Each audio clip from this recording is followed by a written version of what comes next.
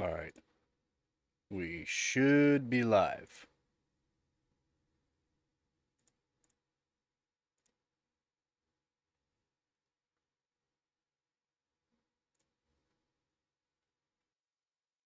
There we go. We should be good. I have dual GPU set up right now, so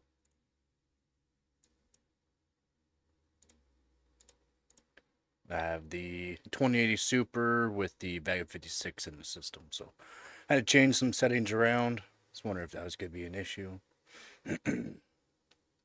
It was, of course, it was.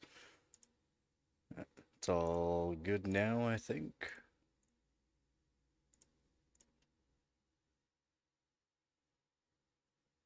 Hopefully, everyone's having a good day.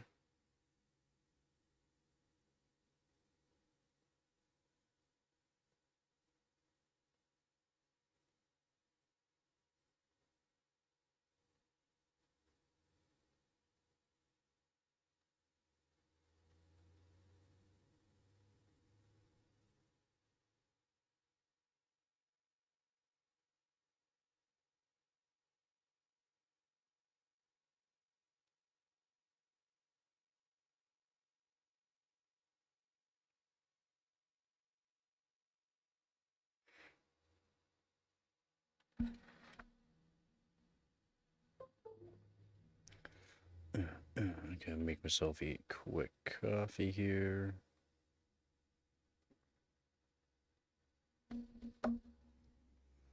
Make a quick coffee. Then I'm gonna run over some things I'm gonna be doing tomorrow's stream. For multimeter.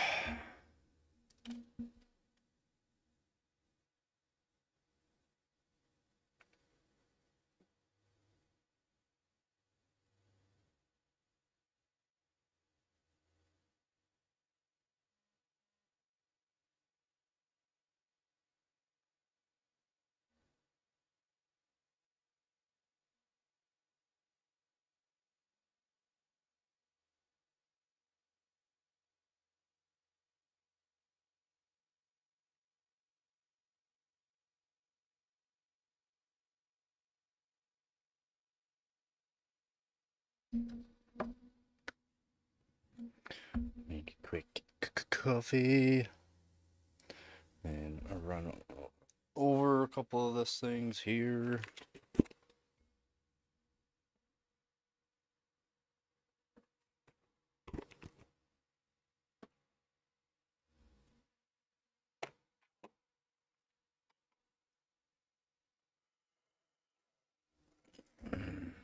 Hopefully everyone can hear me just fine. Yeah. So, getting a new multimeter should be arriving tomorrow. And I'm going to be modifying some cables for easy use of voltage monitoring whenever you're doing the hardware mods on the graphics card. So I want to make custom cables instead of it. Generally, I just plug these in. Hey, how's it going there, Aaron? Generally, I'll just plug these into like.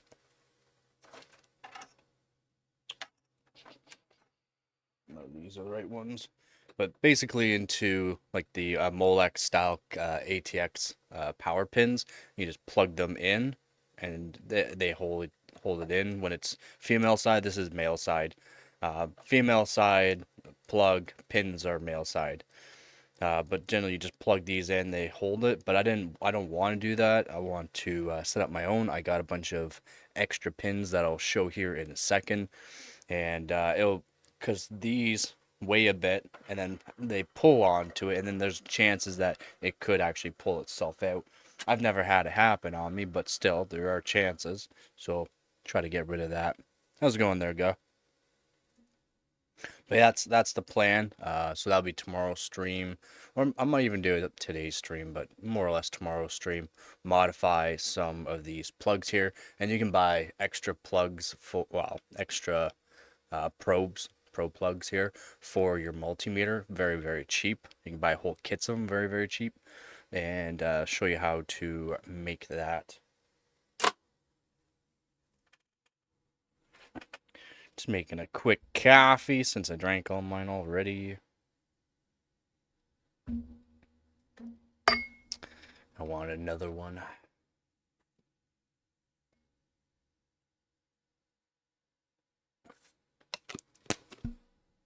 And then I should have the pins here. The pins you can easily get to that I'm talking about for modifying the pins to pins and connectors. Okay.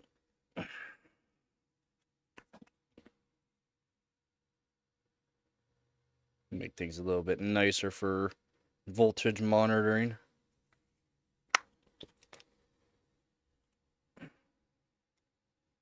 Talking music. What kind of music? Because he's into that, like folk music or bluegrass, I should say. Bluegrass. Yeah, a little bit later of a stream, but that's okay. How's it going there, Dabatron? Oh yeah, that's right. Just give me a second. I'll add you on Steam there, Dab.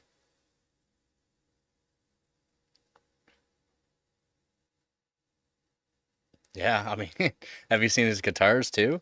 Have you seen his guitars? Did he show them?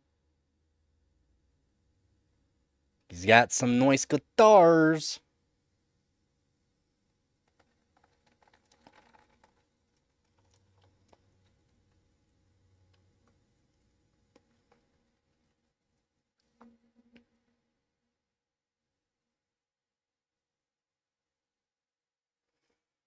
Go, got my coffee. Yeah.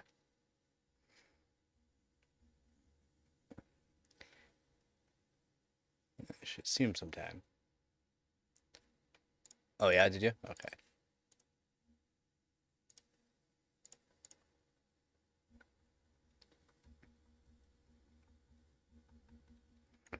Oh yeah. Yep, yeah, you posted. Yeah, you did. A while back.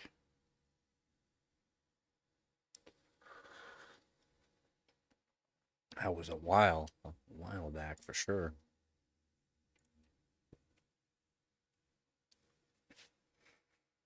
And then I think tomorrow,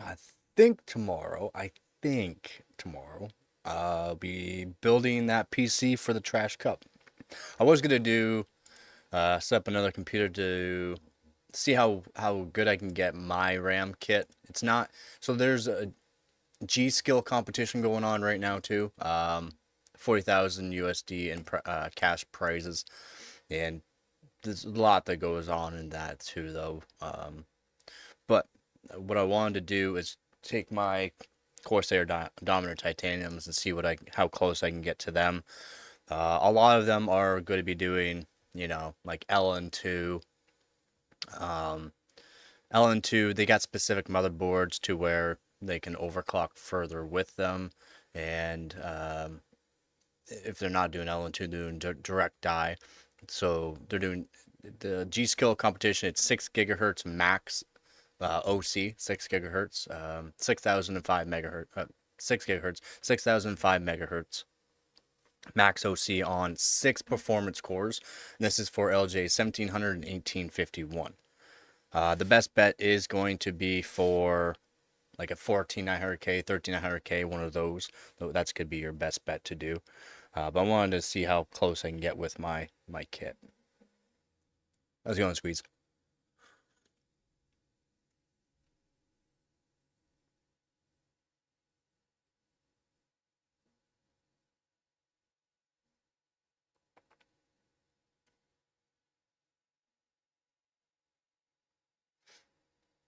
You posted some of your stuff to, did you? Nice.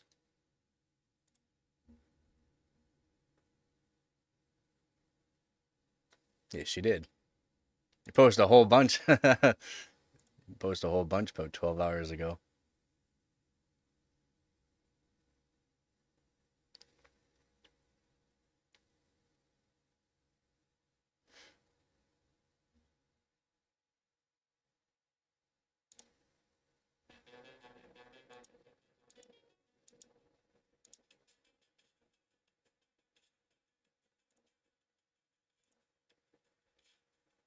Nice. Not sure why I never subscribed to you. There, you got a new subscriber.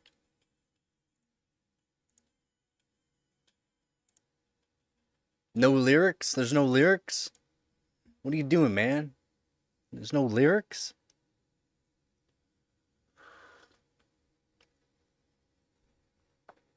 Hey, man, a start is a start. Have I shown some of my first videos?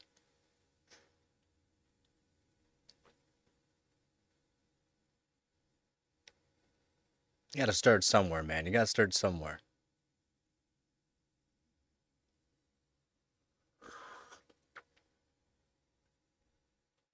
Oh, yeah. Coffee's so good.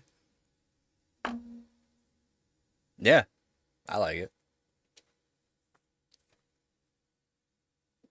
It's like a heavy electronic style.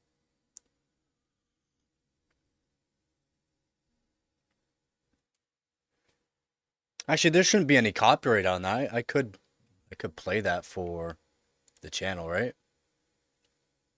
You're not gonna copyright ban me, are you?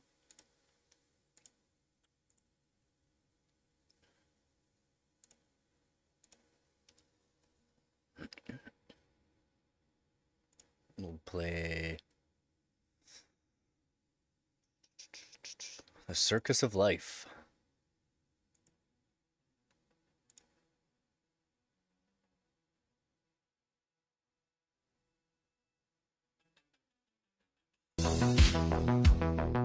Now you should still be able to hear me.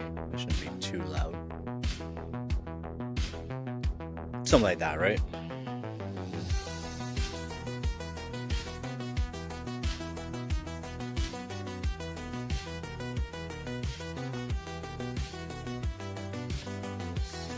Yeah, that's my plans. That's my plans for tomorrow. Before even the multimeter shows up, they get a new multimeter. It's on sale, and it's probably not going to be on sale much longer, so I figure I might as well get it. Here's the other multimeter. The battery died into it, so the 9-volt battery died, and I switched it over to it's a high amperage battery. It's 10 volt. It's a 10 volt battery, but it's high amperage, and the high amperage blew the diode into it, and I can't find the diode. It is technically repairable. Like these wires here that are connected to the power are just for hooking it up to the battery, and it worked. It worked for quite a while. It's all good. I understand. It's good. It was good for a while. Then I was like, I started smelling like it smells like electronic burning or getting hot, and yeah, eventually it worked really well. Actually, it worked really well. But the diode that was in it was an SD330, from what I can tell, because it was a little bit burnt up, and that's a lower amperage, low amperage, a higher voltage diode for it. It's a 3-pin diode, which are impossible to find. Like, it would literally cost like $3, maybe $3 to get a diode that would work, but I can't find it.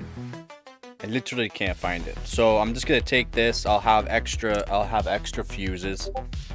So I'll have the extra fuses and extra spare parts for anything that I might need. Oop.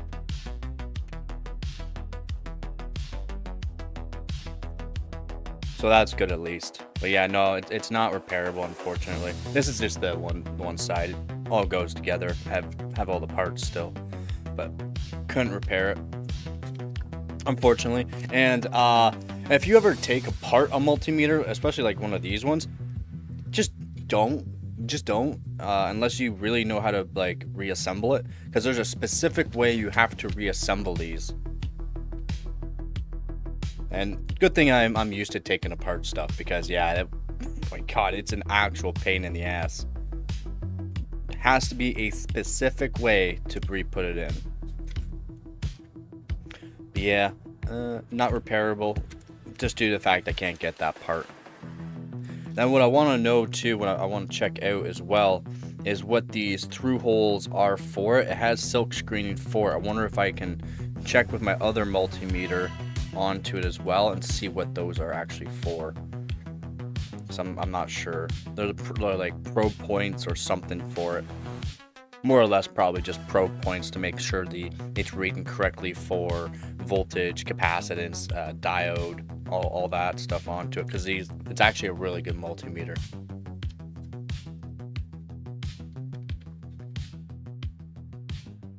Yeah. The new ones have fuses too. Well, at least I hope you want one that has fuses. This one has 2 fuses.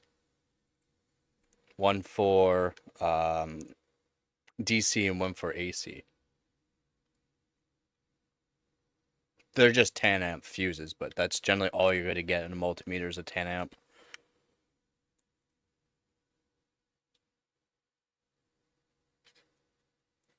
I had an older multimeter before. Yeah, and that's why I also recommend certain things. Like I literally recommend certain things for a reason. This Astro AI 6000 multimeter, it does everything you could, any hobbyist or even like semi-professional just getting into like electronic trade, it will literally do everything for you, like everything you need. And its accuracy is up to like a fluke. Like, you know, the fluke is expensive and good, and there are better, but you're gonna spend thousands of dollars generally for those. But like its accuracy is insanely good for the price. Insanely good. And it does everything you could want. And the one thing that makes it cheaper, this one cheaper, is it doesn't have rechargeable battery. And that's what I want to do a mod on my next one, is mod it for a rechargeable 9-volt battery and make it so you never have to take it apart. It's just one time, modify it, and then always be able to charge it up. So that'll be my next mod onto it. Maybe one day I'll get this one working again. I'll have 2 multimeters, but I still can't find the diode for it, unfortunately. Unfortunate.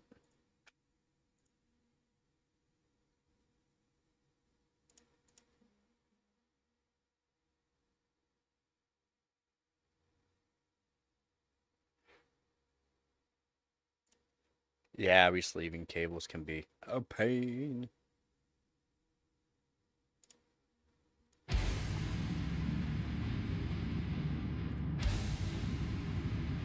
Oh, sounds like a Metallica intro on this one.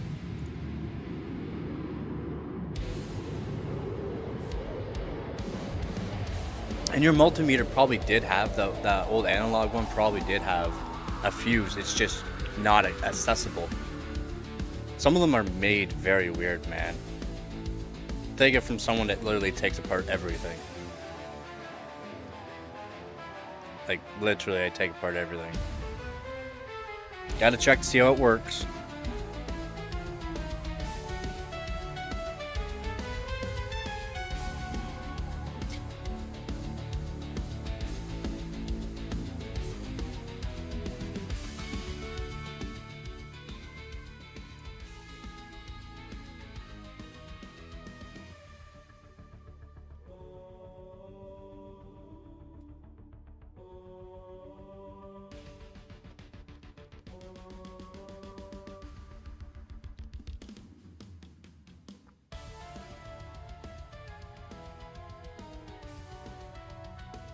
I didn't tell you what voltage to start at.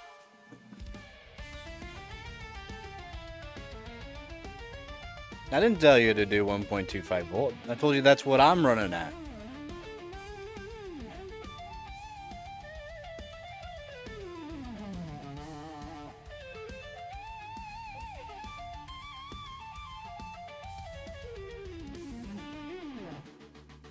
And it's going to be different between each.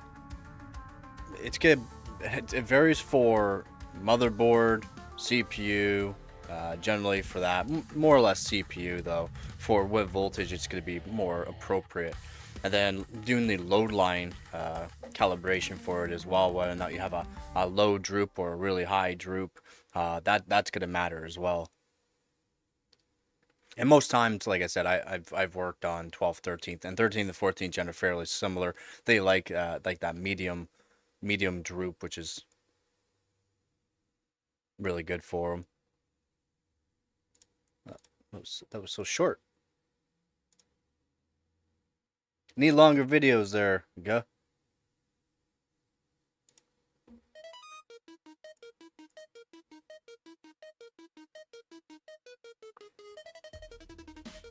Okay.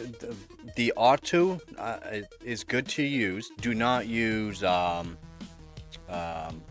adaptive. Never use adaptive. If you're gonna use adaptive, you'll have to put a negative offset of like negative 200 millivolts to negative 150 millivolts. Just due to the fact, for some reason, when all the testing I've done for adaptive is it cranks the voltage up. So auto is good because it generally does not use adaptive, and you want to check the voltage as soon as you load into Windows. Open up hardware monitor of some sort and check to see what the idle voltage is, and then go into a game and see what the game voltage is. If it's just too high, then of course you want to lower it down a bit until it's starts to crash, and then you raise it up slightly. Yeah, adaptive sucks. Or again, what I try to tell people, just to make things easier too, is, and a lot of CPUs like a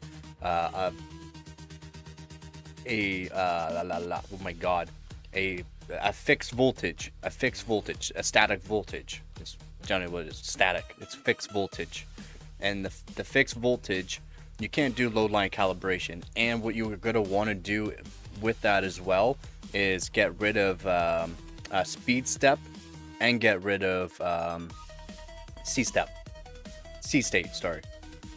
and speed step, which allows the CPU to fluctuate in frequency depending on load. Like there's a whole bunch of variables that go involved with that, but disabling them to make sure the CPU is always running at a constant fixed rate with a fixed voltage, and and you can generally go really low on voltage, and it stays really cool and it stays very stable.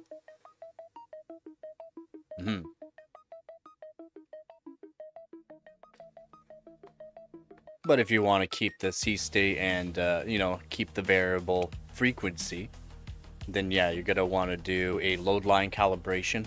One with a medium low droop is very nice.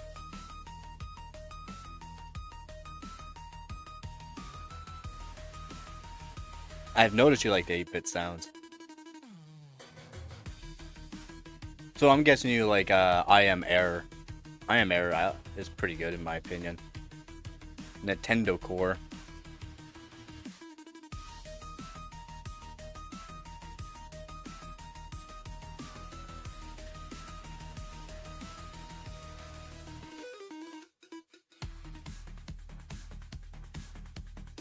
It kind of does, yeah.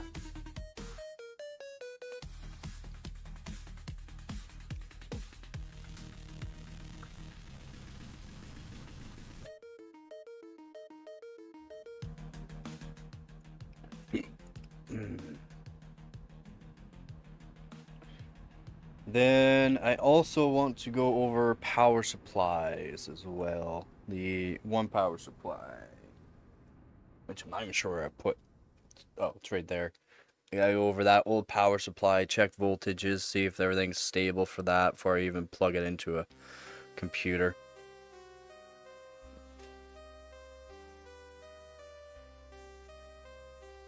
Yeah, a lot of mainstream. Yeah, I hear you on that. A lot of mainstream isn't the greatest.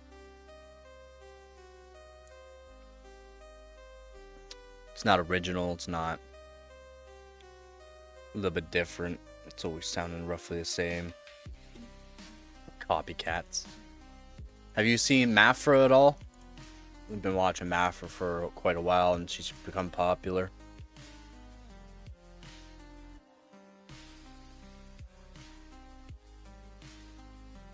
Yep. It's Mafra. She does covers.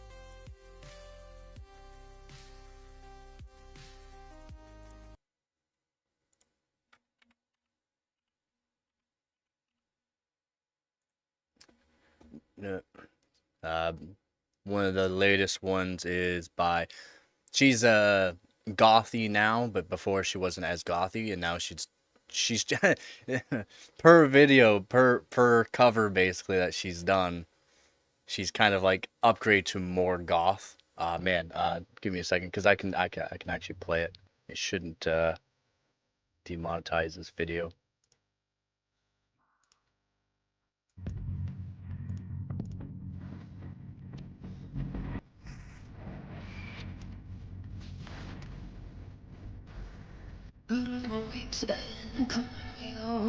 Just pull the plug in of her now. Tear me to pieces, tear me for parts. You all her parts out here. You can have my heart.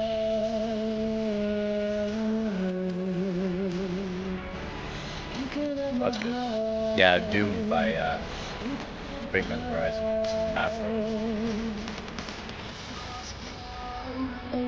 She's she's skilled. Just get home, pick up the chain, you take me. You can have my heart. You can have my heart.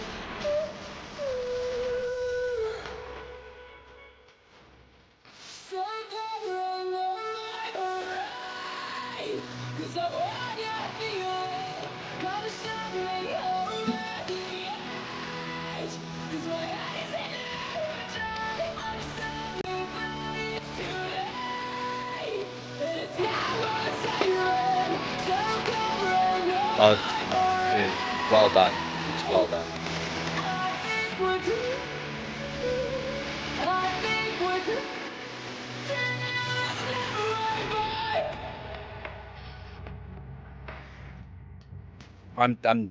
I'm still impressed on how she's able to go from the like it's just insane.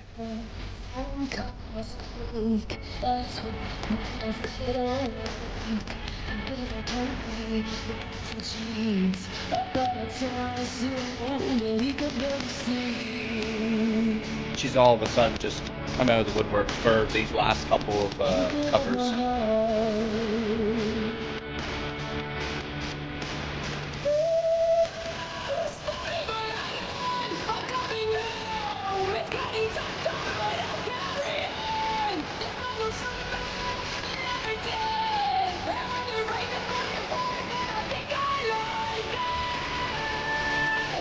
And you know that I've been loving for months, something to like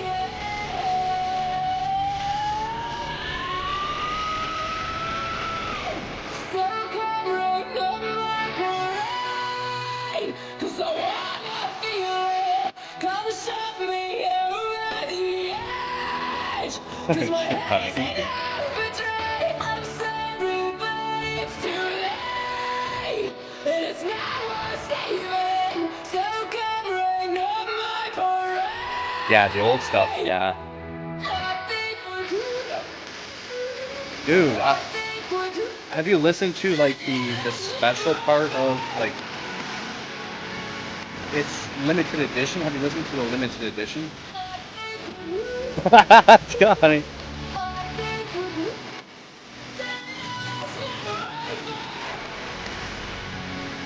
It's crazy how she can go change her voice like that. It's insane.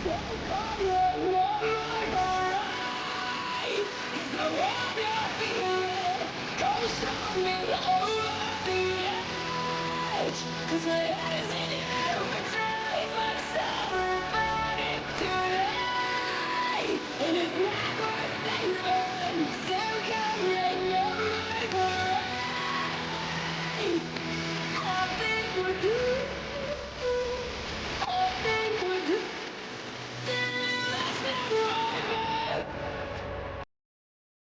But yeah, so this one cover, this one fucking cover now has like 5.7 million views, and it came out a month ago. I listened to it when it first came out. It's really good. And then Spirit Box, Circle With Me is another good one. But if you go to her channel, Mafra, go back to the first one that she's done, which is Bad Omen Spectre. You can see how much she's changed through each of the actual videos from not gothy at all to a little bit of goth, a little bit more goth, a little bit more goth, a little bit more goth, full goth. But yeah, Chelsea Smile, the limited edition, had the limited edition CD set on that, and they had like what you can only listen to on CD. I'm pretty sure you can get now though. Insanely good though. Like man, like completely different variations of each song that you can only listen to from that. And I wish I could like put that kind of music on my. I mean, I should do it sometime. It's just it makes so I can't monetize it. There's no. It's just a phase. Yeah, it's not just a phase.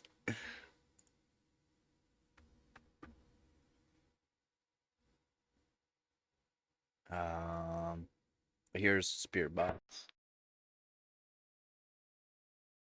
Also very good. Very well done. God damn me, Walter! I do make my own music. So I don't do it too often because I take way too long doing it.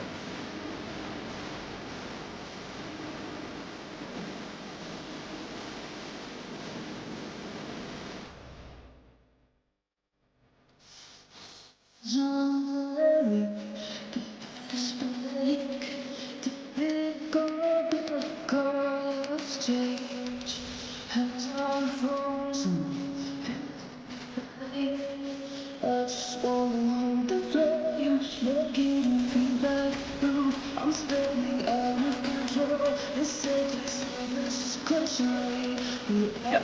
Just crazy vocal. Jason! Hope you have a good day there, Jason.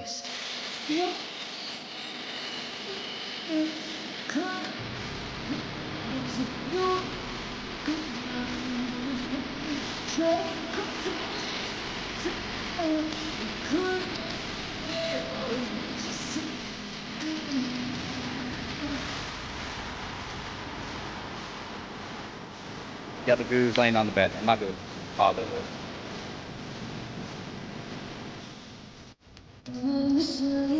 Dave's here. Dave's always here. Always sad. Poor Dave.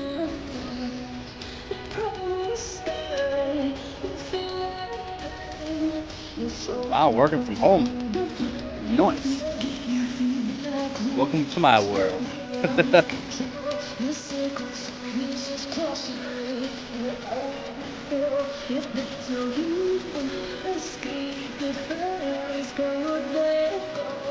This could all be yours.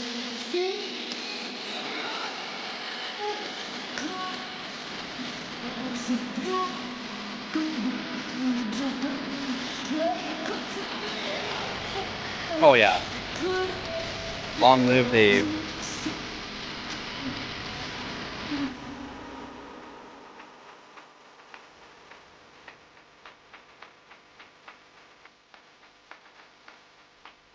With all the power of a dying sun, I couldn't kneel for anything. My place is gone.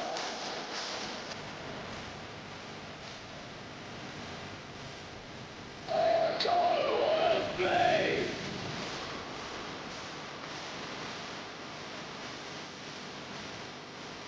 Stars come with me. This could all be yours. Can I decrease the RAM price? I wish, buddy. I wish. I bought this kit of RAM 3 years ago. I actually just checked. I bought that kit 3 years ago.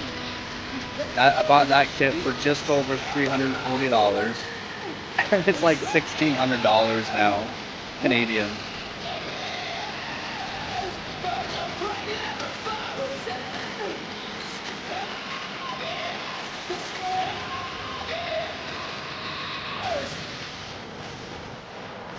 Trust me, I wish I could.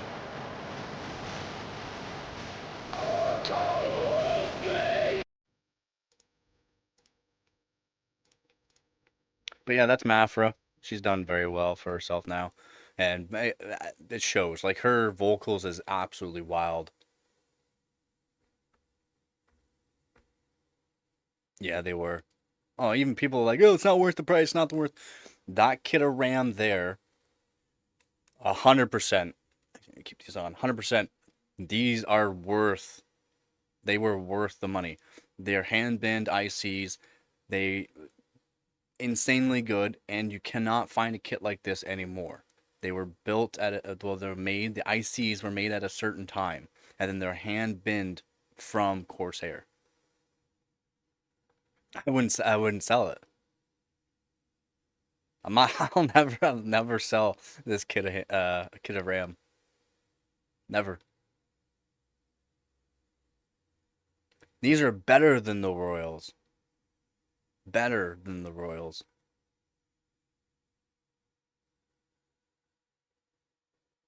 Just well, maybe if the Royals, if I can see when the Royals were made and when what ICs they have, if they were using the same ICs and hand binned from like the same lot, then yeah, they would be the same. But no, I wouldn't sell the kit of RAM.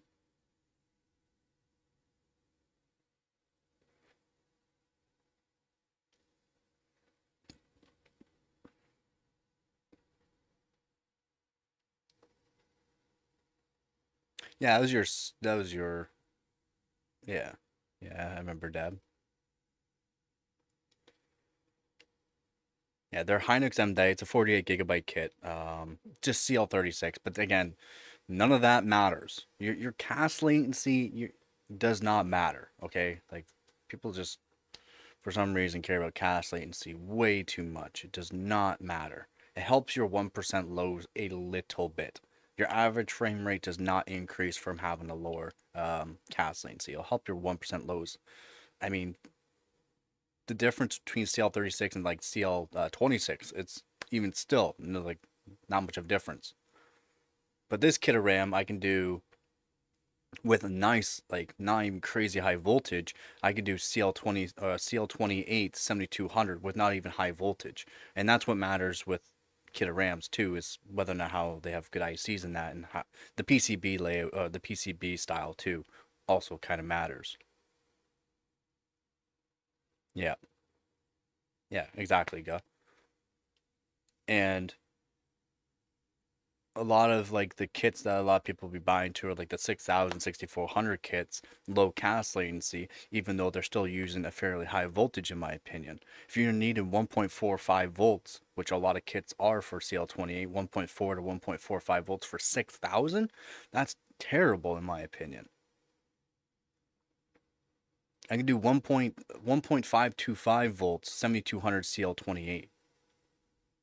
You can't if you get one of those 6000 kits that are CL28 at 1.4, 1.45 volts, the chances of you being able to even raise the frequency and keep raise the frequency and keep that cast latency at a respectable voltage is very, very slim.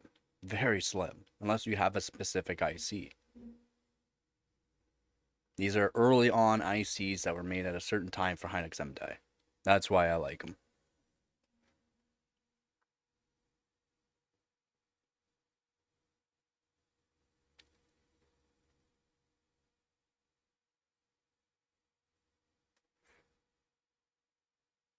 That's not bad there, Dad. Although for a 5600 kit, yeah, not great. More or less paying for the Corsair Dominator. But again, those are more like better kits of RAM too. More overclockability on those ones too. My first kit of RAM I got was Corsair Vengeance 5200 kit. 5200 CL38. Terrible, terrible micron. Early on micron. Just horrible.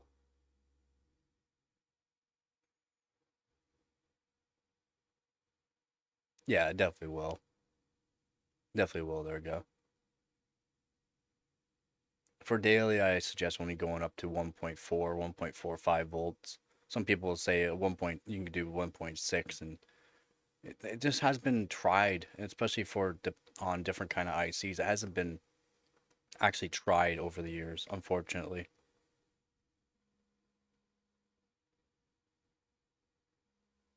And that's wild. The SSDs have no correlation to RAM at all for why they're going up. Data centers are not using the same kind of storage. So I don't get why that's going up. Just greed. It's just greed, man.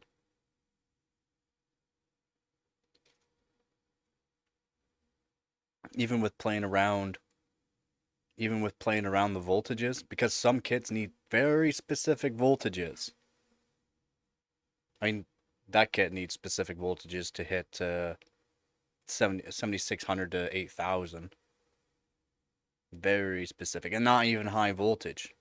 Not high voltage, just very specific voltages. Which is very annoying. Very, very annoying.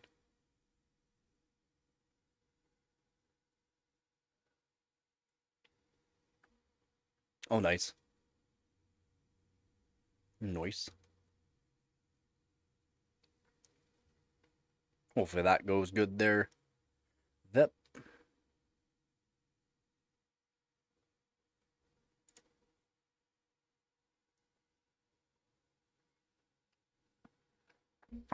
That coffee went down too good. Hey, baby, what you doing? You coming up? Well, come on. That's not how you do it.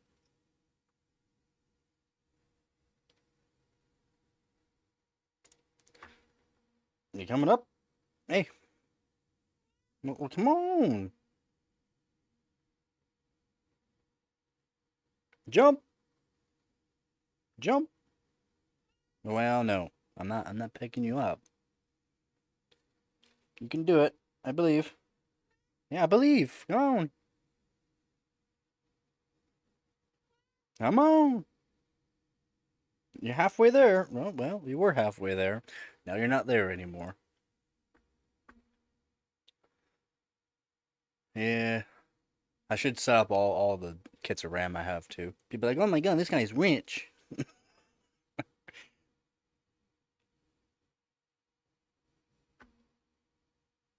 But all day tomorrow? Nice. Oh, it's more like a weekend type thing. You coming up? Well, come on. Just jump. 3, 2, 1, go. There you go. There you go.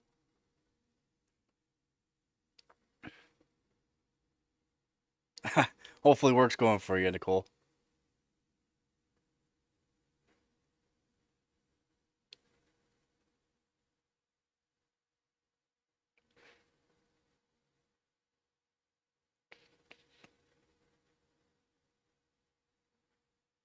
Yes, it is.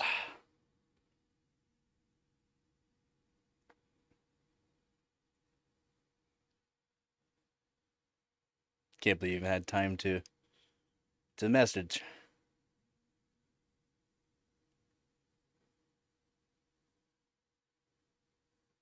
Pep.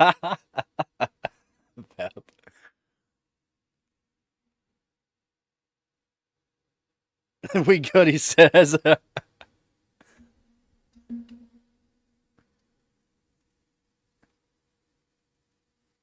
I'm not supposed to be a distraction, though. You're supposed to be working.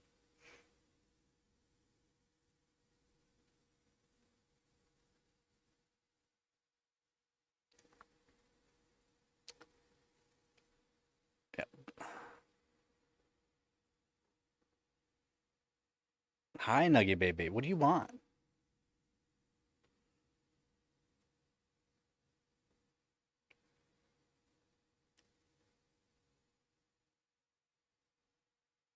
Oh, everyone say hello.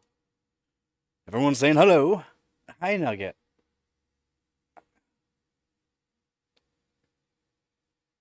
Yes. Yes.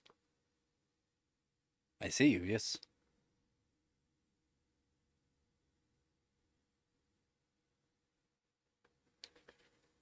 I must be ignoring you.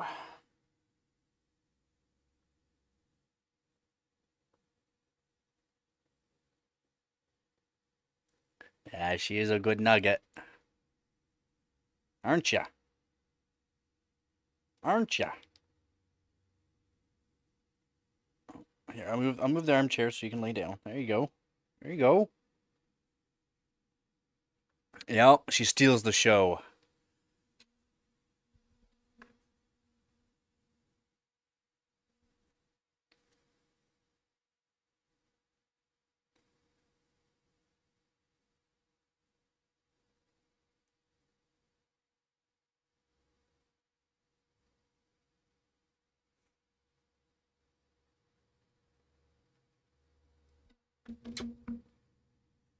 Yeah, she's adorable.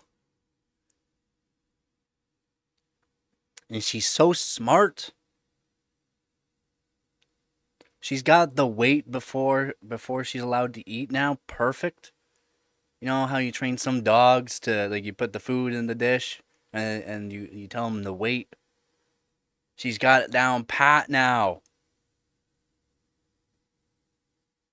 How's it going, Ghost? She's got it down pat. Yeah, you're so easily trained.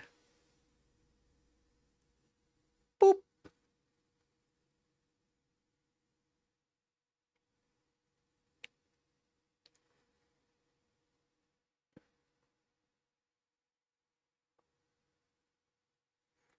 How's it going? How's everyone's Friday going? We're almost at the weekend. Stay strong. Stay strong.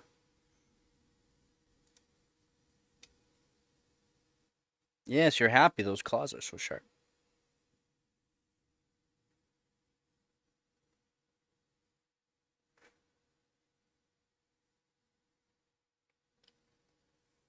No one else can.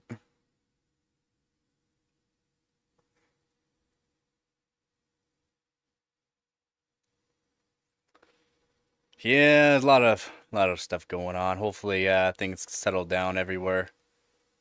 Doing good. Hopefully, you're doing good there, Ghost too. Hopefully, you're doing good. Pepperoni.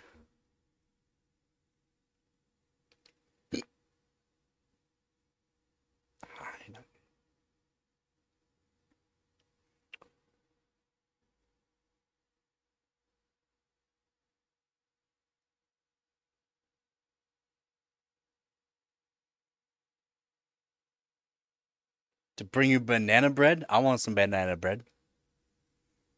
Hell yeah. Hell yeah.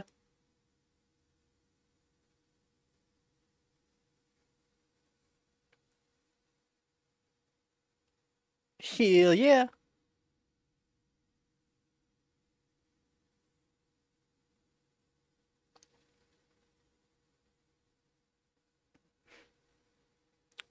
Yeah, Ghost, you guys doing good out there, or how's it actually going out there?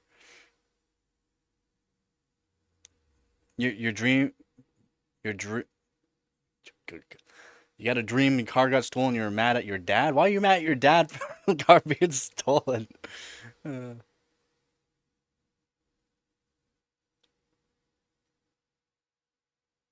have yourself a good night, man.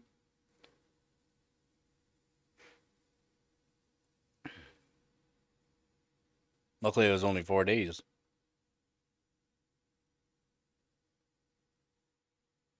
If I was a billionaire, what would be the first thing I would do? Uh, get a house. Get a house. Fill the house up with PC hardware. Start overclocking. Be fairly simple.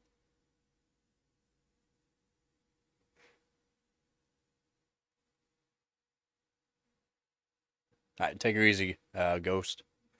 Mushy banana is gross? Well, yeah. Oh, wait, she makes racist banana. She refused to use the brown bananas.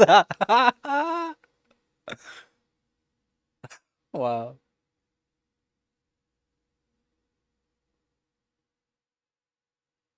Oh, you actually don't use the. So you don't put like bananas in, like, bananas that you don't eat sometimes into the freezer and then use them for banana bread?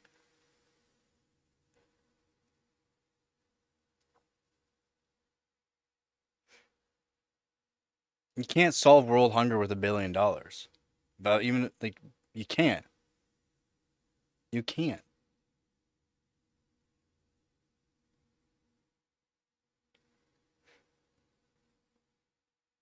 And I would worried about my own country than other countries.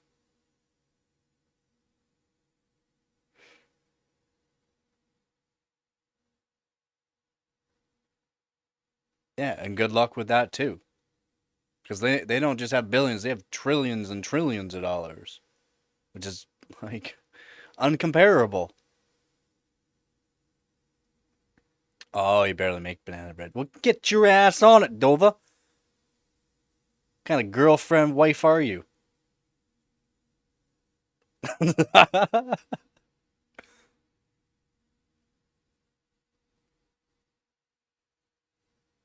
Yeah, I would move to the U.S. Well, actually, no. Where's that one place in the U.S.? What one's the one that's a good spot for tax and stuff like that? God, I can't even think of it right now.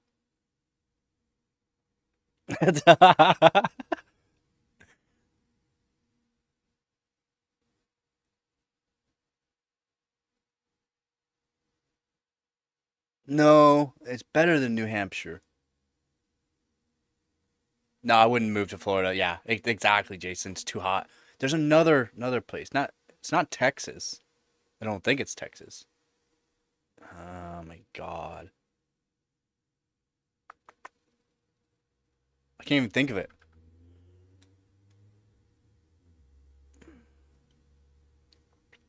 Yo, Dodo, how's it going, Dodo? Haven't seen you in a while.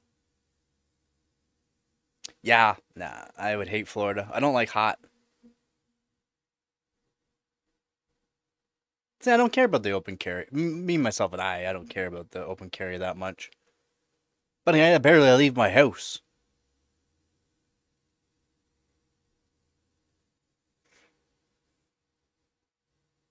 And then, like, if I had the money, I would literally just be buying all the PC hardware and overclocking and modifying every single day, every day, all day, non-stop. And since there's so much PC hardware, I'd be set for life.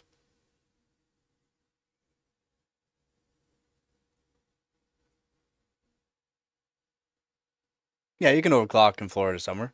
That's when I would be getting LN2.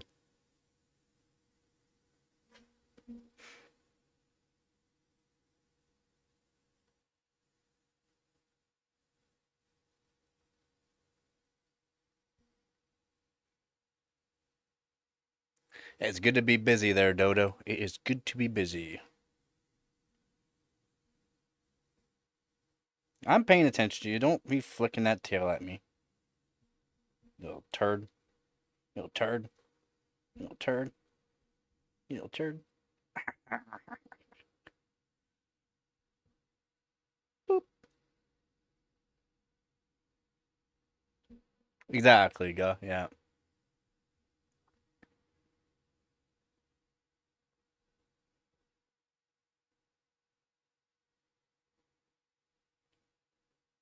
Yeah, exactly. Yeah. Exactly. It's me myself. I don't wonder about just having $1 million, $1 billion, or what I would do with it. I really don't. It's beyond my means and needs. I just make sure, I would get a house, of course, roof over your head, but I would get my own property, roof over my head, do basically what I'm doing. Live comfortably, not out of my means though. Just I'm a old style country guy, so I mean it's pretty simple. Pretty simple how I want to live. Maybe go do some cool fishing that I have never done before and always wanted to do. You know, go to the states and go after some striped bass. I don't know if you guys ever done striped bass fishing out there. Be awesome. Be awesome. Now I get the claw is very sharp. Thank you.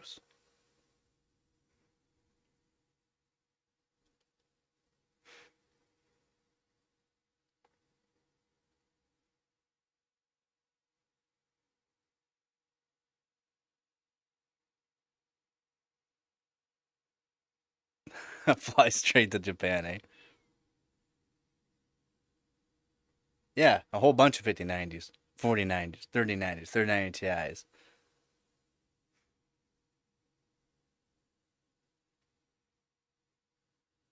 Exactly. Yeah. Yeah, exactly. I wouldn't change that. I would still be eating bologna sandwiches. I'd still be eating hot dogs. I, no, Gabby would still be on a strict three treats only. She'd still be on a strict 2 meals a day. Again, I don't want her getting fat. I don't want her getting arthritis. Yeah, don't get mad at me. But smack. I'm sorry.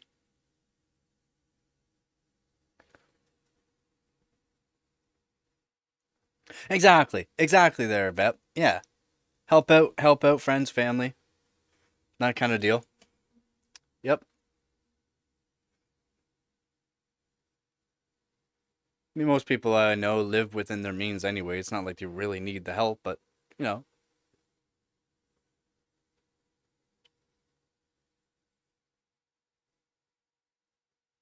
Yeah, exactly, guy. Exactly.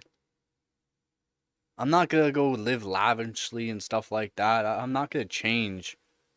I wouldn't change, and a lot of people would. A lot of people would start, you know, spending recklessly, going way above what they would normally do. That's just not the kind of style of person I am. I still wouldn't. I still wouldn't. I mean, that monster Odyssey he has there is crazy. The 52-inch or whatever it is.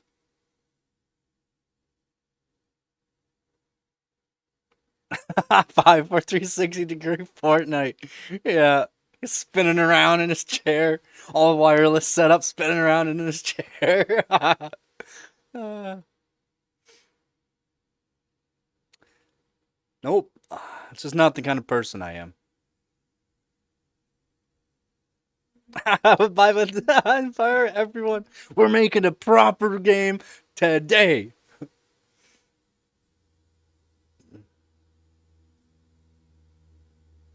The screen helmet.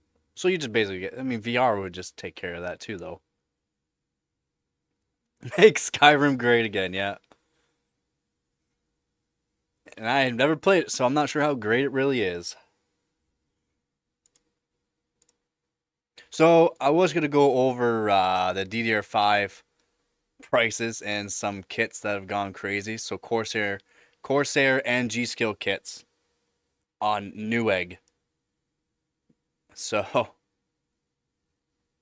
Newegg has dramatically increased the price of some Corsair Vengeance DDR5 and G Skill Triton Z5 memory kits, widely regarded as among the best RAM to mind blowing $4,000. We've contacted the retailer to clarify if this was a planned price adjustment or pricing error, but we have yet to receive a response. The uncertainty leaves consumers in suspense regarding the future of memory affordability, given the step increase and a single specific price applied to multiple different brands and capacities. An error of some description seems more likely. In the meantime, consumers are unable to buy these kits without shelling out an eye-watering amount of money. $4,000.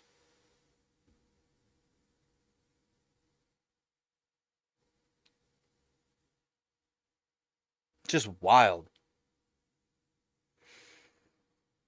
So currently there are approximately 27 DDR5 memory kits priced at an eye-watering $4,000 on Newegg.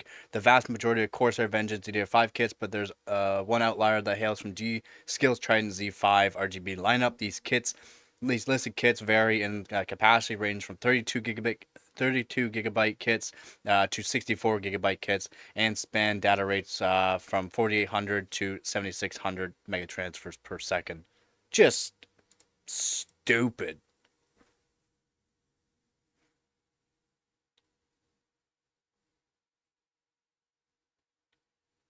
B BBE mods, CWBBE mods. What?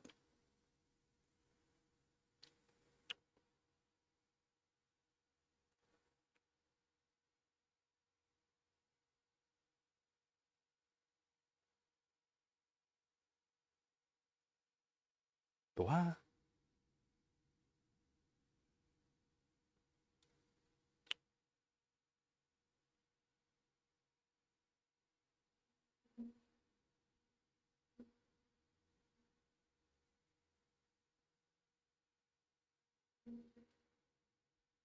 Apparently, I apparently everyone has. Nope. I had some friends play Skyrim. I, they wanted me to play it, but nope. I'm way too much into the FPS games. It's more competitive. I like being competitive. I'm very competitive. Even though I'm not, a professional gamer and all that. I like being competitive.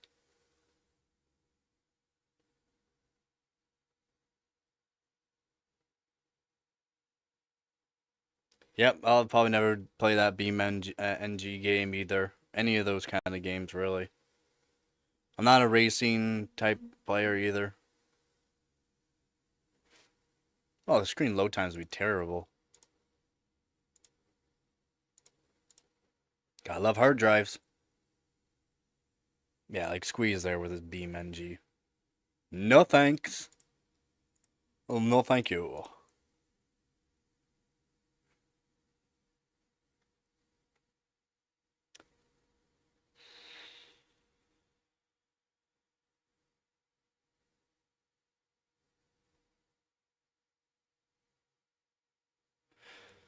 Yeah, these prices are wild.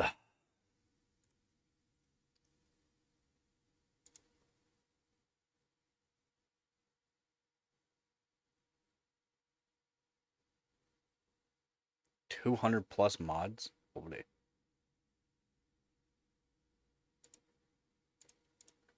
I'm guessing the load screens took a long time.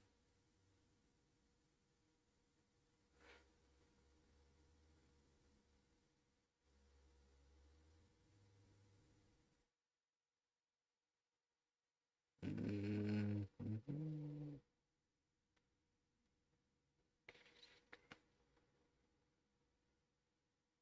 Wow, Arc Raiders was accidentally recording Discord conversations in an unencrypted local game file. What? Accidentally? How can you accidentally do something like that?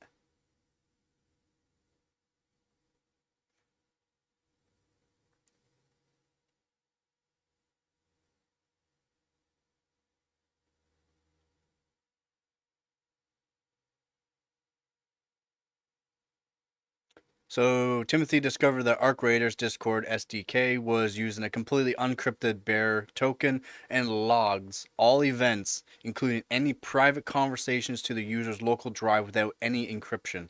A bearer token stores the user's Discord credentials, and anyone who gets this token has full access to the Discord user's account, including private DMs, friends list, and account settings. This is made worse by the fact that if Arc Raiders crashes and the user sends log file to Embark Studios, the game development team, and the company's employees will have the user's full account credentials and any DMs that were sent to the log files. Wow.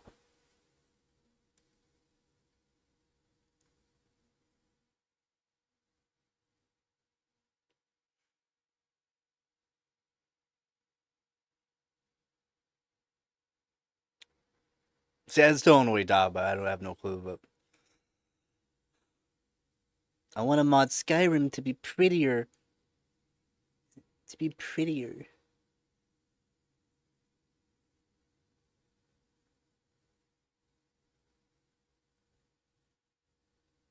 It's not pretty enough. Whenever I make it pretty, it's glitchy.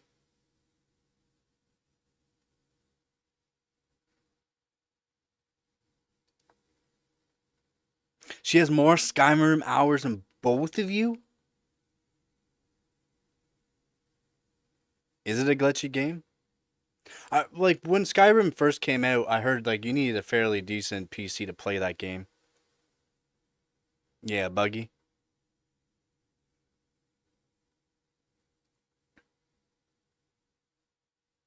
And then like for like any kind of game that does the like HD mods and stuff like that, it gets pretty wild, and how like it's brutal. Yeah, no doubt, no doubt. Yeah.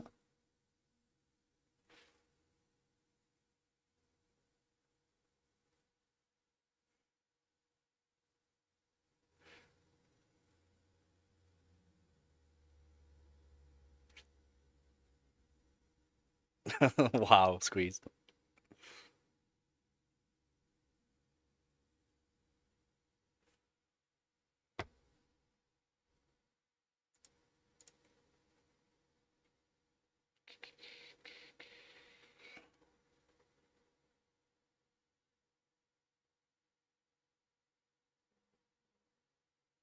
Yeah, but so it might not be Arc Raiders or Embark's fault. Apparently, Discord's new social SDK has a login hook you can override as far as I could tell. Discord is failing to scrub log events of sensitive information. So it might actually be a Discord issue. And Discord's been having a lot of issues lately, which is not good.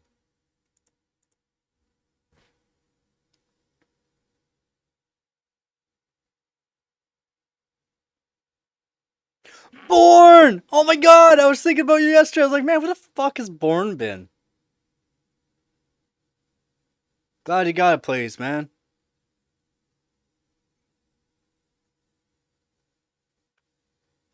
Glad I'm a wander, not a rimmer. Wow.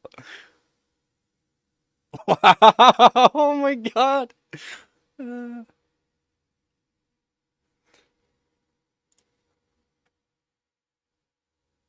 yeah, glad you got a place there, man. I was literally thinking about you yesterday. I was like, man, where is Born?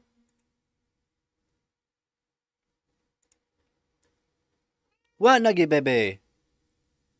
You gotta wait like another hour at least. Don't give me that.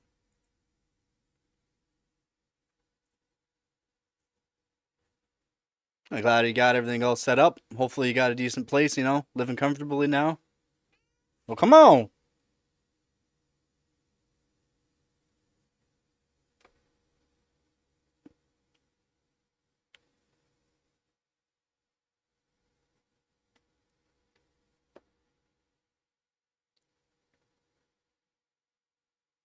No, yeah, no one said anything about hooves. No, I couldn't take it anymore. I just banned him. Nah, he's out of here.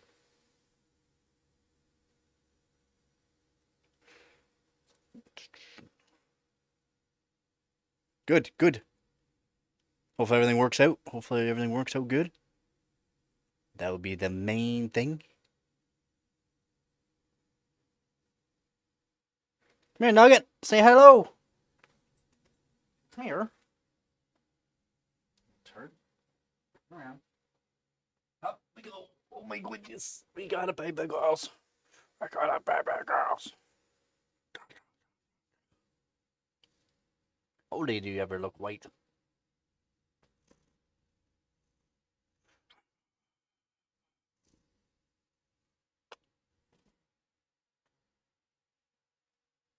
I try doing orc stuff sometimes, but it can get difficult.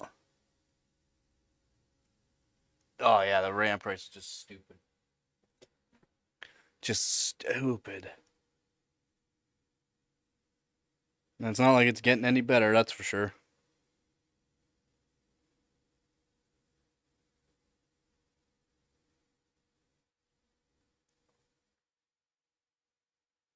Hopefully, he still has his PC.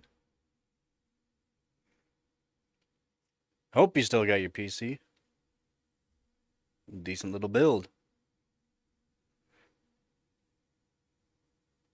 What you doing, Nug?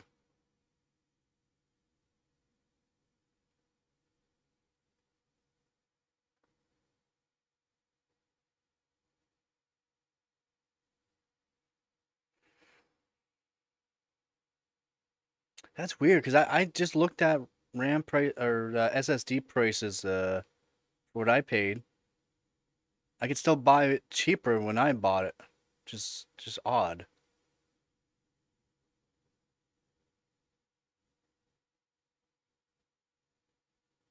Oh dang. So I say, could have made way more. Man, now you're an investor. No, and that's yeah, that's what I like to do there, Born. Yep, that's what I like to do. Sell way cheaper around my area, sell way cheaper. I try to sell it to, someone that's gonna appreciate it. Not just someone that wants to sell it off or try to make money or something off of it. That's what I've always done.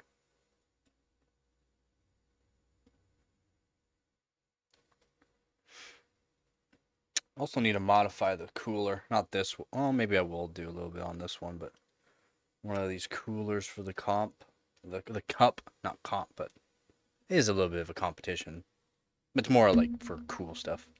Cool old PC hardware. Let's go.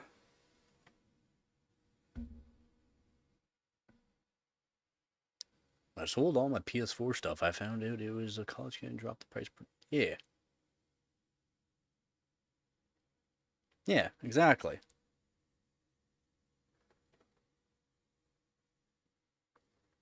Same thing with like when I sold CPU and motherboard combo. Literally sold it for the price of used of just the CPU. And his girlfriend picked it up. It's like, I'm not here to make money off of it. I've already got my use out of it. Although I should never have sold it because it was actually a really good binned 8700K, but that's all I do. Hope you have a good night there, Dodo.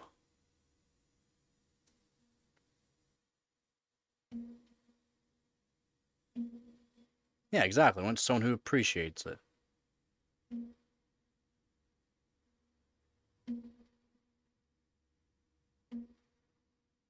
Yeah, that's the main thing too. Experience, fun.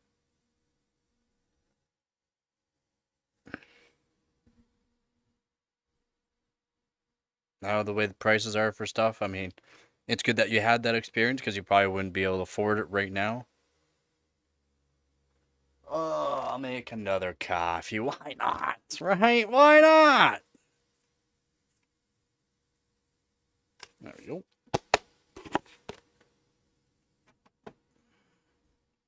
Now the coffee doesn't hurt.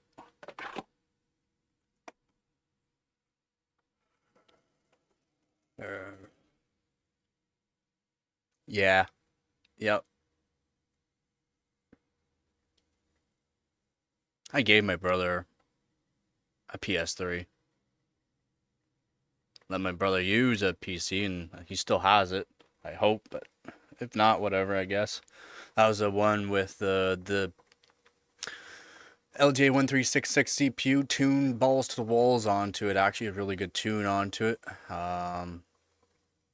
16 gigabytes of RAM and a GTX 1070. That was in that H110 PC case, that black and white one that I had.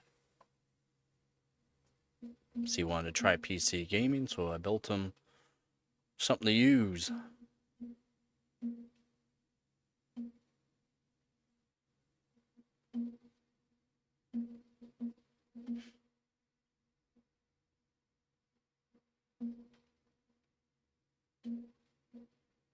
Yonder Simulator.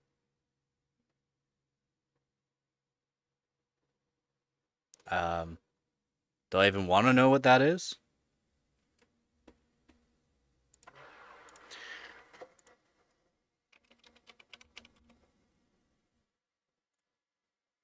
Oh God.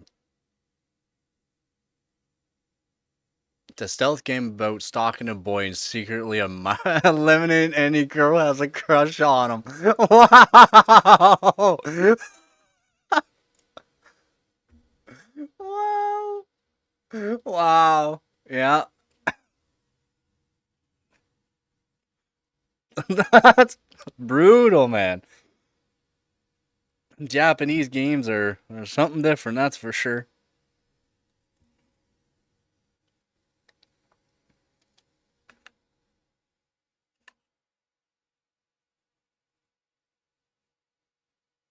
Apparently.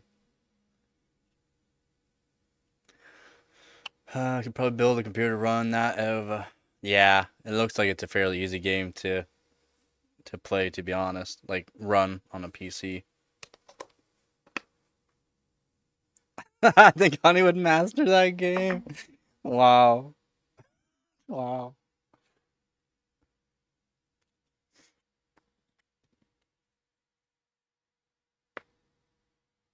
That's actually wild, though. That's actually wild.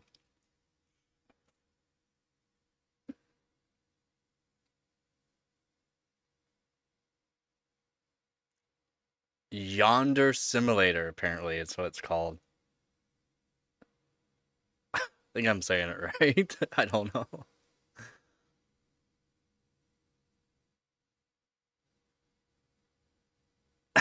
Yeah, you're smart, Beb.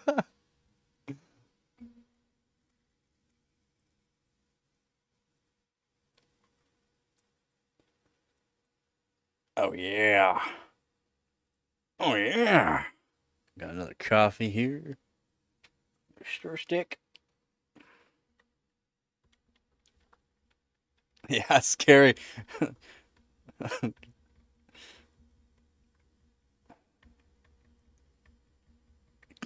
Gus going, I feel safe.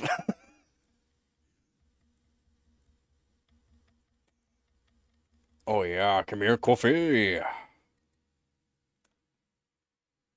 Yeah, yeah. The blank face. Oh, yeah, it's good. That's good coffee. Have yourself a good one there, Born.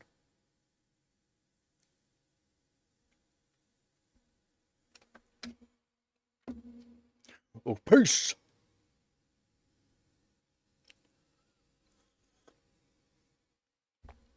God. How is my. Hold you for a second. I'm covered in hair. Don't look at me like that. So she looks away. Hello, dear Nugget.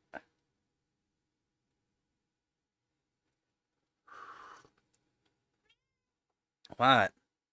Like, you got an hour, Nugget. An hour.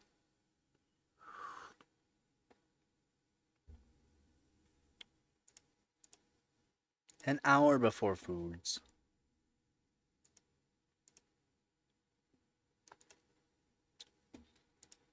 All right.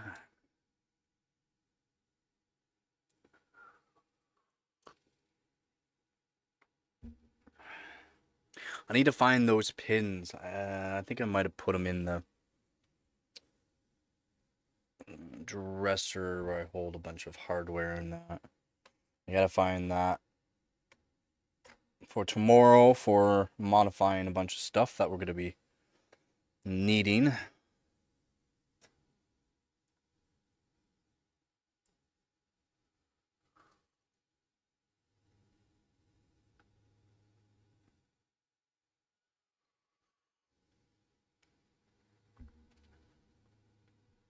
That's why I never really cared about any kind of religion in that. You say you're this, but you do this. You say you're this, but you do that. Okay, then.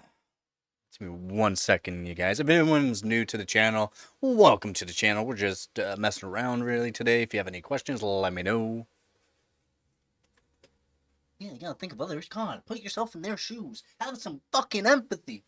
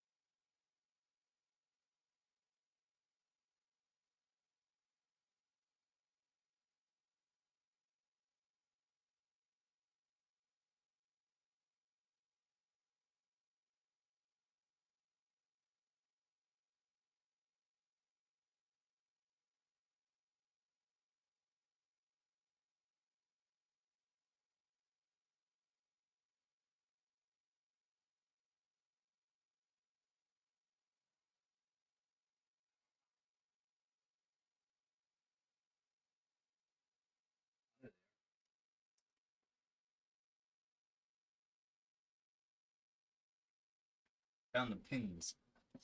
I found the pins that we're gonna need.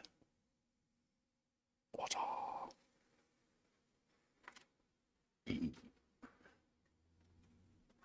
Nugget. You in psycho mood now? Okay.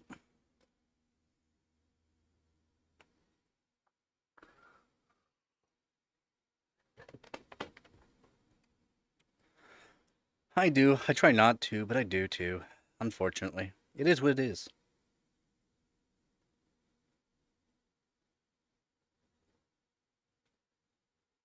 CC? CC some people less now? CC. CC. He was going all Spanish on us for the first word. Yes, see people. Some or yes, see people. So oh my god, I can't even read that. Si, señor. No hablas, no hablas.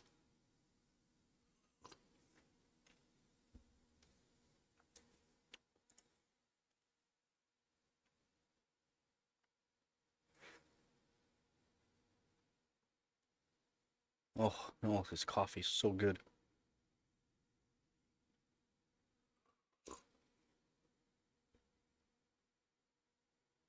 Yeah, yeah, 5 pesos.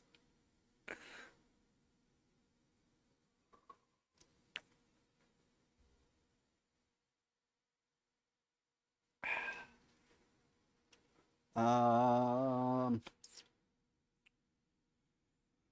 hey, I could do custom water loop for that cheap PC build. So D5 the one D5 pump reservoir combo I have is based off of an original. So it could work. Could just say that.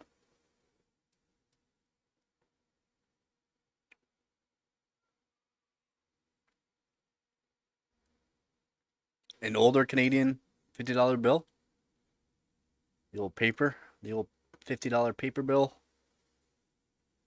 I don't know why the States hasn't done what we've done and do the synthetic.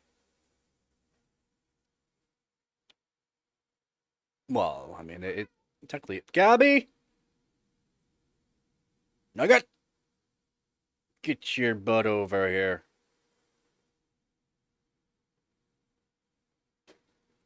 Yeah, paper, yeah.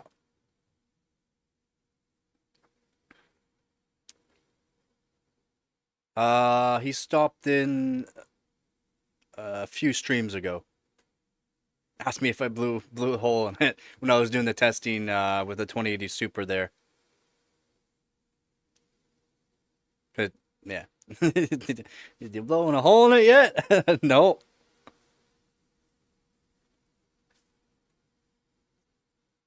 Yeah. Nugget. You in cycle mood? You good? Hello. Oh, watch your. Yep, good job.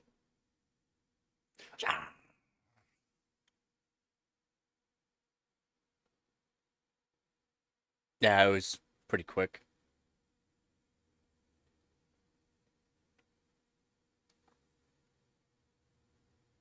Yeah, you might have been, yeah.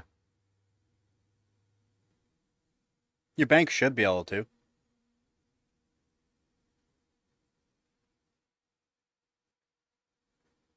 It's not like the exchange rate on it's terrible. You're gonna get roughly 62% of that $50.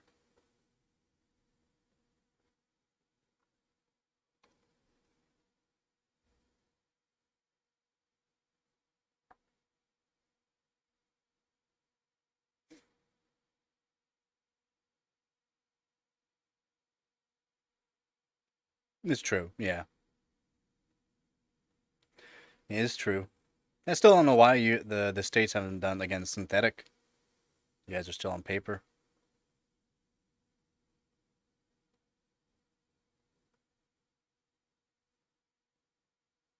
Yeah, yeah, $20.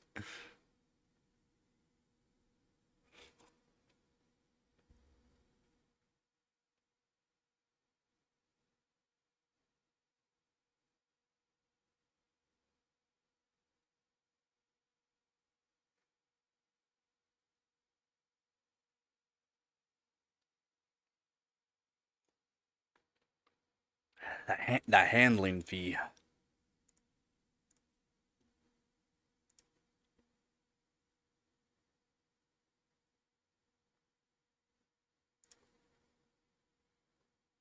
Let's go to see what PC Gamer says.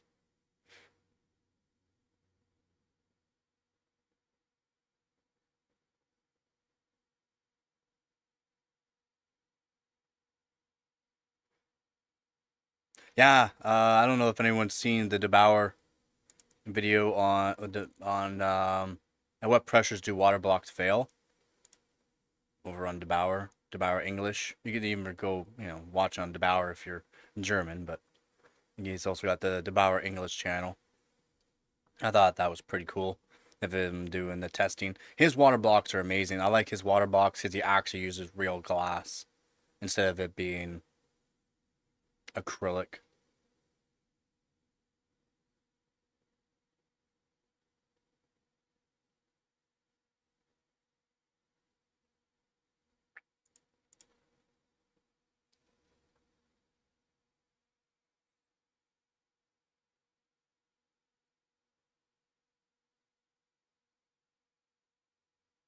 You can do you can mail cheap. It'd just be letter mail, right?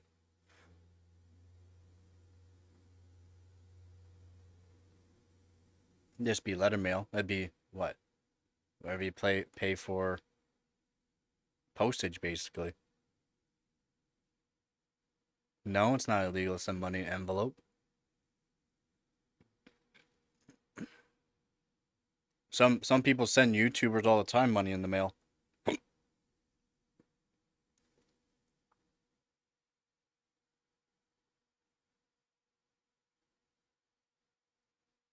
Yeah, it'll be like Canada Post. I'm not sure what the states is for like the post, but it's basically yeah, it's basically that, and it's just put in an envelope type deal. And you're just paying for postage. I think it is basically. Shouldn't be more than like $3.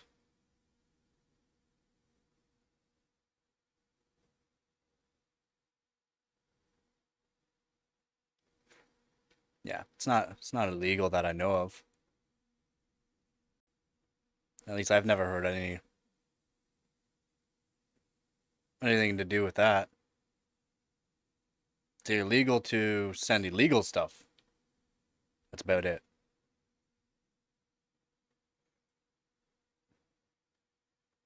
Won't fall.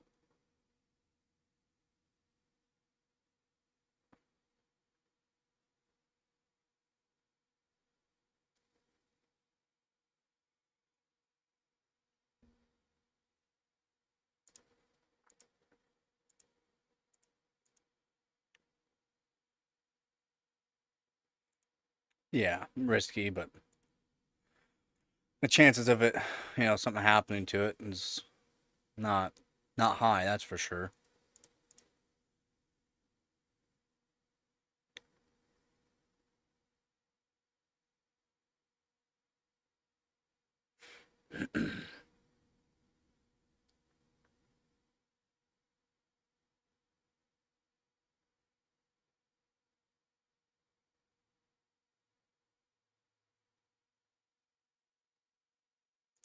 Wait, what?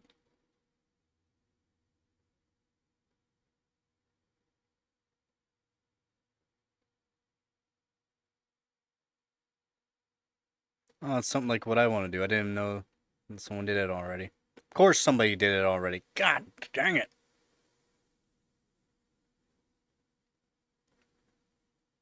Yeah, hitting the way he has it done is very inefficient, but using an ice making machine to cool a PC, because it just makes so much ice every 5 minutes or whatever.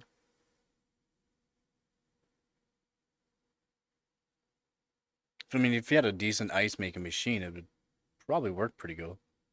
Pretty good.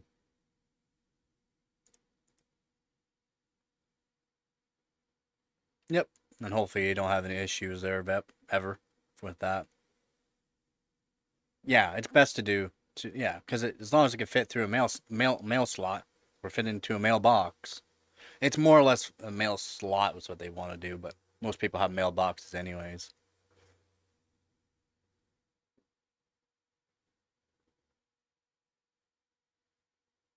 Yeah, magically fall out. So stupid.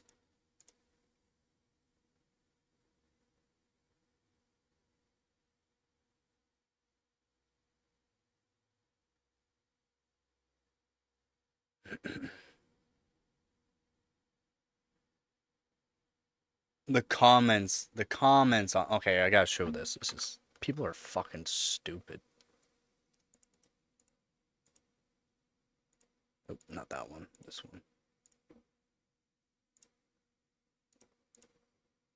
Oh, transform.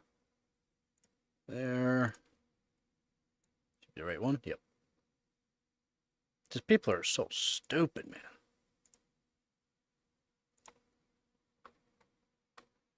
So here we go. So this guy here, his name is Zany Tech Tweaking Antics. Uh, YouTuber. Oh, Mr. Yeaster. Mr. Yeaster.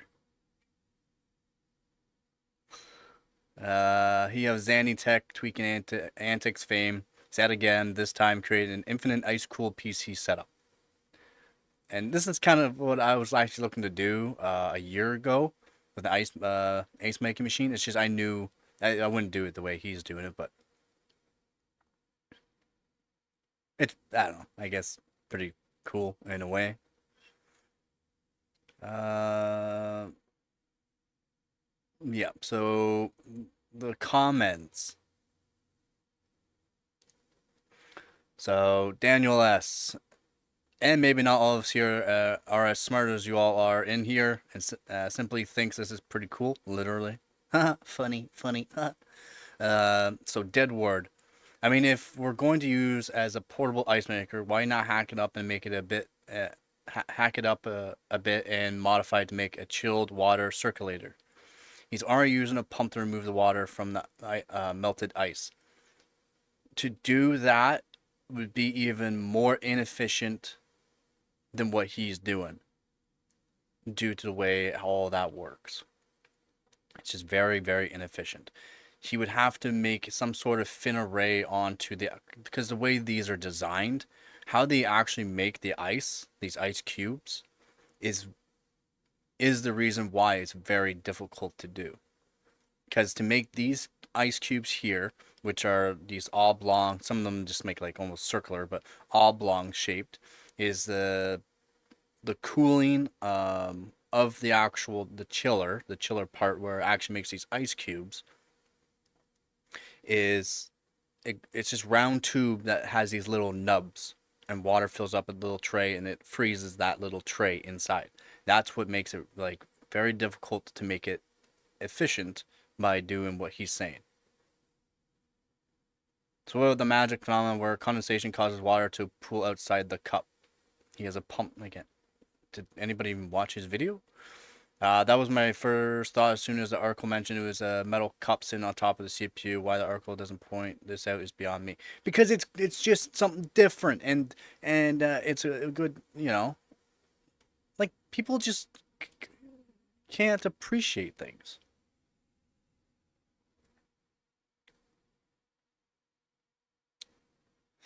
If it were metal, we would already see condensation on the comp. He would certainly have seen condensation early on. Very first test is probably a plastic metallic colored cup. I've had a number of those in the past, especially for parties. No, it's a metal. You can't have thermal transfer through plastic.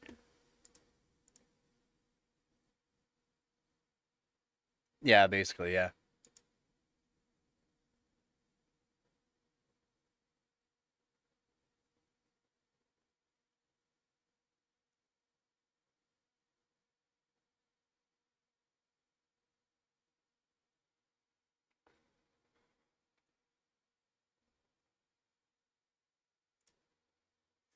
Mr. Yeaster. But yeah, no, it's. Oh my. Let's see.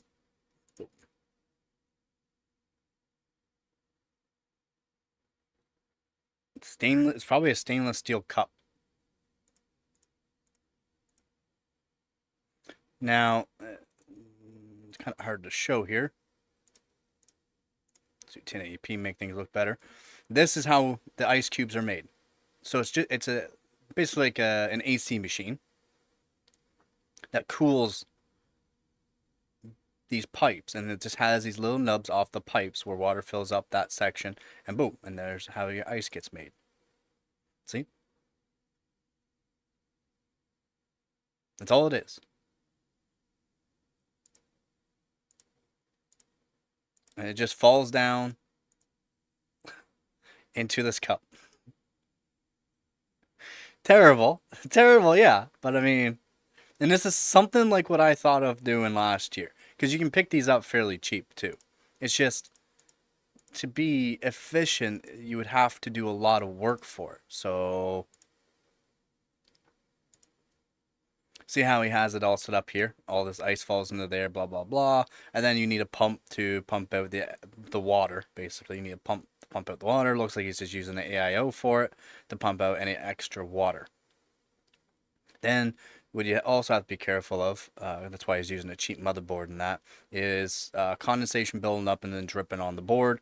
Again, that's why I have Vaseline and all that. I would Vaseline everything up, use some paper towels and all that around, tape it around so that way it helps stop condensation and water dripping. But yeah, that's it. And I wouldn't do it like this. I would, where is this? Right here. So these right here, what I would do is keep these the same as what they are. It's just I would make fins. Try to solder on some actual copper pieces onto it to make fins along the whole thing, and then make a very, very terrible, terrible chiller, where water temp would be probably around 5 degrees Celsius, and the temperature of the water will increase as you are running the system too. Depends on how powerful the system is, though.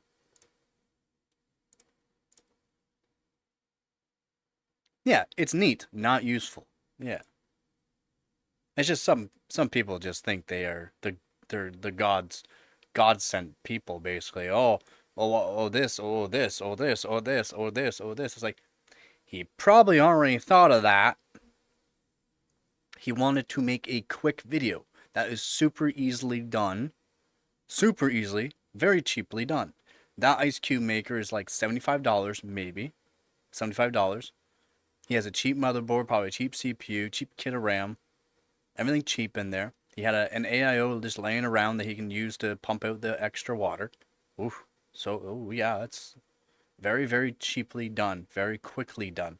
So that way he can make a video that gets views. That's what these YouTubers do, generally. They don't generally spend a whole lot of money. Exactly. He's a content creator. And if you're a content creator that does not have millions of subscribers and millions of views every single day, you don't have the money to do crazy, outlandish stuff.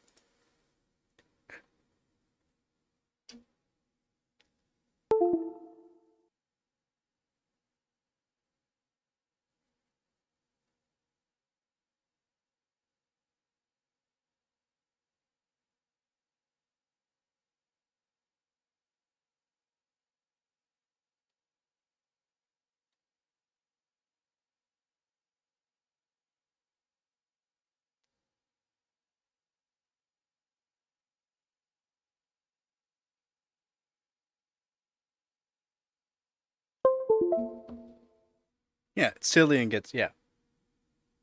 Yeah, it's not like you learn anything. You're just going, okay, well, that's different.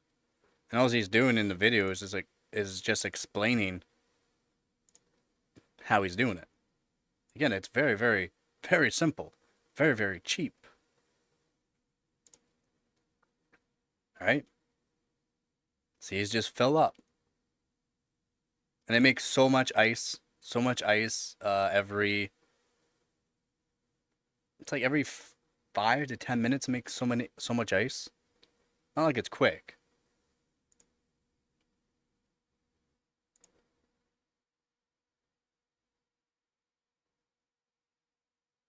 And it's very quick.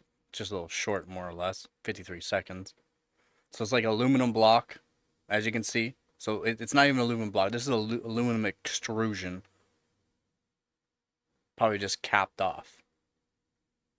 And like super inefficient. Super, super inefficient just by the way he has it done. But it's different. Has anyone else done this? No.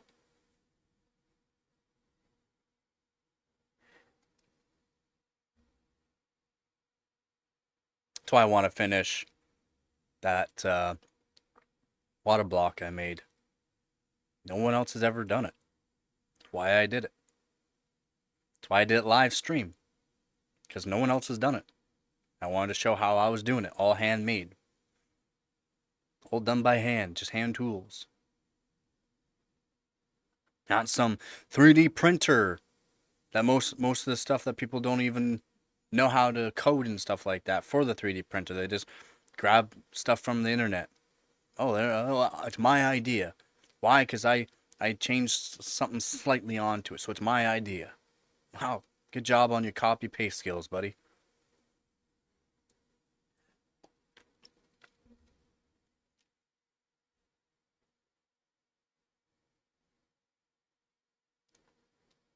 Sandpaper mouse pad? That's brutal. That's brutal. No, yeah. Just something stupid, right? Something cheap to do. Something stupid that gets views. That's why I don't watch certain YouTubers. That's why I don't watch certain things. It's like, people, have you watched this? Have you watched that? That sounds stupid as fuck. No. If it's not educational, I'm not gonna watch it. That's just what I do. Yeah, exactly. Brain rot booger eater content. Exactly. That's why my channel's for adults.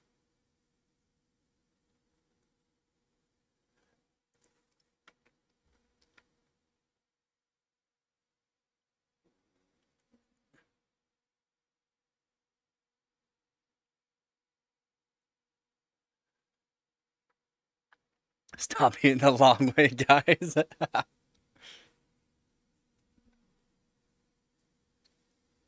All right, are you hungry? Yeah. Guess we can. I'll feed you a little bit early. If you get up, we can get you some food.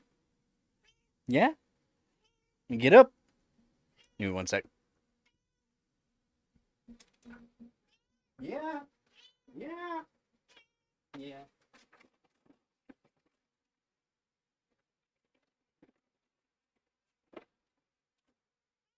Yeah. Yeah. Sit. Well, sit.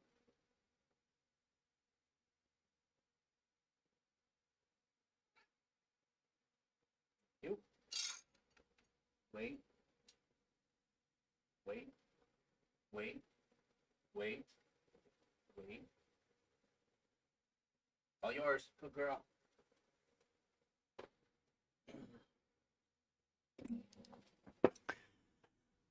Hey, y'all.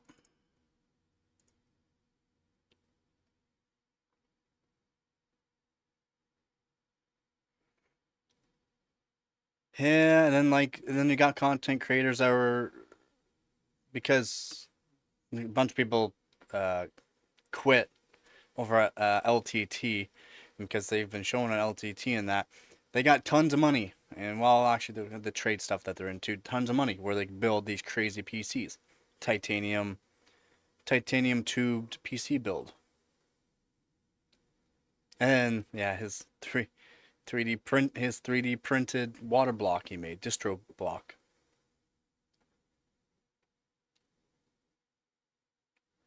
And this guy here,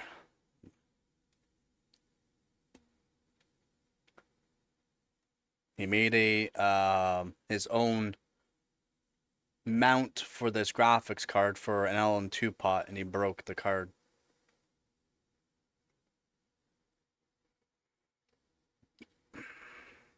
Sorry, he had 5 of these cards anyways. He had 5 MSI Lightning cards. 5 of them.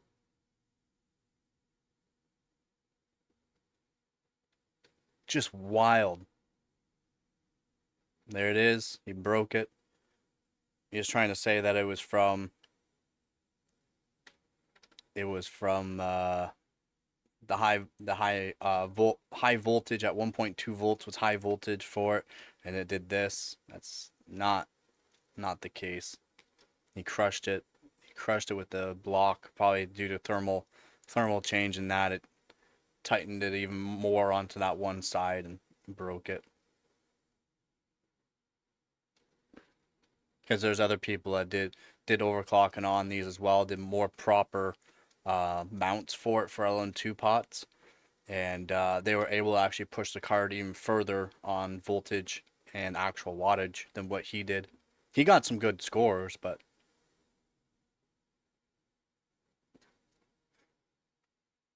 it's more or less due to the fact of his own DIY mount for it. So while there's a shortage, people are just getting free cards to destroy them. I honestly feel that those extreme overclockers should stop. It's wasteful. Of course, it's not their fault there is a shortage, but they are helping. I gotta agree. I mean, I don't want to tell them that their way of making a living is wrong, but seeing this stuff with the current environment around GPUs or RAM hits different. I'm sad that this guy got this to showcase and to sponsor MSI and that, but and destroyed it. Now I'm more mad that he broke it.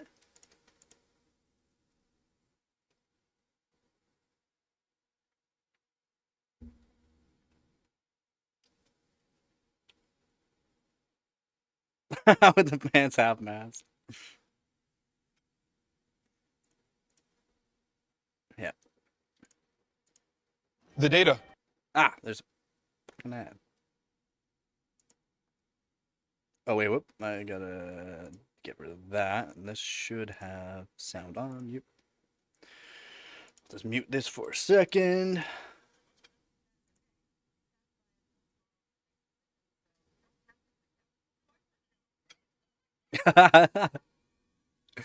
She made it first. Yeah.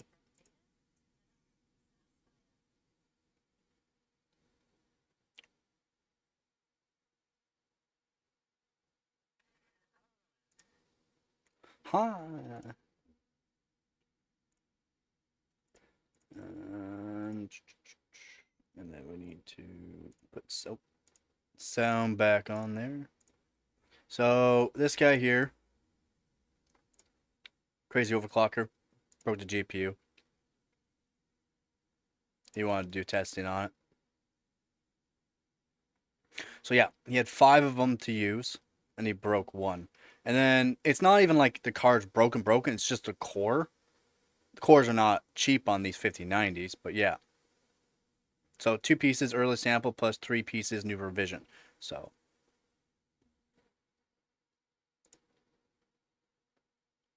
each one has their own shunts. I'm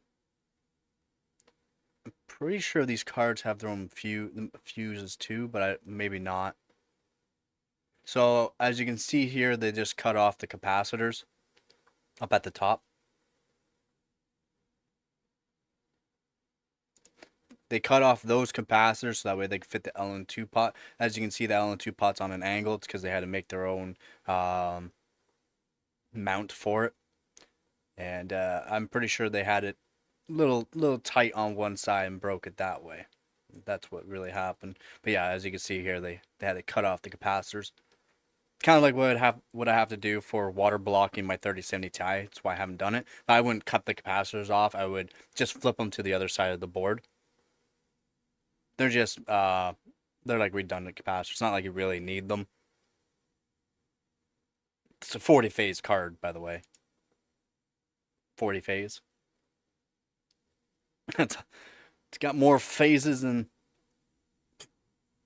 motherboard and a bunch of GPUs combined for most people. It's really crazy score. Port Royal almost 200 FPS. It's wild. Here. He said this 1.217 volts is what led it to do that. So comparison, old 1200 watt XOC BIOS default voltage is 1.07 volts. That's not true though too. So that voltage there on that 1200 watt XOC BIOS is actually, they weren't able to achieve a higher voltage due to the fact MSI Afterburner had to be its specific, the newest, latest edition MSI Afterburner to get above this voltage. Dead card. But yeah, all he will do is send it in. You'll send it in and just get the core replaced because the board itself is fine. Should be. But yeah, there he is. Lucky Noob. Seamaker, Dr. Antoine, Shaggy, XOC Windforce, Little Boy, 8-Pack, and Splave were the ones that got all these new records with this card. And you're not going to be able to get these scores without one of these cards. Or you could probably be able to do it with Galax Hall of Fame, due to the fact they do have dual pin as well, but you have to do a lot of modifications to be able to do that. And then plus this card being overly built for VRM. Wow, overly built. 2500 watt BIOS, if you can actually achieve that 2500 watts, which is wild. The data. There's too much. It'd be hard to do.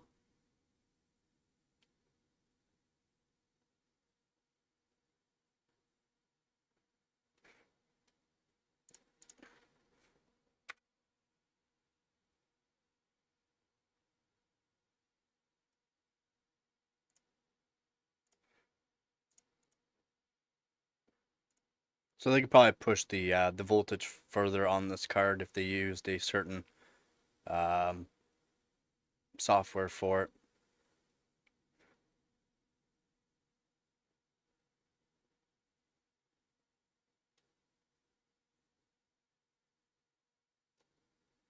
Apparently, they can only pull down the temperature so low, anyways. Like these cards can only handle like minus 40 ish on the core, for comes a lot of issues, cold bugs.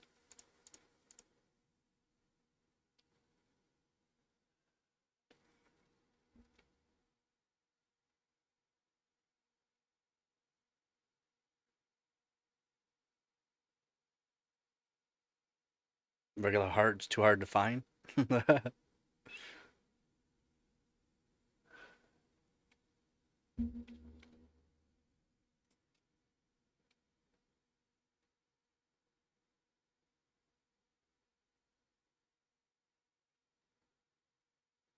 Yeah, that's right. Yeah, in 20 years you'll challenge their scores.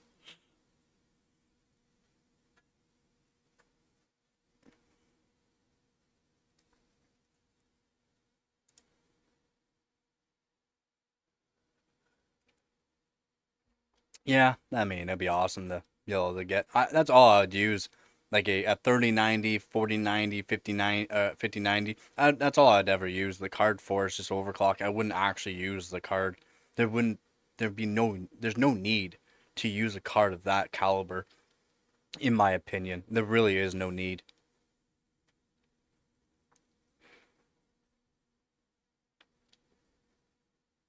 I mean, some people are gonna want 4K and high settings in games for whatever they're gonna play, but so nah.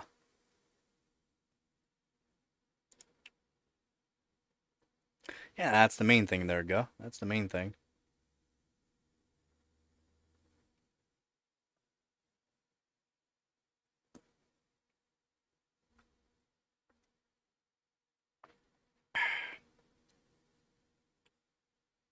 Exactly. Yep.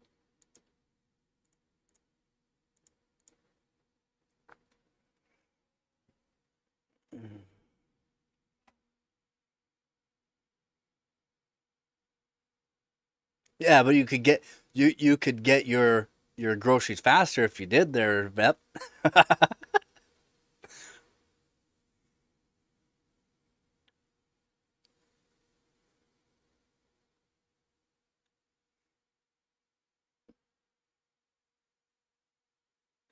You'd be a lot cooler if you did.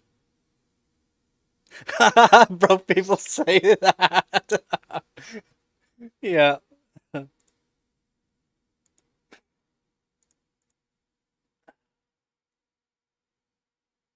That'd be an expensive grocery bill there, Vep.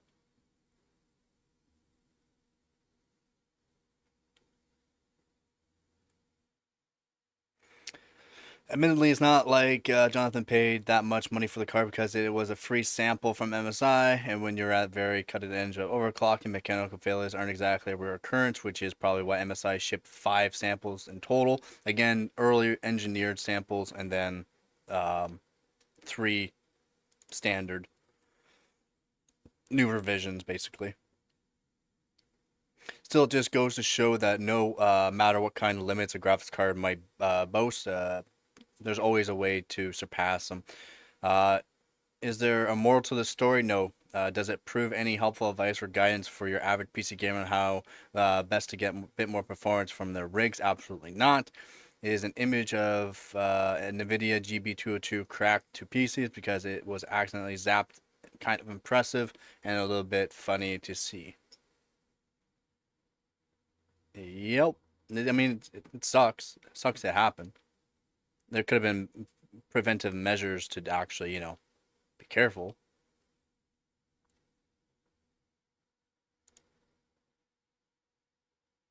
The smile.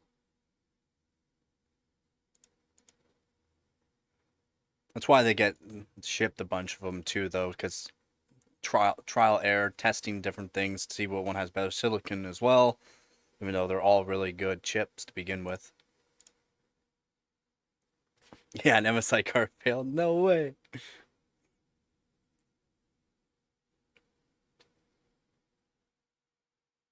Yeah, I didn't want the milk to spoil. Yeah, yeah, and it's not like they're not part of the cards that people buy. They're not like that limited number that have only been made. It's not part of that. Most times when you get sent stuff like this, it's just the PCB. You don't get the cooler. You don't get anything else. You get the card. That's it. Most times. I think one of them he did have a full card. Um, I think. Stupid ads. Yeah, it's not. It's yeah. It's not like standard cards. And then the people complaining on, oh, but there's a shortage. There's no fucking shortage. No one buys these cards. Shut the fuck up. You don't know what you're talking about. Do you have the 5,000 fucking dollars to buy this card? No. Shut up. Would you ever buy this card? No. Shut up. Just morons complaining for no reason. There's no shortage on these cards. It's no one buys them. Well, people buy them, but people that actually can afford these cards can buy them. They're on the shelves. They're sitting on the fucking shelves ready to be bought. More than enough made for a reason.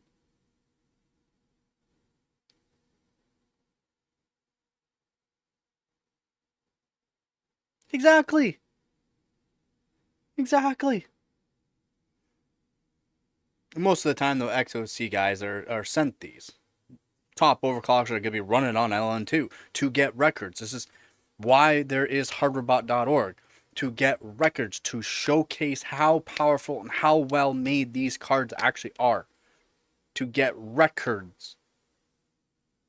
If you're buying this MSI Lightning just because it looks cool, oh, it has that fucking monitor on it, and you're just going to run it normally, I mean, it's wasteful, in my opinion. It's actually wasteful. Just buy a standard 5090. It is. It's literally wasteful.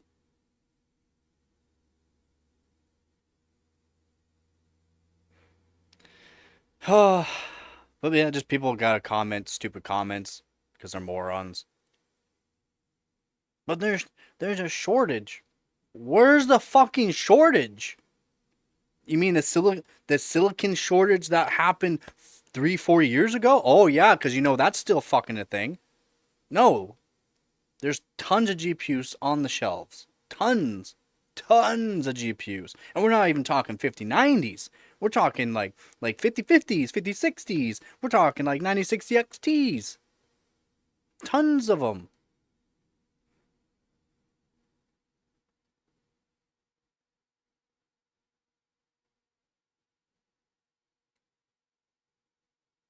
Yeah, exactly. Yep.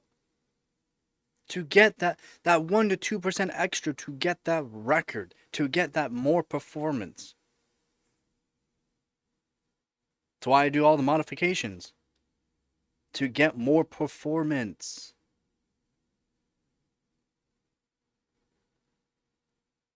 Is there a chance, well, especially on the older hardware, is there a chance of breaking something?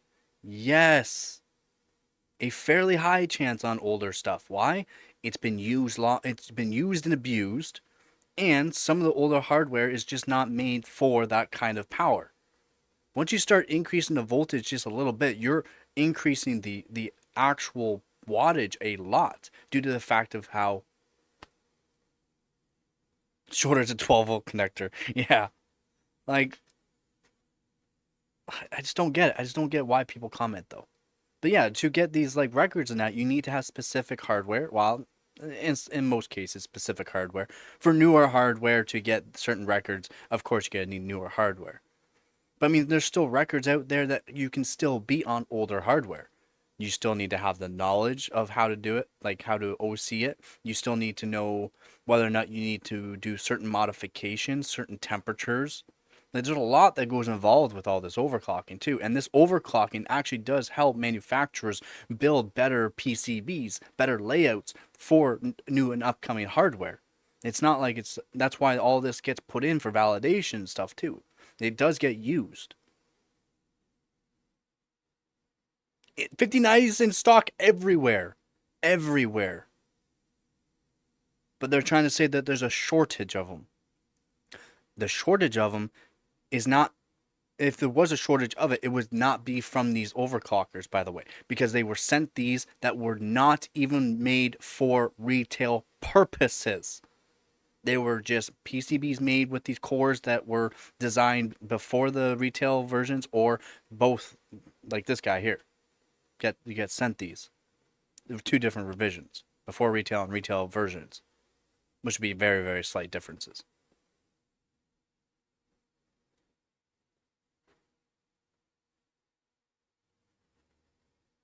Exactly. Yeah, yeah. Not retail purposes. They're only sent to them to get these records. That's it. That's why they get sent a bunch of them, or, you know, certain people get sent a bunch of them. And who knows? Maybe he bought one, but no, he probably didn't. He's a good overclocker. So, plus he's also in, I think he's Taiwan. But there's some people in France and U.S. too, like Splave. Also get sent them as well. They're not part of that limited number. They're just a whole abundance made for overclockers. I'm trying to get sponsored by MSI. Zotac, actually, I really want to get sponsored by Zotac. I'm trying for Zotac, MSI, Asus. MSI right now is not taking on any sponsors. Kind of makes sense, but trying other places. Yeah, Zotac would be dope. It would. Not even like, it's not even like I want the hardware, like, buddy, I have a huge thing that I do for sending in for sponsors, and that's like pages long, so that way they can read and go, okay, well, this and that, he doesn't care about this, he cares about that. It's whether or not we can do this kind of collab type deal, the sponsorship deal. It's like, I don't even have to have the hardware. You can send me the money, I can get retail hardware, because a lot of people like getting retail hardware. You just go out and buy it, or it's cheaper for them to send it, of course, but just go out and buy retail hardware and see if I can get a record, or to show the overclockability, or what you can actually do to them for modifications and stuff like that. Yeah, Zotac makes good cards. Like, yeah, I don't know what people hammer on Zotac. They make good stuff. They really do.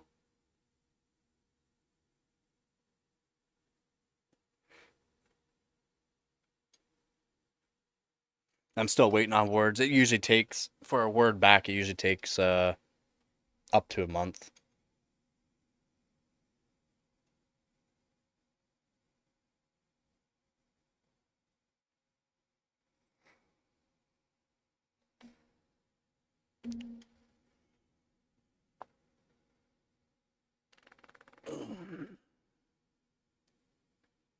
Yep. Those amp extremes are really nice too. They're not cheap, yeah. They're definitely not cheap. That's why you need to invest in a custom water loop. You can buy water blocked GPUs extremely cheap. Extremely cheap, because no one buys them. You can buy them extremely cheap though.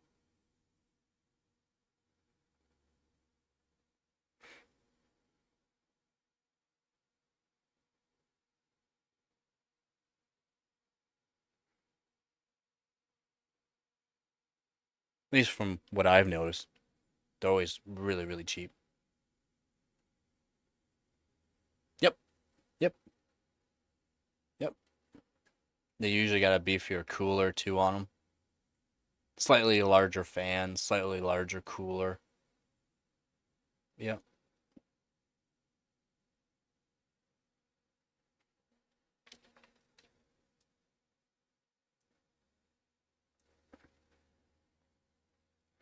Yeah, yeah.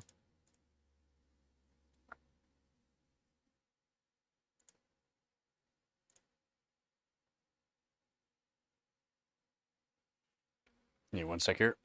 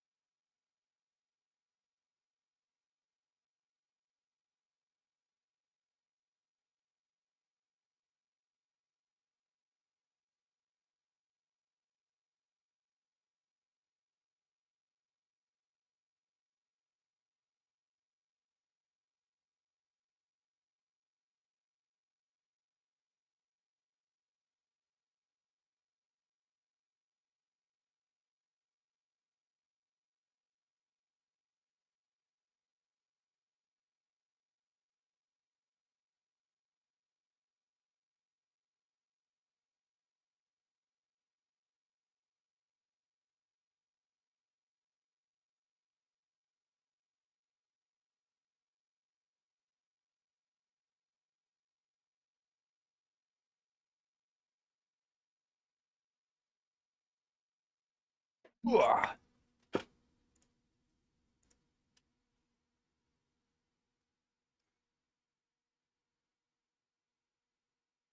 Um, they're basically LN2 ready.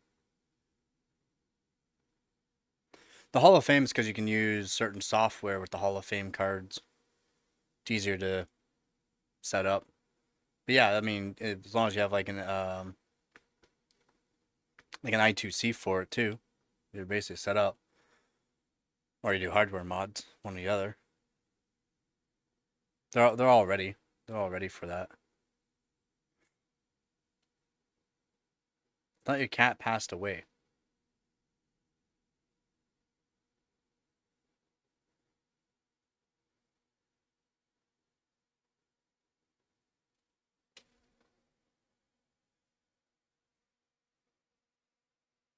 Oh,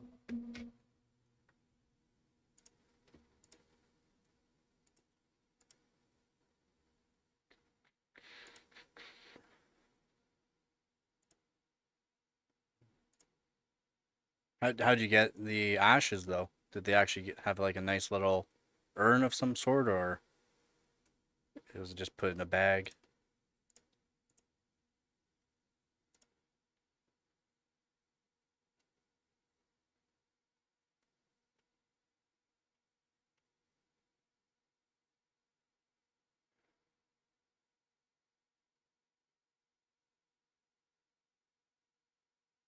Oh yeah, the efficiency the efficiency of this card's not good.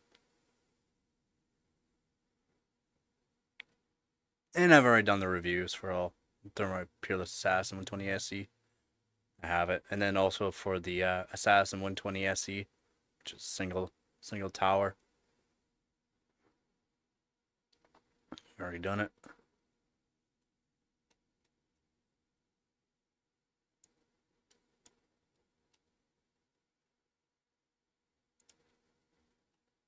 What else we got?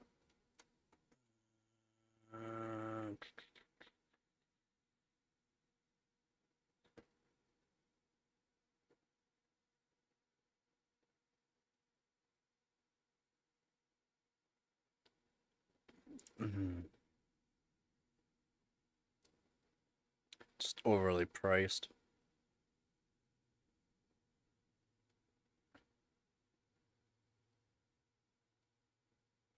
Just overly priced. Well, the white one looks pretty sweet.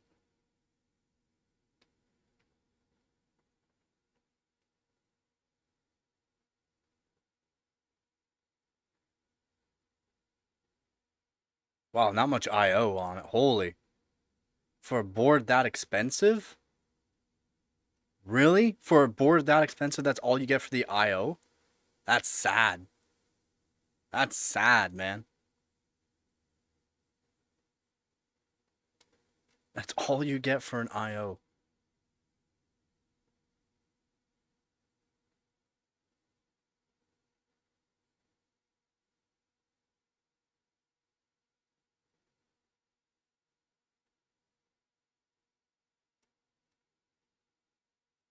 Those are some odd buttons too. For clearing BIOS and for BIOS update button. That's sad too. Yeah. Oh, it's 260. Oh, this one's 260. That's not bad. What about the actual Ace here? What are they saying for price? Ooh, $6.99. $6.99. What does the IO look like? It looks better for an IO.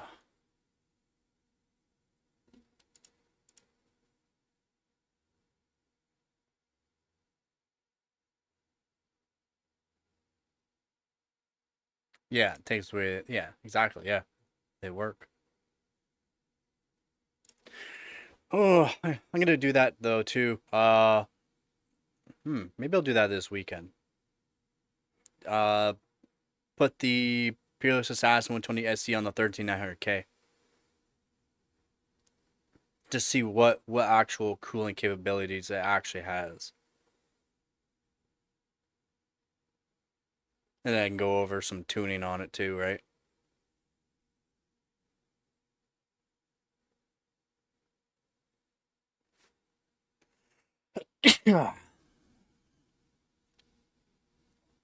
Yeah, your Lee and Lee too is more for aesthetics as well.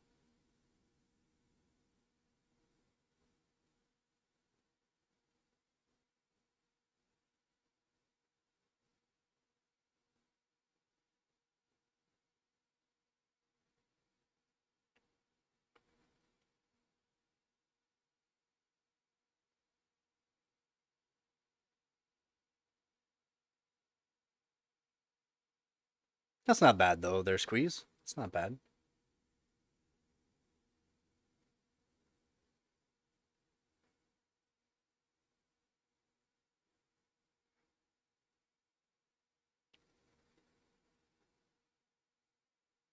That's also why I like the Gamer Storm. They're cheap and they work. They work quite well.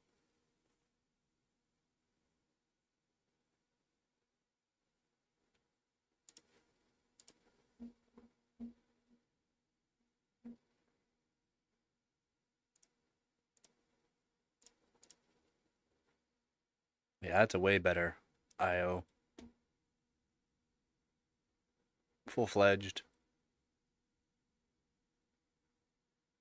All 10 gig. USB-C, two USB-C 40 gig, one USB-C 10 gig, or two of them.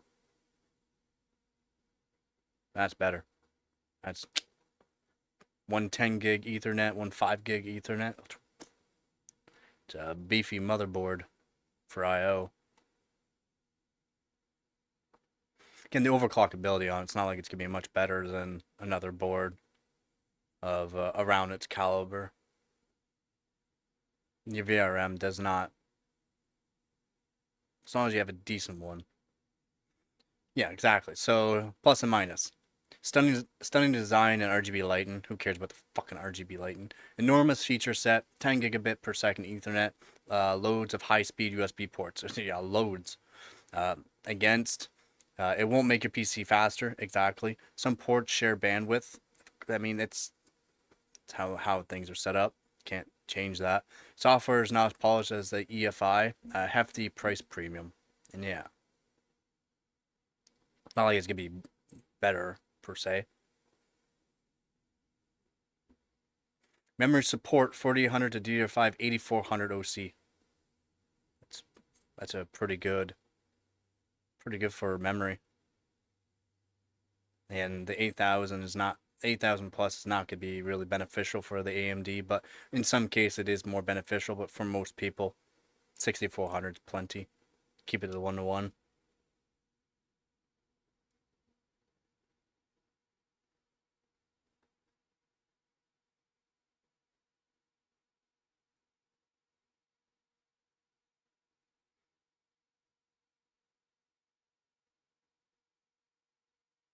No, it these motherboards are impressive, Dab. Well, it's also AMD's impressive with the memory controller for DDR5 on it too. It is good. It may have four memory channels, and if you're just going to use generally two memory channels anyways, you can do 8000 plus on them. The generally a lot of the X870E boards, not even just MSI, but the X870E boards in general are really good for memory OC. So it's good. But yeah, it is a gaming motherboard. It has a VRM that's capable of, doing some good overclocking, but for most people, it's not like not gonna change anything.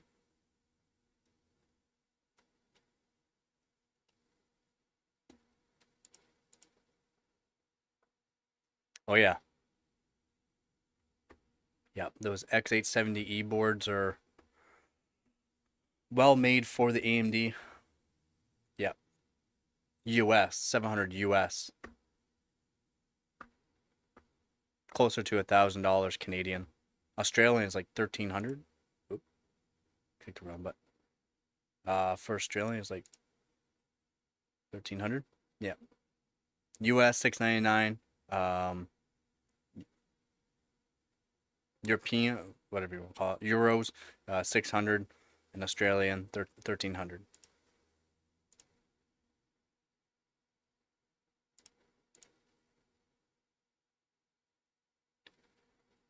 Yeah, USB ports. I mean, it's crazy. The actual I/O on this is really good, really good. Like, if you need a board that with, I mean, look how many 10 gig USB ports are. 1, 2, 3, 4, 5, 6, 7, 8, 9. 9 USB 10 gigs. USB-C, 240 gigs, and 210 gigs. Wild. Wild. And then one 10 gig Ethernet, one 5 gig.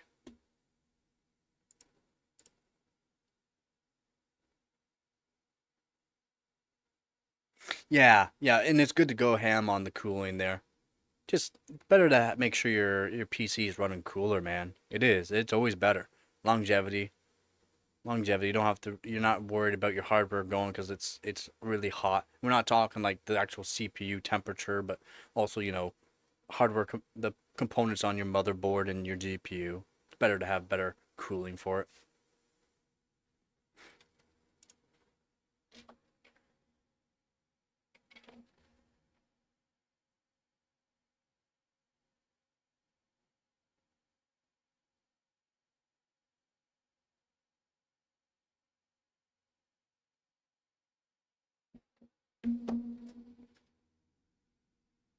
Yeah, yeah.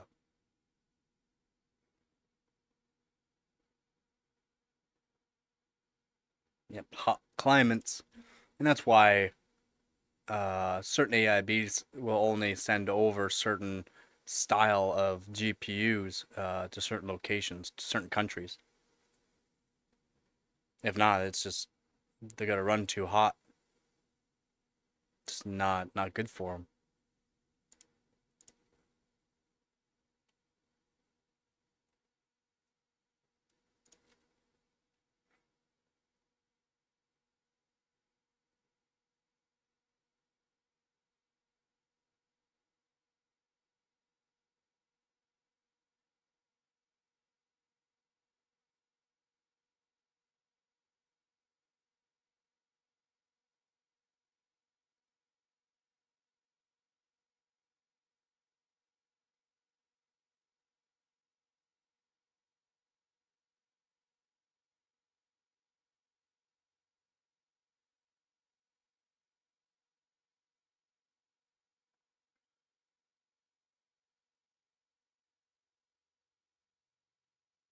See, even Asus is having issues with the 9000 series. That's why I've talked about early last year in that everyone was trying to blame ASRock. It's not. It's not just ASRock issue. All motherboard manufacturers having issues with these 9000 series. So is it actually the motherboard manufacturers or is it the 9000 series CPUs? See, no solutions yet, but it's better than staying quiet on the whole matter.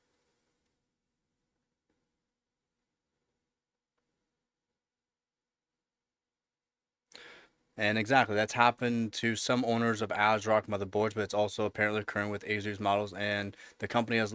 It's not just like this is where I don't like these review sites and stuff like that. Okay, never mind. However, Ryzen chip failures haven't been exclusive to ASRock motherboards, and there have been reports of issues with models from all the key manufacturers: ASUS, MSI, Gigabyte, all AIBs for motherboards. It's not just ASRock, just a lot on ASRock because they were um, told that they were good boards for price for these CPUs, and they are. They are the price to what they actually have on them are really good. It's just a lot of people bought the ASRock, so a lot more occurrence on the ASRock. Again, even ASRock did testing on it, said it was fine, but we're working on different BIOSes to maybe help out.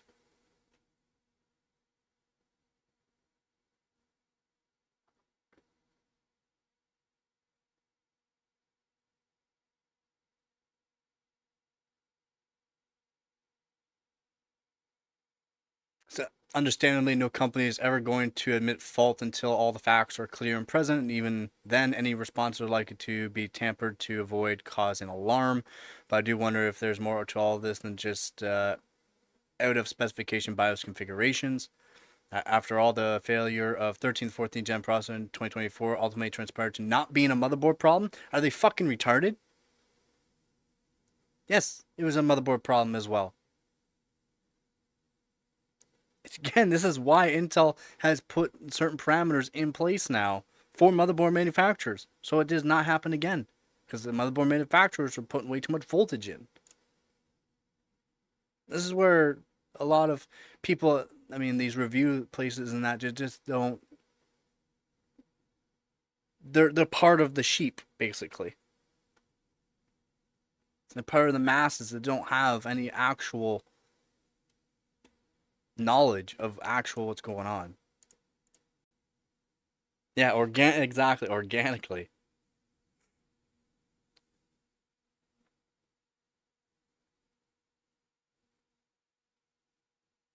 The audio is lacking? Maybe. I couldn't really tell you on the audio for it. I think my Gigabyte board's pretty good. Yeah. Organic sheeple, yeah, exactly. It's just funny how all this evidence has come out and all that, and some companies review places and that still go off of the old old stuff. It's like, have you even updated your knowledge on the actual cases that have been transpired over the years? No. So why are you even bringing it up? Let's see who the reviewer is on this one. Scroll down, scroll down. Nick Evanson. Yeah, some old fuck that doesn't know anything. Nick, gaming and computers all first met in the early 1980s. After leaving university, he became a physics and IT teacher and started writing about tech in the late 1990s. Yep. Some old fuck that doesn't know anything about anything. I'm not saying he's stupid. I'm just saying he's not updated on stuff. I mean, he's got some good points on stuff, but it's also not correct.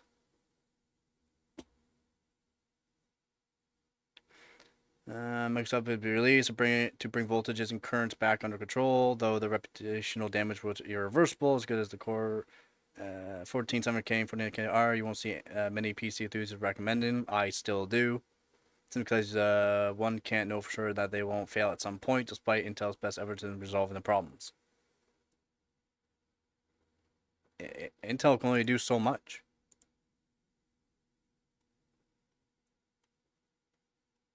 It's not just Intel's fault.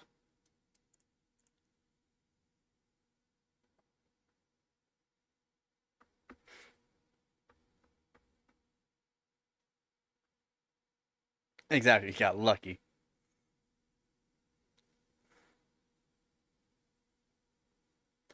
And it's fine that people are talking shit about 1314 Gen. It's just they're not educated enough to know about what actually transpired. What actually is going on. If the case would, if let's say the case was that these CPUs are dying on every board and that, but dying on certain ways, and all the cases known for the voltages were the same, which they weren't. Asus boards were one of the worst ones for it, by the way, for high voltage. But the voltages were the same on every single board. It would be more put onto Intel. It would be more Intel's fault. It's not, though. Intel gave too much leverage for motherboard manufacturers to make it so that way these Intel CPUs were really good. Really good. They are really good.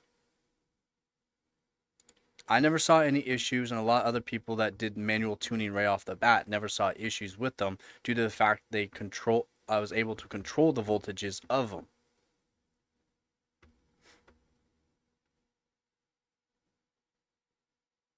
Yay, 960 showed up. Let's go.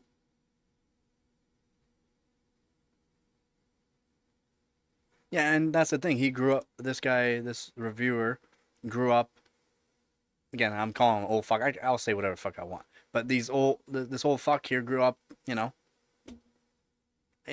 grew up in the 70s and 80s. The hardware from then till now is not even close to being the exact same. Everything that was made back then, you can literally make by hand. You cannot do that anymore.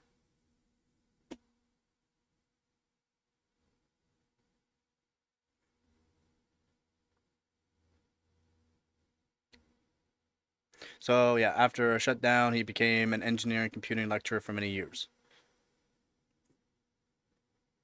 I mean, for that hardware, older hardware.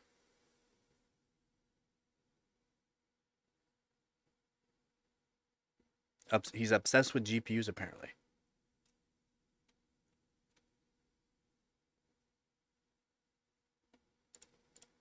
And then to keep updating yourself on these matters is not easy to do either.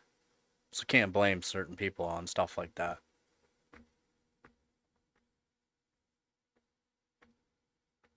Auto tuning, yeah. Yeah. Yeah, he did. He did grow up on that. He grew up on that.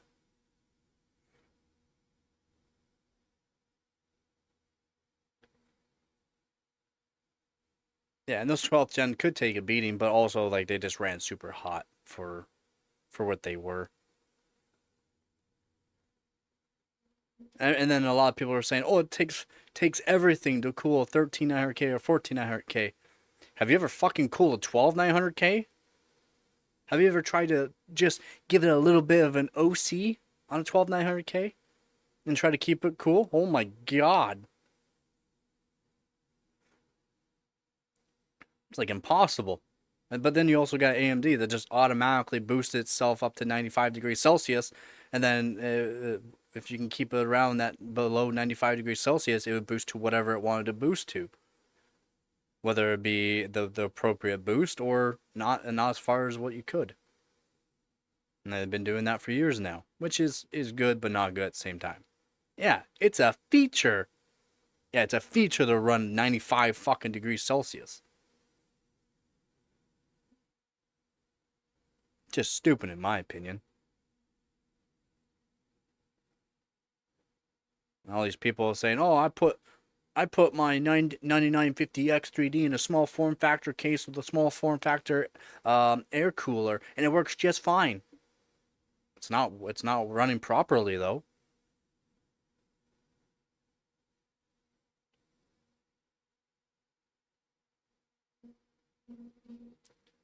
Why more boost, no more better? Why?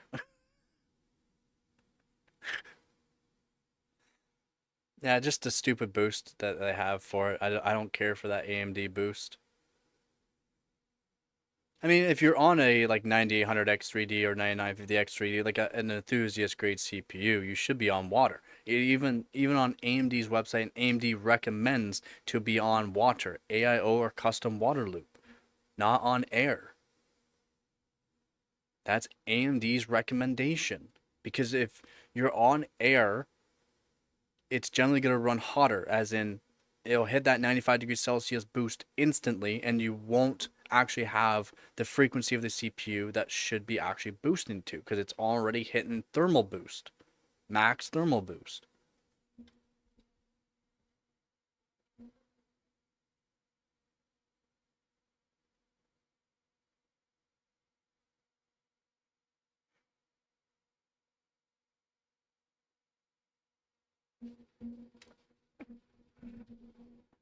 Yeah, yeah.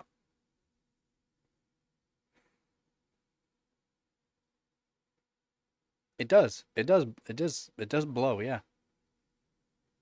And hopefully they do somewhat perfect it.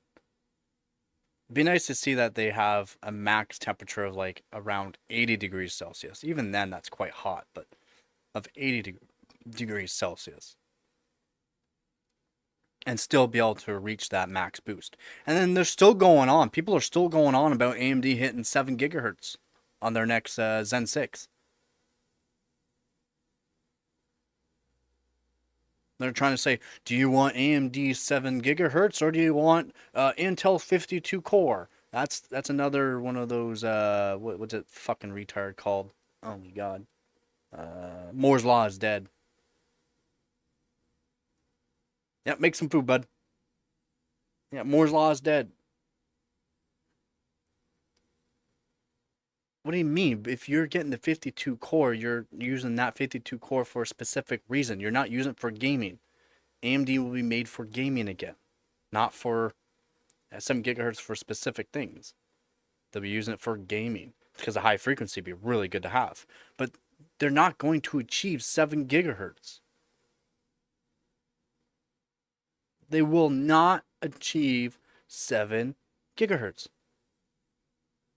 Yeah, exactly. Yeah, I'll use a crazy expensive 52 core CPU to watch your stream. Yeah, exactly. Or to play a game. What game is going to utilize 52 cores? What, they're the 2 games out there that will actually use those cores? 2 games out there? But then you also have to pair it up with a shit ton of RAM.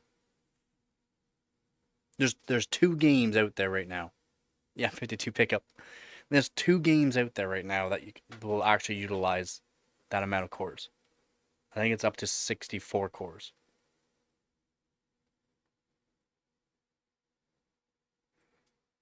No other game will. And it's not going to be beneficial for 99% of games to have more than 8 cores. 8 core, 16 thread is plenty. Plenty. 16 cores, I mean, phew. You got room to spare, basically. It's not targeted as a game. It's targeted as an enthusiast grade CPU, not for gaming. I know I've already gone over this. I've been talking about these CPUs for 2 years.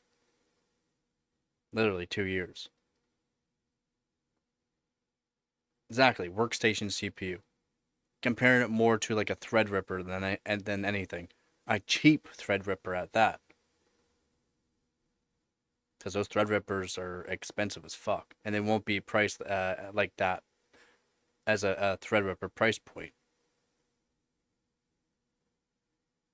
Like I'd expect it to be around anywhere from $1,200 to $1,500. I don't think it would be up to $2,000, but $1,200 to $1,500.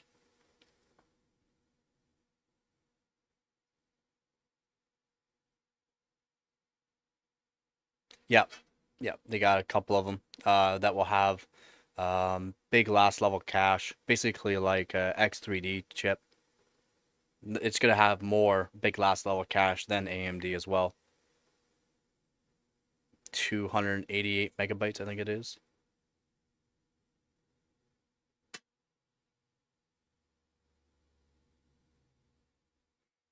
Yep.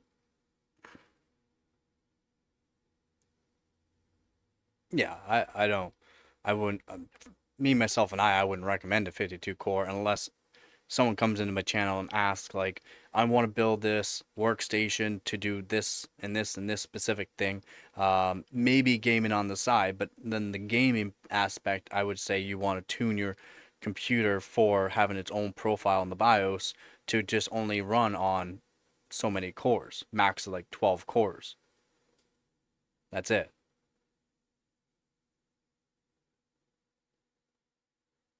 Strictly P cores, because 52 cores gonna have P cores, E cores, and then low powered E cores, even lower powered E cores that are extremely efficient. So I believe it's gonna be a 350 watt CPU, right around there.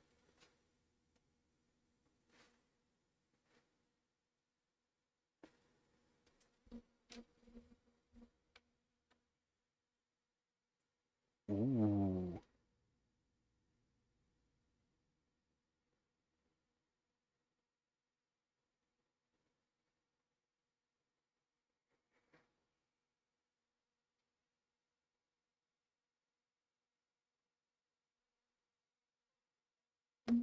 Oh yeah, yeah, yeah. Oh yeah. Oh yeah.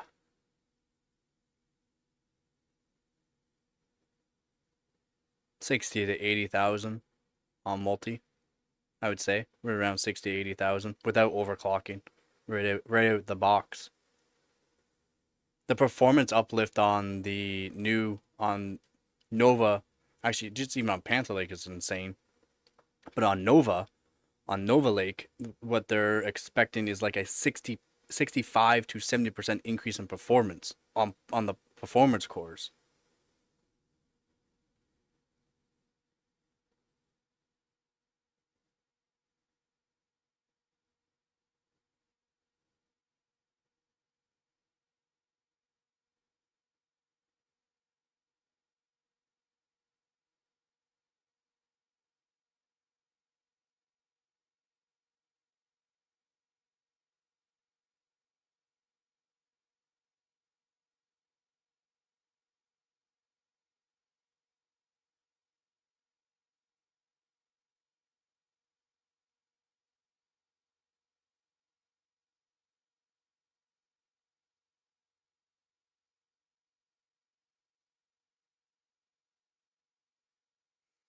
Trying to make sense of that there, Mike. I'm trying to make sense of that. I'm trying to figure out what you're trying to say there.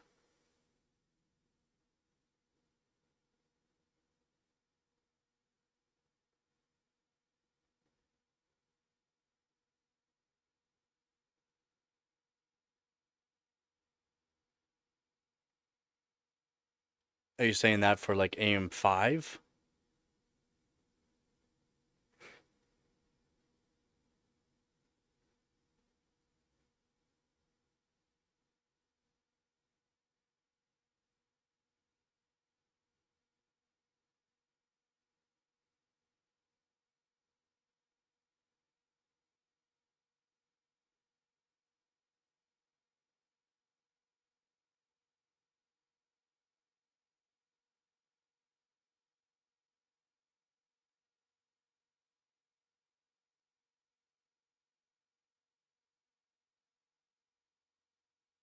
Xeon.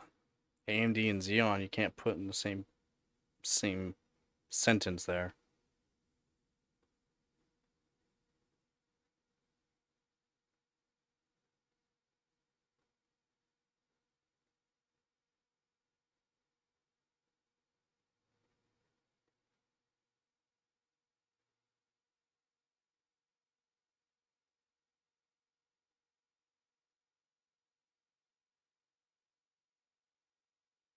Oh yeah, you're talking about older stuff though.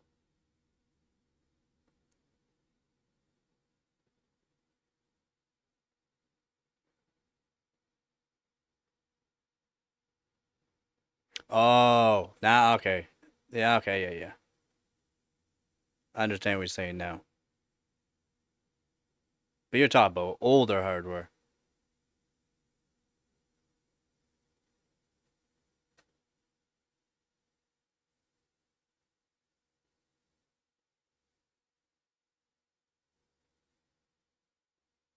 It's kind of like FX Bulldozer, eight eight performance cores, but it's not technically eight performance cores. It's a it's a form of hyperthreading.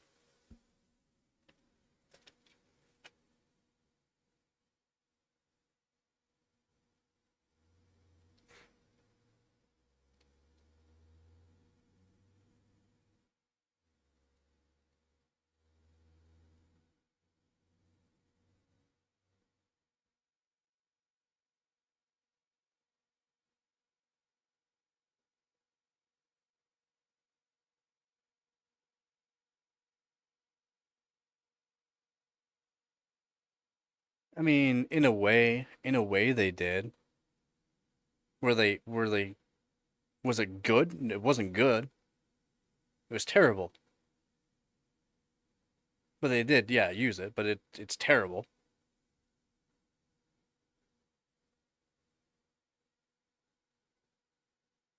Yeah. Yes. Yeah. Correct. Yes.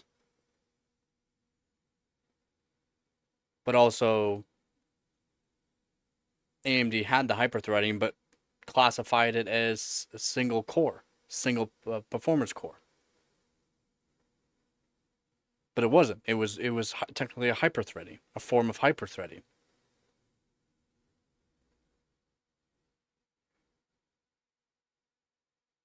which that would be also um, Bulldozer.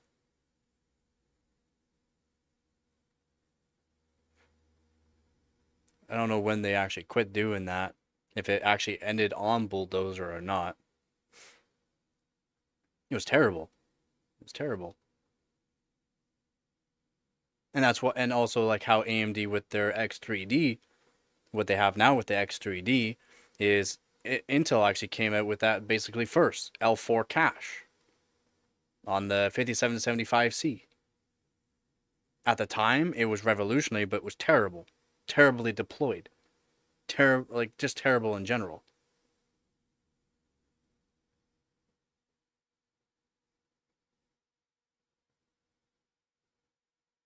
Yeah, and things, and that's the thing with these newer technology. It takes a bit of. That's why people don't understand with new technologies. Like they can make this technology and it'll be terrible, but when they deploy it, it's because they got to make money back. They got to make money back for one, and two, it also helps go into a whole bunch of different platforms and all that for making new software and coding for it as well.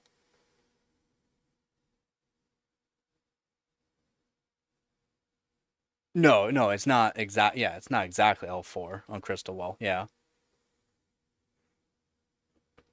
but the L4 was a basically a last level cache that AMD kind of went off of for the X3D.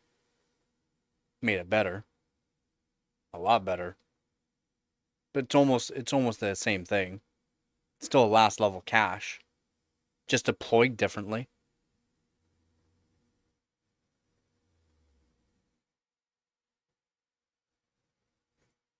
Can't say it isn't.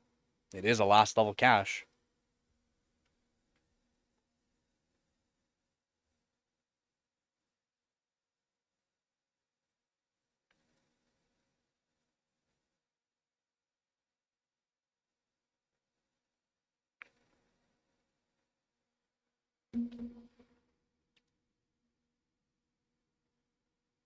Yep. Yep. Yep. Yep. Because Apple still is doing pretty good. Apple's now fallen behind again, though, uh, unfortunately, but they are falling behind again. They're still good. I can't say that Apple's architecture is very good, very efficient, powerful, efficient, but when Apple started making it, yeah, Intel was falling behind, AMD was falling behind for the performance to and efficiency. They're very good.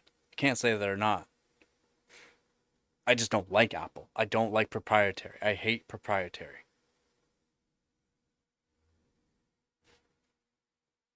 But yeah, now Apple's fallen behind because they haven't really updated stuff. I just checked out their 18A that they're putting in laptops.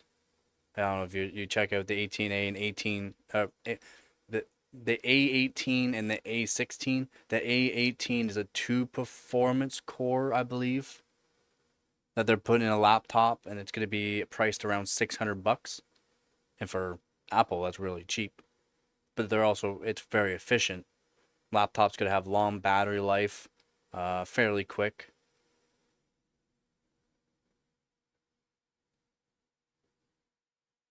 Oh yeah, of course, their market share has done very well.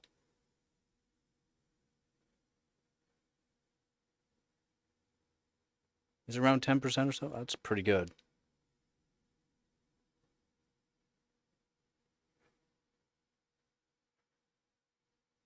Yeah, remember though, TSMC is the one that's making all of this in-house for them too. TSMC is the major company for all these companies making it with their foundries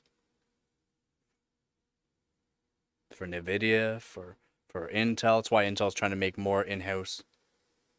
Yeah, definitely find the report. If you're not part of the Discord channel, you should check out the Discord channel and put links in the Discord channel. I'll check it out.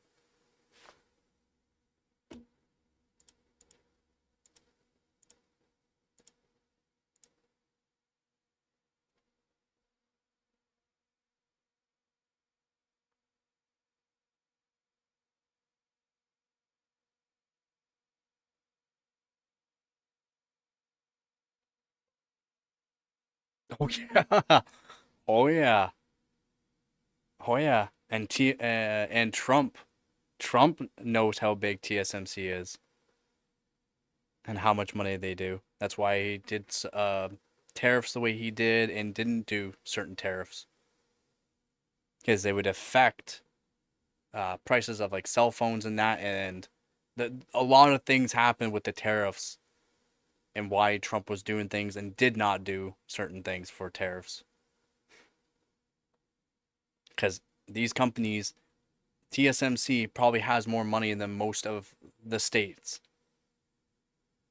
Like TSMC makes so much money. It's actually wild. And since they're able to pump out all this stuff too, for how much foundries they have, it's wild. And people don't realize how big of a company Intel is too. People really don't.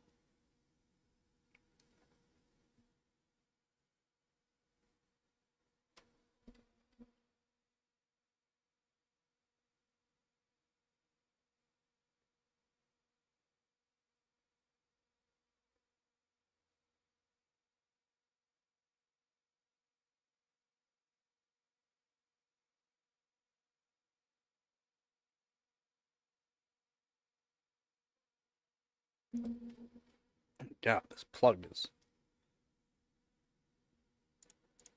Yup. A lot of things that a lot of people don't understand about electronics. Who actually runs all of this.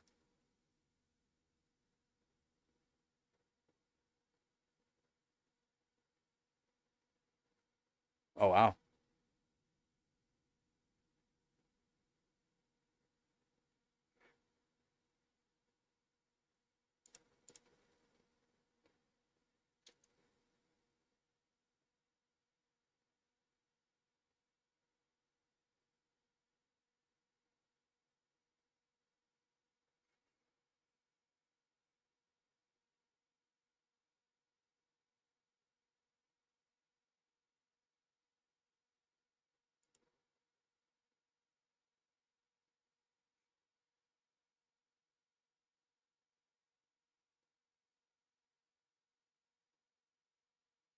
Yeah, I think I went over some of that.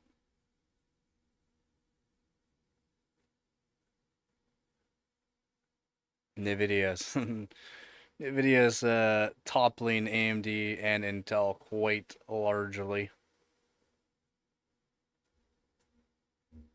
Intel's been, for how large, again, large of a company, a large of a company to make money if you're that large a company while trying to get your name up, deploy new hardware and all that. It's not like you're gonna be making a whole lot of money, if any at all. It's more or less surviving is the hard part. And that's why AMD hasn't came out with anything and said, yeah, our 9000 series CPUs are having issues. And that all these motherboard companies are not coming out and saying, well, AMD is doing this, AMD is doing that, or our motherboards are causing issues. They still are, they're just trying to say, sweep some stuff under the rug, because they've also seen that if they did something like that, if AMD said, oh, okay, well, we have some issues with our CPUs, it's going to end up like Intel. No one's going to want to buy it due to the fact there was some issues. Intel was not smart with their statement that they said that they're having issues with their CPUs due to the fact it's microcodes and all this, and people don't understand what even microcodes are and what could affect the microcodes. That's why, again, a lot of these companies are not doing certain things or will say certain things just due to the fact of what happened to Intel. And Intel is a massive company. AMD's percentage of failed CPUs is higher than what Intel is. And Intel sold hundreds of millions of them. AMD has only sold maybe a million or a couple million of them. And while Intel was selling hundreds of millions of them. And yet the percentage is higher already on AMD for failed CPUs. Higher failed rate than Intel. At a lower sold, like a lower amount sold. So the percentage is way worse on AMD side versus Intel, but no one's talking about it.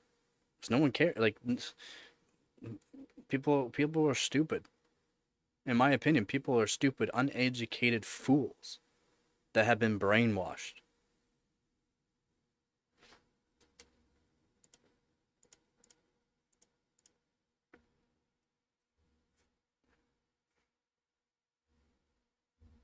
I sympathize for companies, but I also don't sympathize for companies because there's a lot that goes on with that.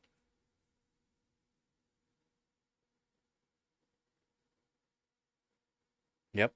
And due to that deal that Nvidia bought stocks of Intel, a lot of them, 10% or something like that. And yeah, they're gonna be doing collabs, and also a lot more good things have been said about Intel since Nvidia invested into Intel. A lot, because it's marketing. A lot of propaganda, exactly. A lot of propaganda. And if you are part of the sheeple that has been brainwashed over the years on certain things, then you're not going to understand a lot about it due to the fact you've been brainwashed. And a lot of people have been brainwashed and don't know better because they're uneducated in that matter. And I'm not saying that they're stupid, but they're stupid in that matter. As in, you should not have a say, and you should actually start paying attention to other people that actually know what they're talking about on that subject. Don't think you know a whole lot on that subject because you know very little. And you've been educated wrong on that subject due to the fact it clickbait. Again, I'm not a clickbait kind of person. I really don't care for clickbait. I'm here to give straight facts. If you don't like my facts, I'm sorry, man. I'm sorry. But I'm not sorry. I'm here for facts, to give facts. Correct information.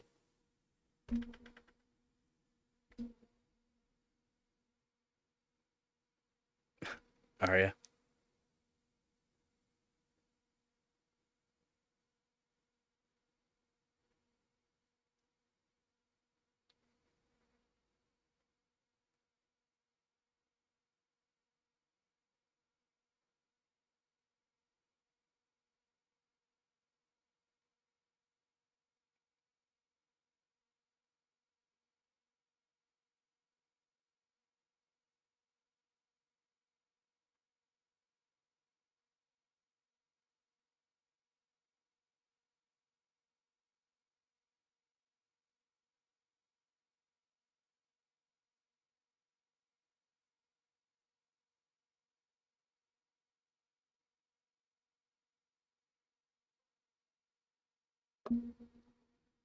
And, and that's the thing. I'll only talk about things that I do know. I'm not going to say I know everything. I don't know everything. There's too much information. Too much information for one set person.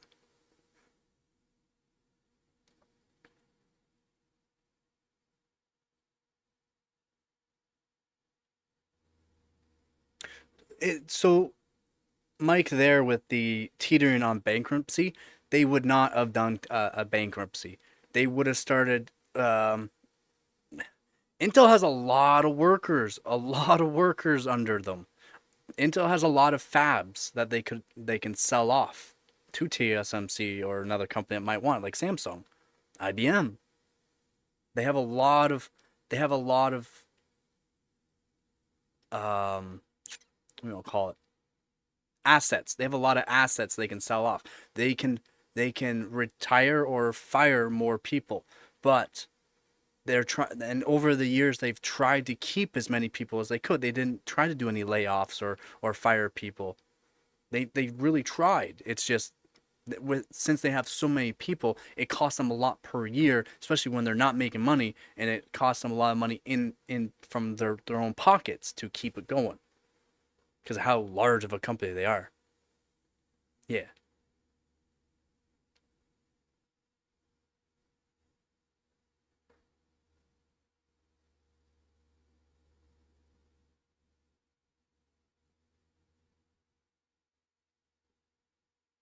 Due to it's not, but yeah, okay.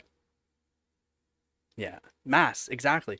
Large companies, when you're a large company like that and you start losing sales, it hurts the company largely due to the fact that company is trying to make more foundries, more in-house stuff, have more workers, more employers, employments, like constantly employing more people. And when you have that many people, it's insane. Yeah, and it was and that's not even much as what they should have done. It's a lot of people.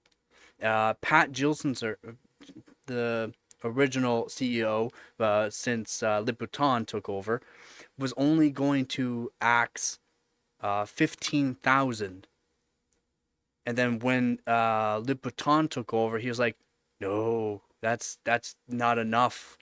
That's not enough."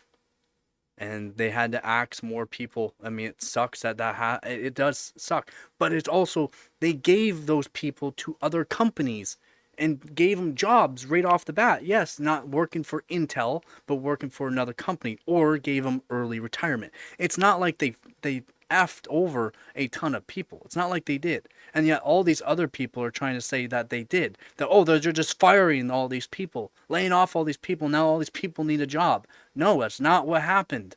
That's not what happened. Do you even listen to statements from Intel? Do you even read on actual documentation from like the actual workers or Intel themselves? No. You're just clickbait, clickbait. Oh, Intel's firing more people. That's not what happened.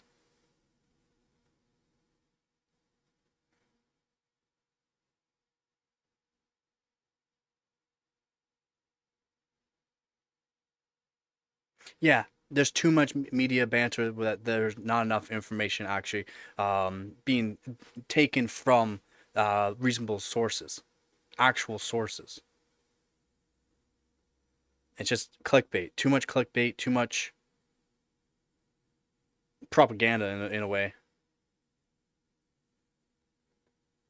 I would like to. I would like to. I'm just currently not in that means to with the funds on that kind of stuff to do that. To put yourself up in a hotel and stuff like that. I just don't have that kind of funds currently. I would like to, and then talk to actual educated tech tubers,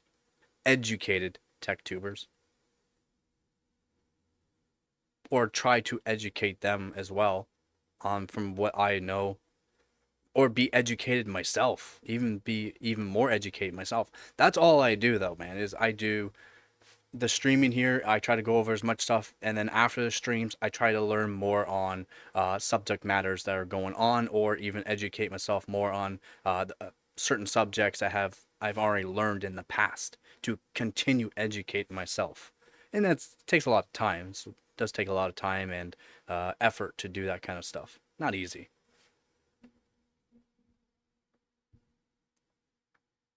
There's a lot to know.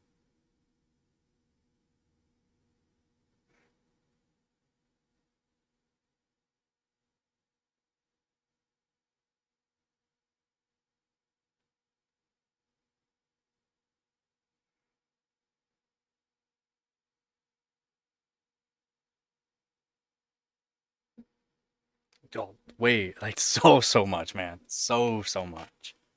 And like I'm an overclocker. I do overclocking. That's why I really do this channel. I do overclocking. Hardware mods, a little bit of software. I'm more of a hardware mod type, so I learn more about the hardware than most people. But then I try to educate myself on other matters than just the hardware, but the actual companies making them, what companies are doing what, how they're doing certain things, how they're deploying it. That's why when I was talking about early last year on Panther Lake and how they're designing the architecture on the actual Panther Lake, that it's gonna be really good. Do I know as much as what as some people on actual architectural make of CPUs and GPUs? No, but you can see from previous years on architectures and what advancements there are doing or going to be doing on it is really good and beneficial.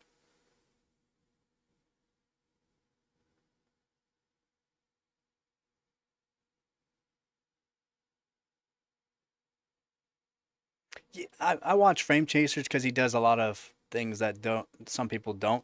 He's not that educated on stuff, and he doesn't care about the kind of stuff that I care about. So in a way, he's good. In other ways, he's not great. But it is what it is, right? Buildzoid's awesome. If he can make more of his videos a bit shorter and more straight to the to the point instead of going off on certain things and what he talks about rambling, it'd make his videos a bit better and more efficient for some people.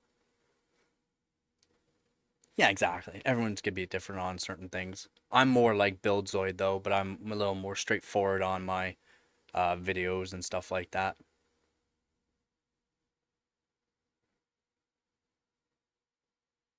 DeBauer from Germany. DeBauer. He was another overclocker. He has his own company. He makes Thermal Grizzly. He does collabs with Elmore Labs. Russian guy. Russian guy. Russian guy. Russian guy. Ooh, I don't know. That got me beat. I try to be with all the overclockers and stuff like that for might be Eastern Germany. I don't know.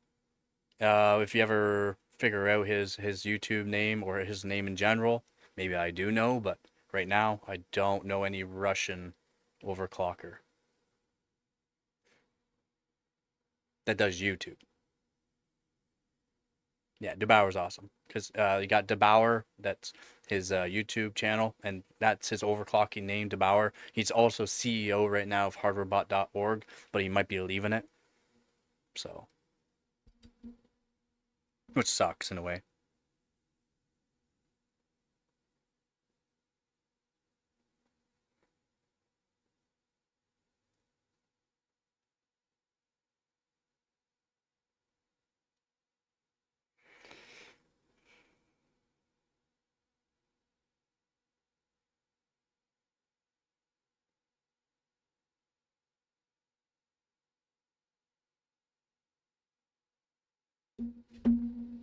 Yeah, DeBauer's good.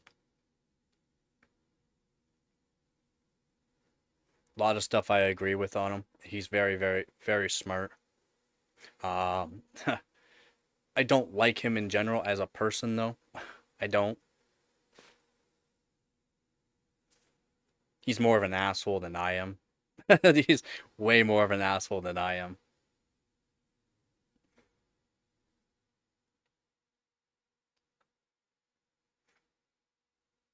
But to each their own. I like him though because he's educational. He's not a brain rot YouTuber for clickbait. That's why I like him. That's why I like a bunch of YouTubers, especially the overclocking group.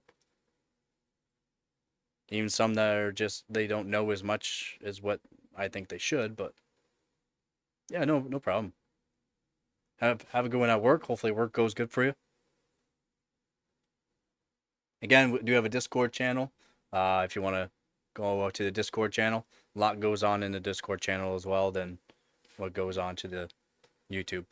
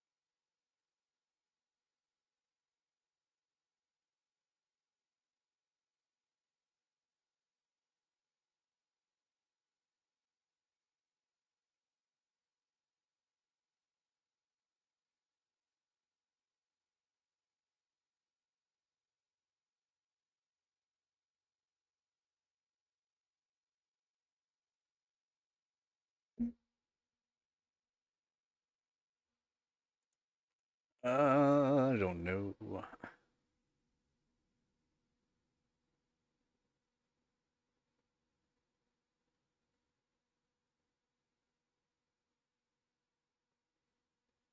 That's back in November. Update your Mighty Zeus software now because there's a fix for a nasty hack that could easily ruin your day. There's tons of issues with security. It's hard to get around that. Yeah, it's funny. Everyone stop messaging. Where did everybody go? Everyone got busy. Let's see news. Gamers are buying fewer graphics cards according to new research report. Although Nvidia looks to be sitting pretty with roughly 94% of the market share. Oh my god. AMD's got 5% while Intel's 1% of the market share for GPUs. That's wild. I don't like your MSI board just due to the fact of the overclocking on it. It's just kind of odd. They're not bad. They're not badly made. It's just I hate the BIOS. I hate how it's all set up like that. To each their own. To each their own.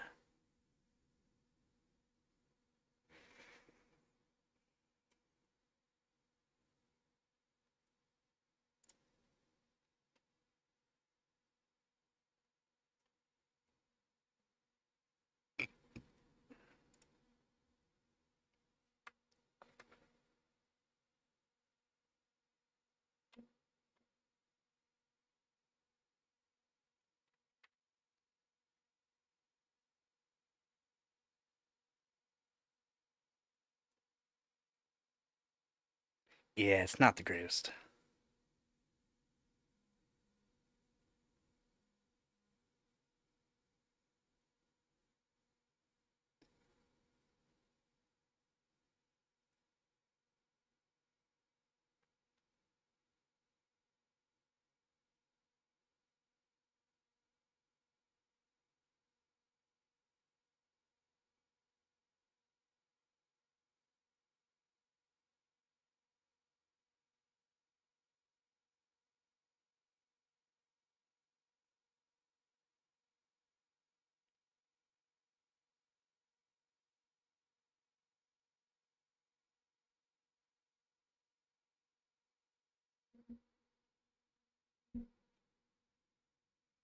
Yeah, of course you can still mess around with the BIOS. It's just odd layout, odd way of doing the overclocking. Some parameters that are not in the actual BIOS. It's kind of odd too. Maybe it's set as something else. I just don't know. But I've checked and looks like there's some parameters that are not in those BIOSes.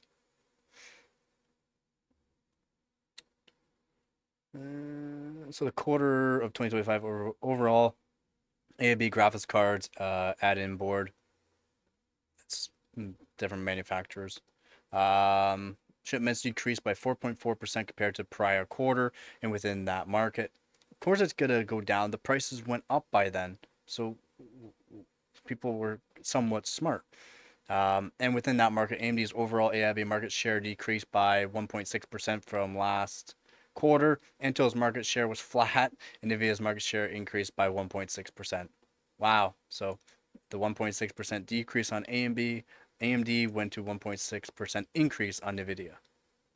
So some people did not care about the AMD GPUs at all. I mean, they did good for the 9000 series, but they're still not even close to being in Nvidia. So makes sense. Does make sense. So Nvidia has yoinked another 1.6% market share from AMD over the last few months. This leaves Nvidia around 94% and AMD at just 5%. That looks especially bleak for AMD when compared to the end of 2024 when Nvidia had 84% and AMD 15%. Yep. And Intel's still 1%. I mean, Intel's new with their GPU, so it makes sense. Nothing wrong with them, it's just they're not beefy. Good price to performance though on them. Yeah. 7% quarter three.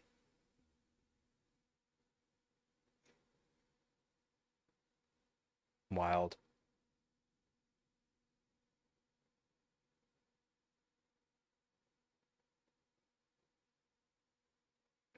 Wild.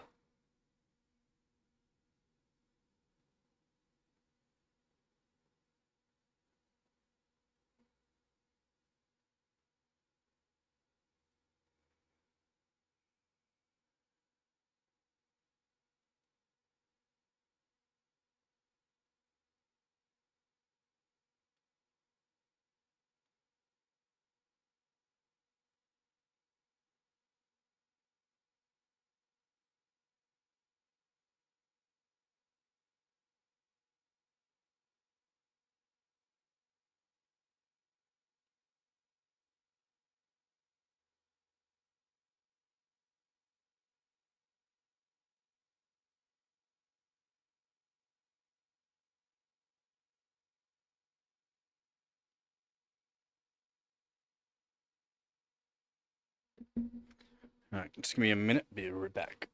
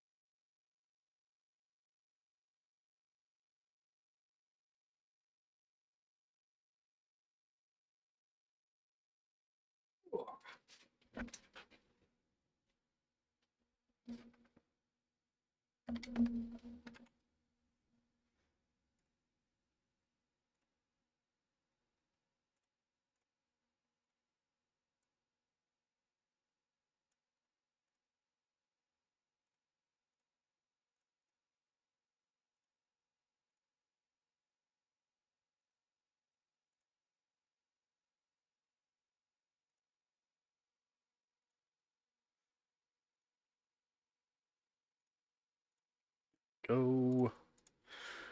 There we go.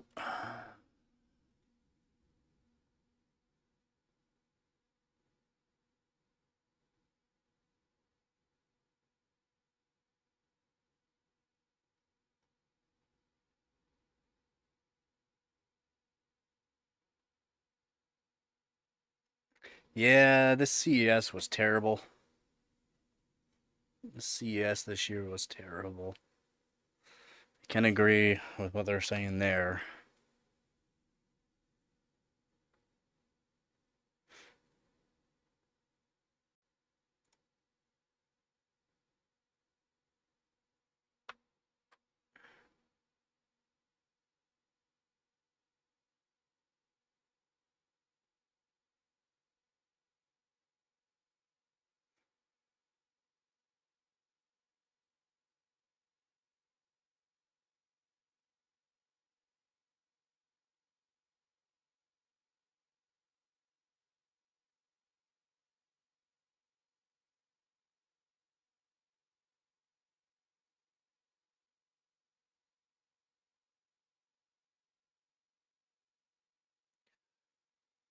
Is there better news than this? Let's see.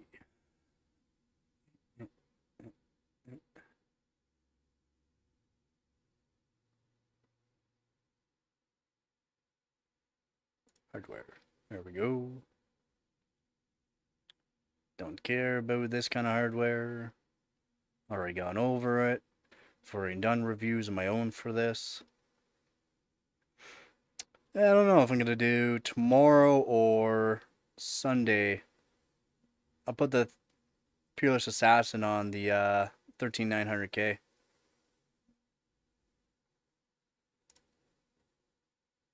See what kind of wattage you can do off of that CPU.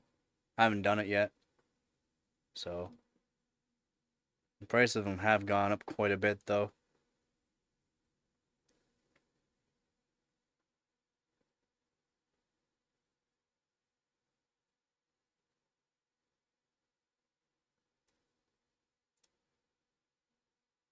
What else we got here? Oh, it's cooling. Audio, gaming chairs, don't care, don't care, don't care, don't care.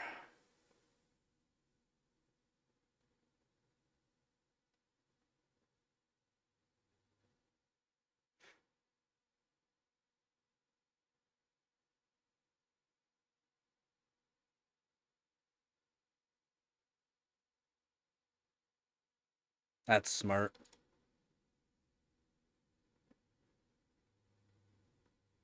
That's very smart. See, this is a good use for a 3D printer. Pretty easy to do too.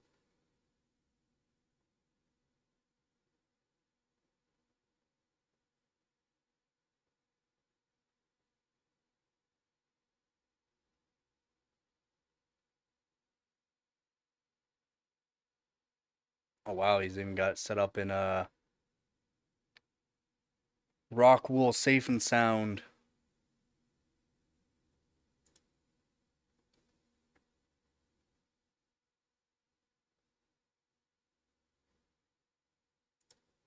Yeah, it's very nice. Simple, fairly simple to do. Yeah, 3D printer, be easy to do.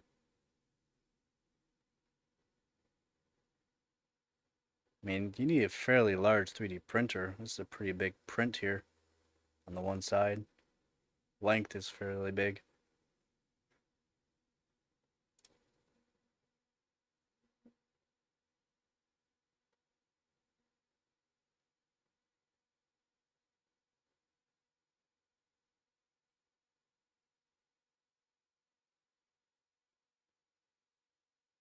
See, having it hooked up to a fan, you would need a high airflow fan for it to be even beneficial. In my opinion, directly put it to the case, the exterior of the case.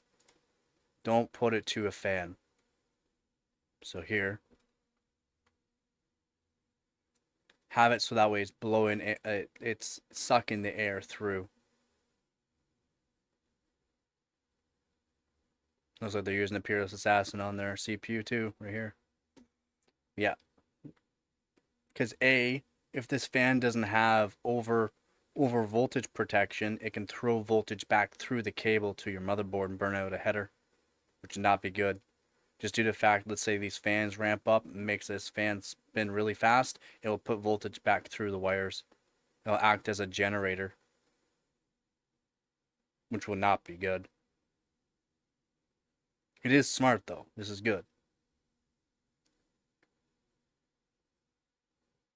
Because the air coming out of the actual GPU here, it gets a lot of turbulence on the side of the case, and it would technically suck in warm air from the GPU, self-circulate basically. So it's actually smart. The fan, it could be a little different there, but still, it's a good idea. Still a good idea.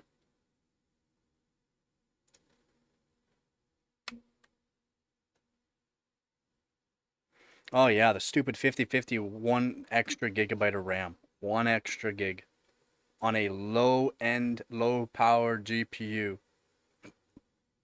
Now, are they going to use the 3 GB VRAM modules? So the RTX 50 series had just been announced, blah blah, in 2025. Yep. Already talked about future super models potentially supporting fancy collection 3 GB. Now it's early 2026. There's little sign or hope for the 50 series super cards. Yeah. It looks like those 3 GB models might only be packed into drumroll 5050 cards. I mean, into a 5050 is kind of pointless.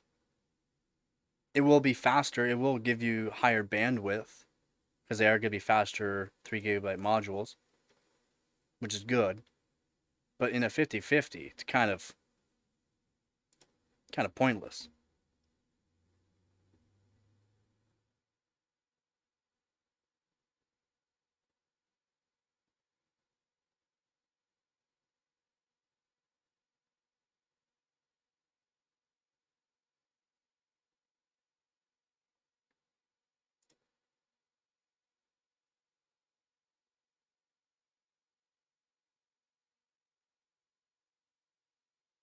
But also, does the 5050 have a strong enough memory controller for that extra bandwidth and more VRAM?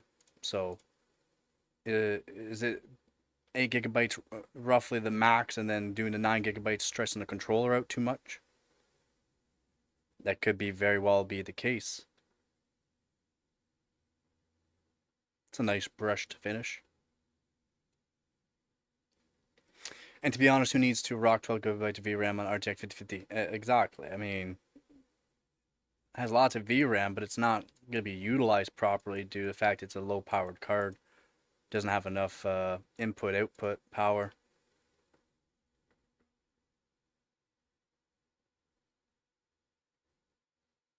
Exactly, yeah. It's only good for 1080p because of the actual raw power of the 5050 core. So the VRAM going to be more beneficial for it. I mean, having the faster VRAM is going to help a little bit of FPS, but having the more VRAM is only going to be more beneficial if you do in 1440p or 4K. Even to 1440p, 8 GB is still just fine.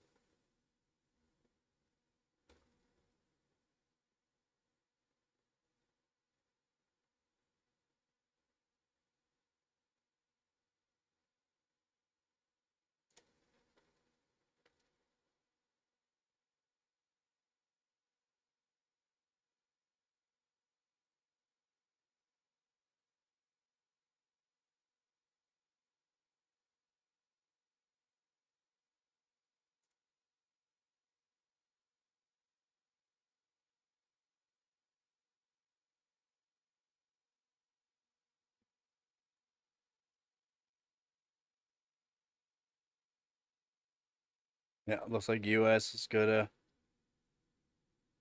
limit the number of H200 AI chips being sent to China.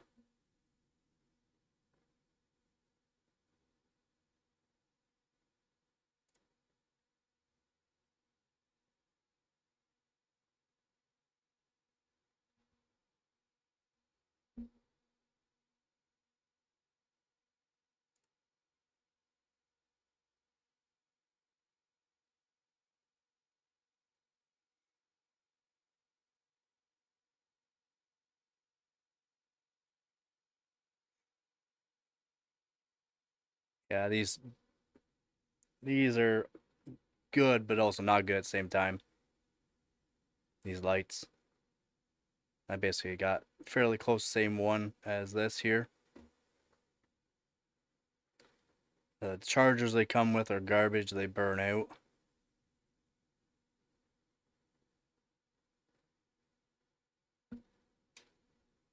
And they burnt out.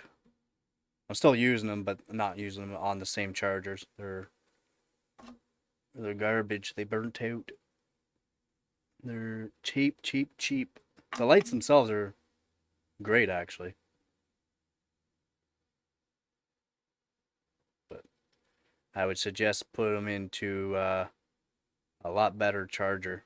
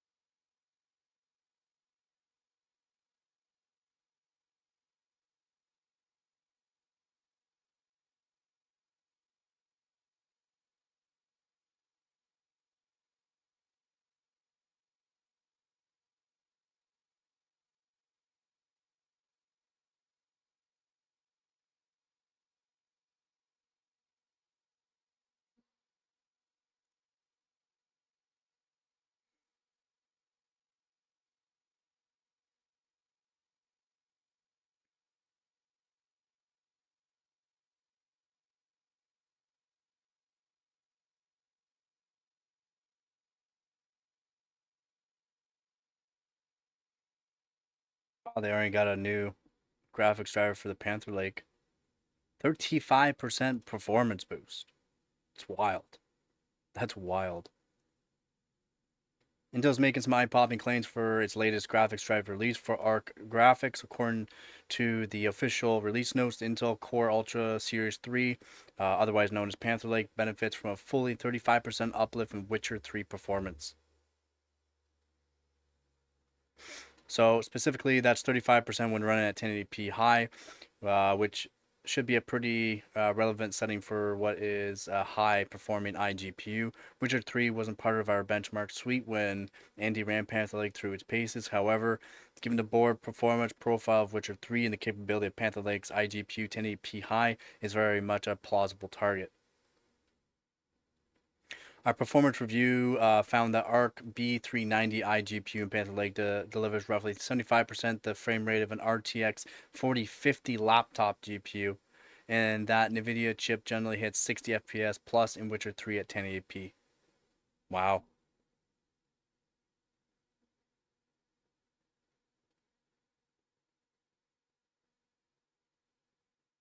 Nice. So digging a little deeper into Intel's Xe3 architecture shows exactly why Panther Lake's iGPUs is good. It's basically an Arc A770 graphics card jammed into a mobile chip. Intel has now rolled out ZES 3 multi-frame generation to every Arc-powered GPU after its first foray only on Panther Lake. Fast, feisty, fabulous. I benchmarked Intel's new Panther Lake processor and it's dragging gaming laptop performance out of its integrated graphics. Yep. Again, I talked about all this stuff early last year before it even came out. It's going to be good. And it seems like with this driver update, it's helped out a lot too, so that's good. So you'd expect a reasonably playable 40 some FPS from Panther Lake, adds another 35%. You'd had a pretty decent experience, though the boost may be fixing what was slightly anomalous performance in the title for Panther Lake. Yep. The new driver also promises more performance for Intel's now elderly A-series GPU such as Intel Arc A770, though in this case it's Resident Evil Requiem that receives more frames. In this context, Intel is actually claiming up to 40% average FPS uplift at 1080p with ultra settings and up to 30% boost at 1440p. That's really good. With a driver update, guys. With the driver update. Why can't we see this kind of stuff with like full-fledged GPUs from NVIDIA or AMD? Intel has done it with their full-fledged GPUs. But again, they're new on the scene with their A770s. Even with their B580s. Anywho, exactly where is Intel extracted performance from Arc B390i GPU in particular is an open question. However, Nick's recent analysis presents one interesting possibility. He concluded that one limiting factor for the iGPU involves how well Intel's drivers and firmware currently handle data flows between the shared memory and the iGPU. Yeah. So there's a decent amount of bandwidth on tap from using fast, low power DDR5X, but those DRAM latencies aren't exactly great, and I suspect that stops the Arc B390 from being able to reach its full potential in some games. It kind of makes up latencies for speed. Speed does make up latencies. So maybe Intel has made some progress with tuning that shared memory interface. However, the Arc B390 was already the best iGPU out there. Now it's just got a little bit better. If you're running an Arc GPU, you can snag the new driver here.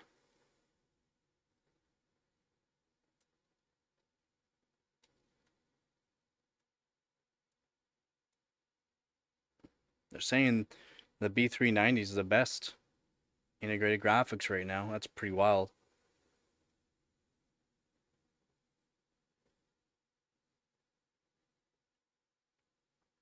Intel's putting in the work in the back scenes. It's just, whew.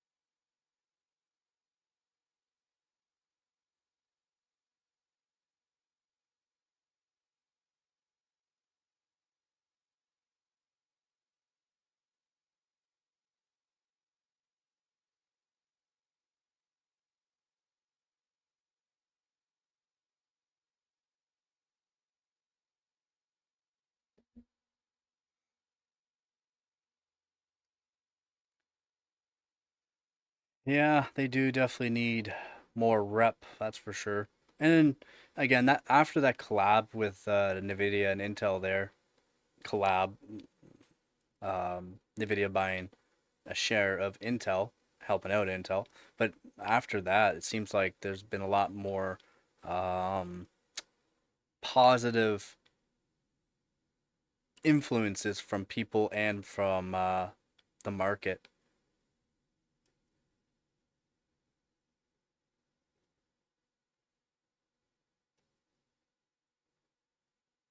I know NVIDIA wants, like, I mean, a lot of companies wanted to partner in with Intel, AMD included, and that's more or less probably for increase in CPUs. Since NVIDIA is making their own CPUs, maybe they are Intel's going to help them develop a very powerful CPU in the near future.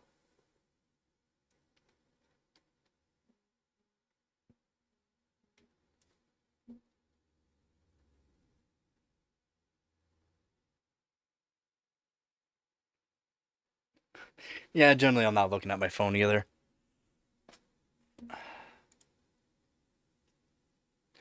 I'm generally not.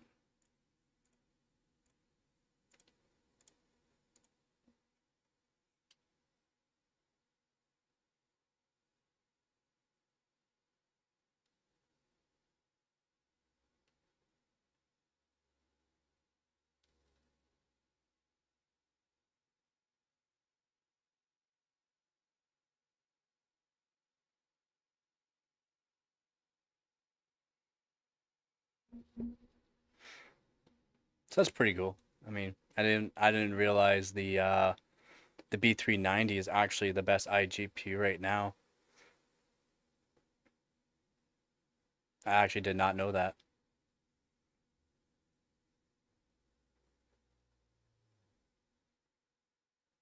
Like, I know that it was good, but I didn't know it was the best one to get right now.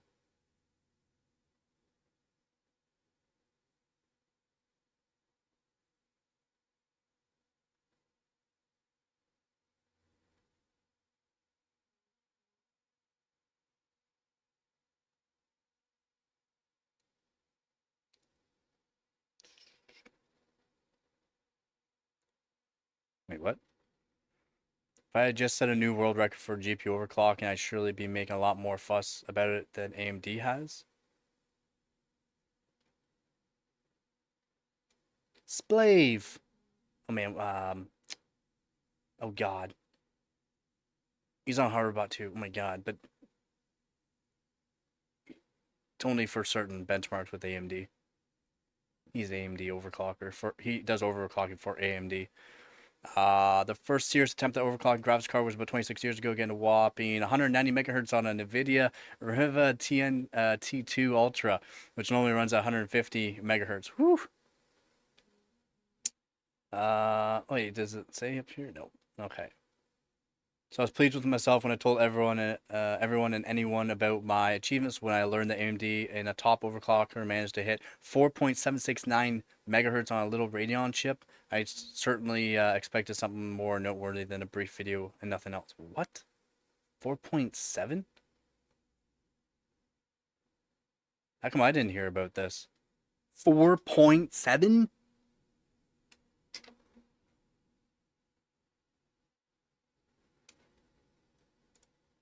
A video in question is on YouTube.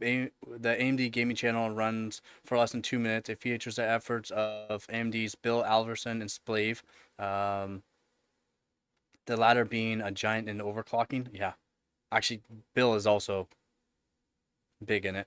Splave's been overclocked for a very long time. Very, very, very, like, that's all he does. Insane person. It's awesome. Maybe we'll watch a bit of this YouTube video because I kind of want to see this now because that's a crazy overclock. Using a Radeon 9060 XT graphics card, strip of its standard coolant, allow for liquid nitrogen sync. The pair seemingly hit the aforementioned clock speed with ease. If the video is anything to go by, which can't be right because as anyone who has tried to do serious overclock would know, it's fought with challenge. Oh yeah, 4.77 gigahertz.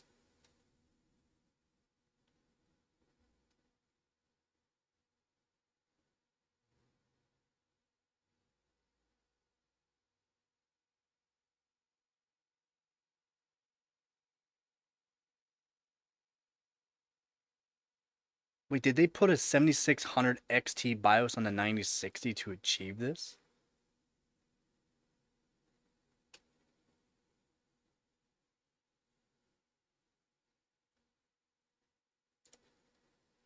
I mean, if you want to. Hello, Puppy. Puppy looks tired.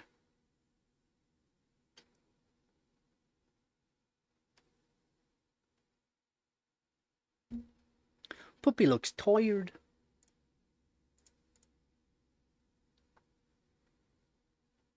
So I'll watch this quickly and see what they actually did. Maybe this person's missing some stuff. Puppy definitely did miss you.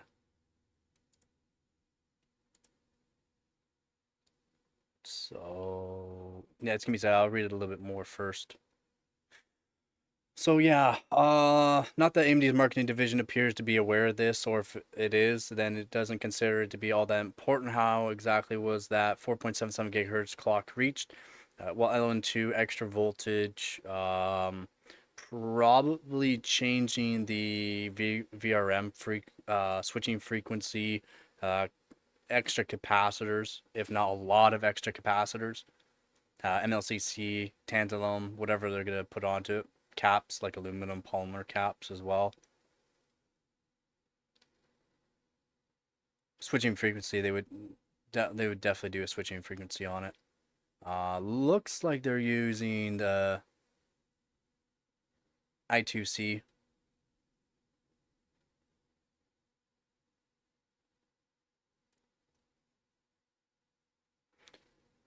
What test benchmarks were used to measure stability and performance? Well, what stopped the team from getting any higher? Why does the video show a GPU Z screen for RX 7600 and not RX 96 XT? A lot of things unanswered apparently.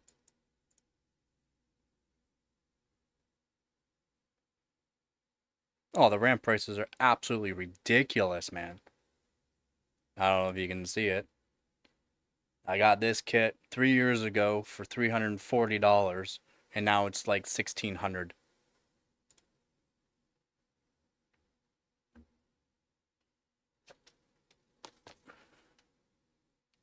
It's like $1,600 now. I still recommend certain DDR4, and I still recommend for some people to do DDR4, to be honest, because you can get the kits a lot cheaper in DDR5. But since they stopped making DDR4 ICs, the prices have gone up, and that's why early last year I was telling people to buy DDR4 at the time and DDR5 at the time, because the prices of DDR4 is going to go up, and then probably DDR5. What happened?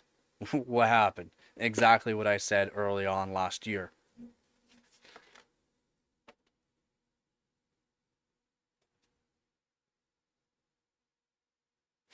Hi, Nicole.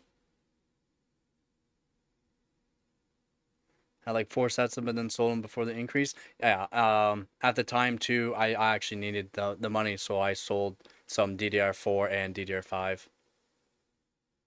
2 kits of DDR5 and 1 kit of DDR4 that I had, which sucked, but I had really no choice. I still have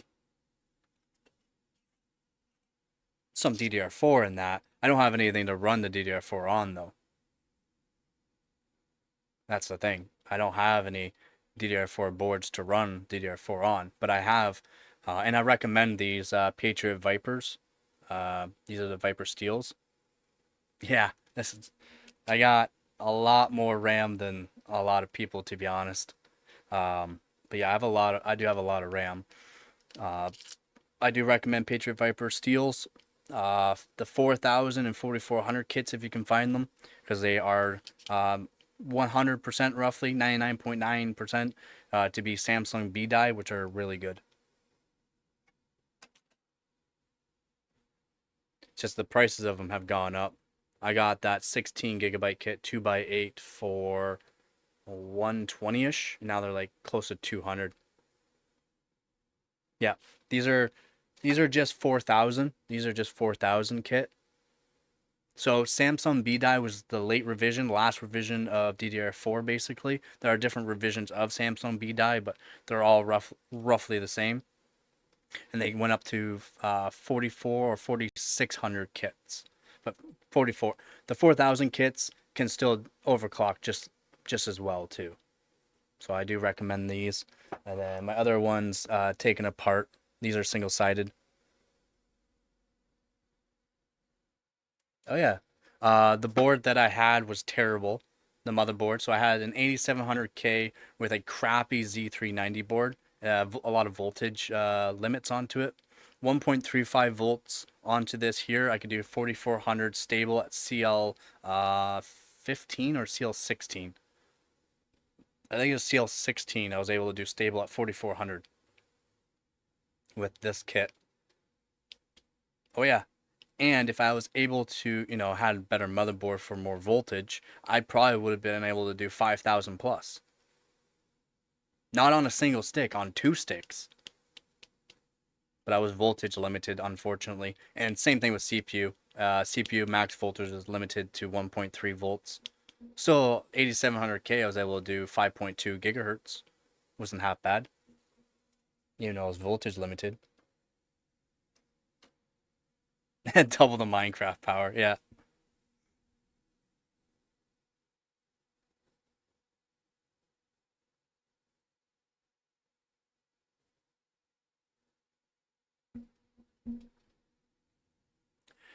Yeah, pretty wild how prices went. That's why I told people early last year to buy certain things. Because if you read up on stuff as much as I do, you kind of know how the markets could be switched, like changed. And there was a bunch of people that got a really good deals. Like Vep. I don't know if he's still here, but he got really good deals too. Yeah, and I wish I can buy more. I can make more videos on tuning different kinds of RAM. Like Amazon's cheapest kit of RAM, 2 years ago I got, which was about $80 for that kit of RAM, 32 gigabyte kit of RAM. It was Micron, don't matter. Is a T-Create 32 gigabyte kit of RAM. At 1.1 volts, I was able to do 6,000 megatransfers per second at 1.1 volts. CL36. And it was a CL48 kit.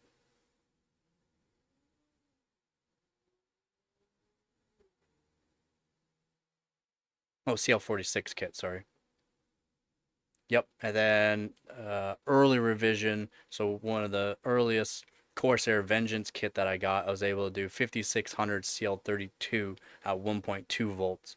And those are two different Micron ICs, and the newest revision of the Micron was a lot better. Very low voltage and was able to do really well on them. 1.1 volts. I do have videos onto it, that as well. Same thing with on my Patreon. My Patreon page has stuff that doesn't get shown anywhere else and showing the performance of them. But I have videos out there showing how I tuned them and the performance of them. And I wish I had the money to be able to buy more, of course, but the prices are just too wild. Wish I had stock up a bit better than my RAM was between. Yeah, exactly, Guh. At least you can still get DDR3 fairly cheap.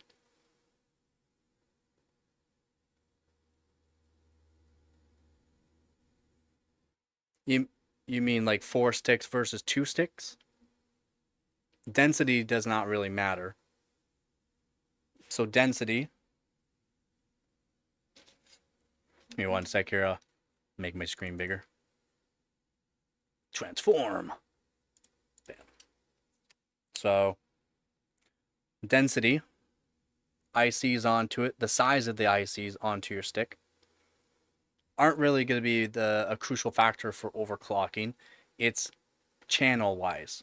Your memory controller on your CPU and also motherboards on how they're laid out for it. T topology versus daisy chain, there's a lot of plus and minus. They're roughly still the same, but on 2 sticks, but as soon as you go to 4 sticks, it matters a lot.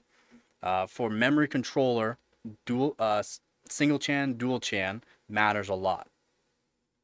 1 chan, so 1 dim per chan, 1 dim per chan. So 2 sticks, 1 chan. Then you got dual chan, 4 sticks. So 2 sticks per chan or 1 stick per chan. Matters for memory controller. Puts a lot of stress on it. And that's what will matter for overclockability. That's why the best overclockability on motherboards is going to be on a single chan motherboard or a 2 dim motherboard. Because it's only running on single chan, not dual chan. Or like triple chan. Triple chan. Older is different, and the stability and the how fast we are now and all that for this the way that they're made as well for also the motherboards. Again, T topology, daisy chain goes way back on how the traces are made for each of these RAM slots here go to the actual motherboard. They're still roughly the same, just a little bit differently done. Signal wise, and signal integrity matters a lot too. A lot of it was signal integrity as well for the newer ones, not DDR4 but DDR5 for stability as well, and they have to be designed a certain way to get that stability. So your motherboard can equate to the overclockability or even be able to achieve a certain speed of frequency. Now you can loosen timings and get more frequency, but then you're losing performance, and then things just go out of whack there as well. But density, so like a 48 gigabyte kit versus a 32 gigabyte kit, matters too, due to the fact ICs matter. Your ICs matter as well. The actual chips that are on these PCBs for the RAM matter as well. A 32 gigabyte kit of Hynix MDI versus a 48 gigabyte kit of Hynix MDI is going to differ. Not due to the fact that the density is higher on the 48 gigabyte, but due to the fact the ICs perform better on a higher density stick. Dabatron, I tuned his PC. He has Hynix MDI 32 gigabyte. Still able to do fairly good on it, but if he had 48 gigabyte, he'd be able to do higher frequency. There's a lot that goes involved with RAM, a lot. And on the newer RAM, signal integrity is huge. Huge. Memory controllers can only handle so much though.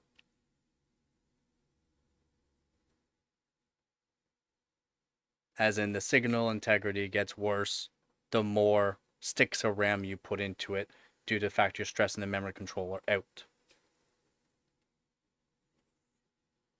Yeah, F your RGB RAM, man. F it. I don't care about. So my Corsair Dominator Titaniums here. They don't have them. I took them off. I also copper modded mine into the original heat sinks. I took them off. I wish I could show them, but I'm currently using them. Yeah, no, I don't no RGB whatsoever on my system. No, thank you. But when you go back to like DDR3 for signal integrity and how many channels for memory controller, it doesn't matter as much due to the fact that the memory controllers were fairly beefy.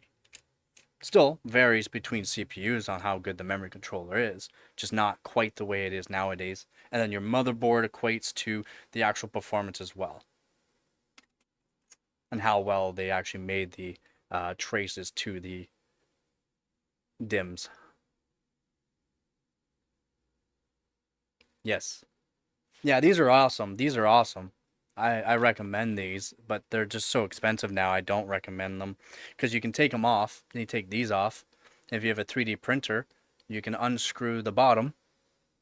You unscrew the bottom there, which this whole thing is RGB. You can unscrew that and you can put it in. You can 3D print your own topper. Make it however you want to make it. So that's pretty cool for people that like that. Just they're so expensive now.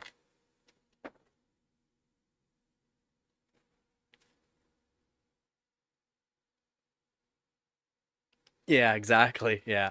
I'm an overclocker. I go for records on hardware, CPUs, motherboards, RAM, and GPUs. I don't care about anything else besides performance. And I try to let people know whether or not for their daily or if they're trying to do overclocking like myself, certain things. I'm just straight facts. That's all I care about.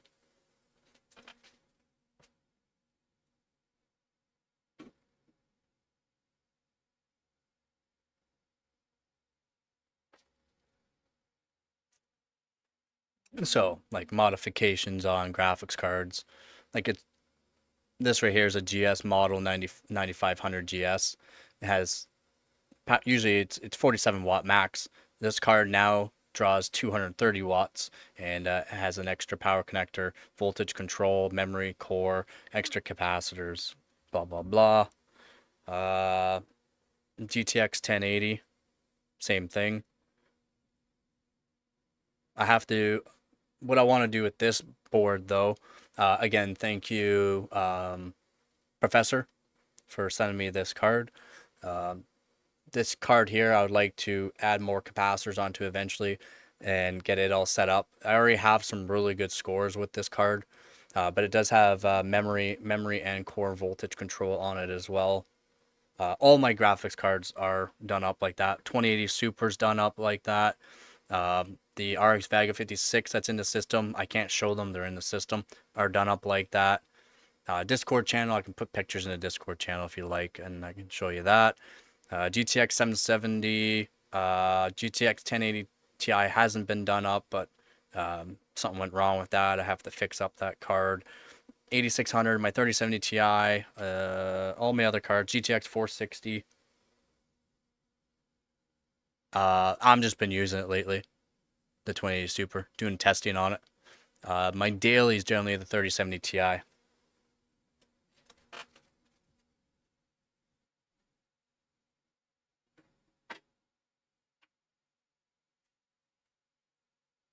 So it's a Zotac 3070 Ti. The only modifications so far done on this card are just extra MLCC caps around the core. I do need to add more to it, but just extra caps to the core. A couple of tantalum polymers. I added a couple extra tantalum polymer caps to it as well. Yes, it generally has a cooler onto it, but I just haven't been using it. And the fans, got my fingers too close to these two outside fans and broke them, so replaced them with EVGA fans. Had to resolder the connectors and all that. So, but yep, these fans come from a 1080 Ti because I had spare kit of fan for 1080 Ti, exact same size. Those Zotac fans are amazing though, amazingly well made. Just they spin at like 4,000 plus RPM, and if you put your finger near them, well, it wants to chop them off. Yeah, 30 series, 3070 Ti. This is one of the fastest 3070 Ti's in the world. Same thing with the GTX 1080 Ti, Vega 56, 2080 Super. All my GPUs are top 5 in the world, all of them.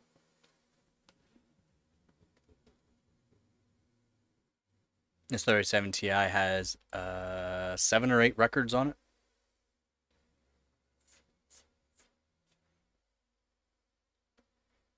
That sucks, but I mean, do you get use out of the resin printer? I mean, if you get use out of it, that's good. I would like to get one of those 3D printers at one point, if I get the money, but so I think I can utilize it in some ways.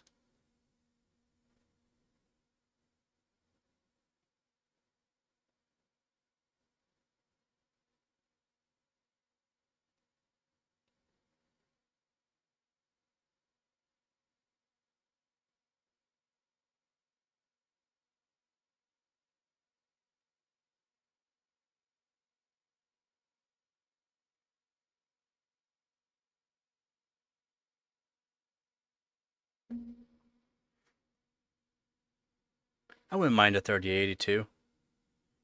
I would really like a 3090 or 3090 Ti, more or less a Ti. Get some more records maybe on the graphics card, but also boost up certain scores. My 3070 Ti is on hardware bot. I think is somewhere like top 200 GPUs in the world, somewhere around there. Might even be lower than that now.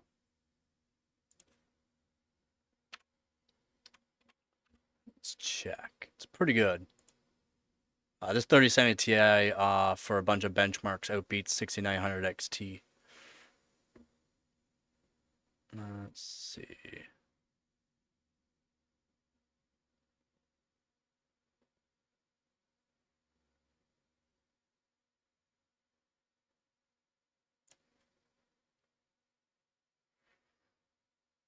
Oh, it's going downhill. It's like 600th in the world now for GPUs. Just due to the fact I'm going against 3090s, 4090s, 5090s. It's starting to go downhill though for its placement.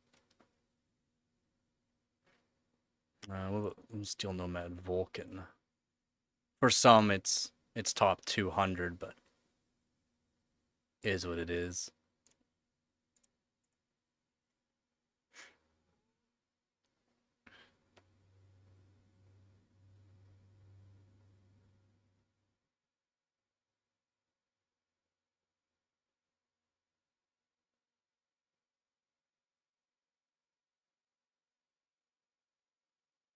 You locked yourself. Would you mess up the driver or BIOS update or something, or not update, but changing BIOS or something? Because you can fix that. Just pain in the butt. Sometimes you can force BIOS on a brick GPU, but you need another graphics card or something to do it.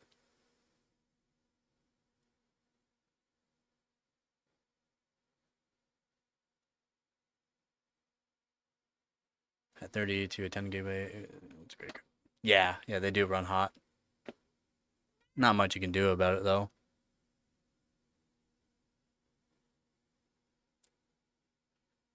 Oh, well, stop. If you want up, jump up. If you want up, jump up. Yeah, if you want up, jump up. With those claws, you're destroying my foot. Come on. There you go. Get pretty hot. Trying to undervolt. I don't tell people to undervolt their NVIDIA cards. It could be stable one game or it could be stable one day, then not. This is Gabby. Gabby good. Oh, don't fall. I got you.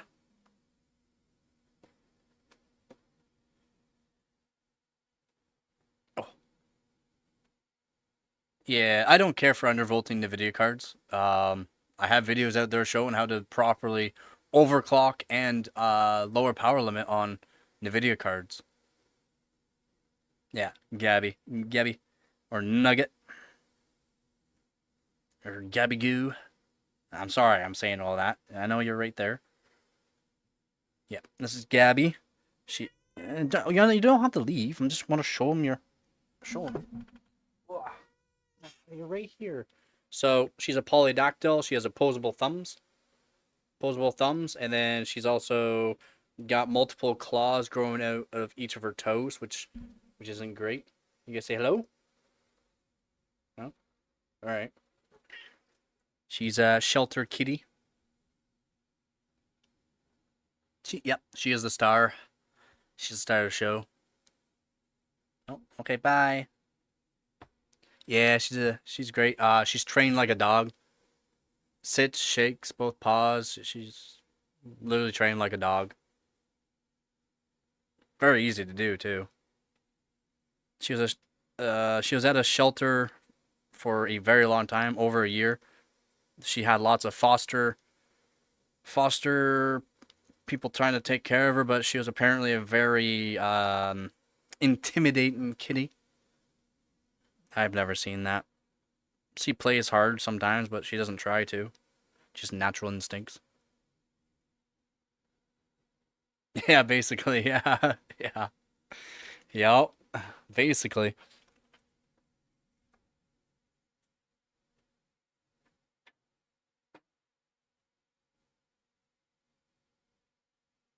Yep. She's very smart. She's a very, very smart kitty.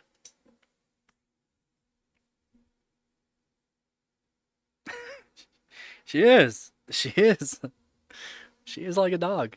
I've now got her trained to wait for when I put food in her dish. I tell her to wait. She sits and waits until I tell her that she can have the food. I mean, it didn't take that long to train her on that too. She's 9 or 10 now. And oh, she could be 10 in October. She'll be 10 in October.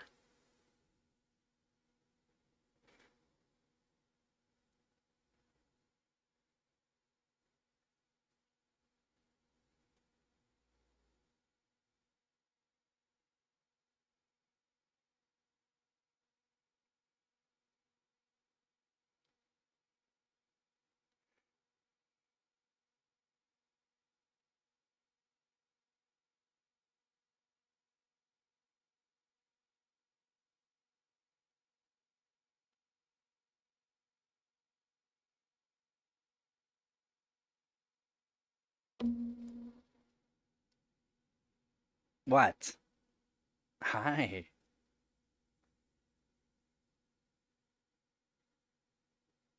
That's not how you jump up.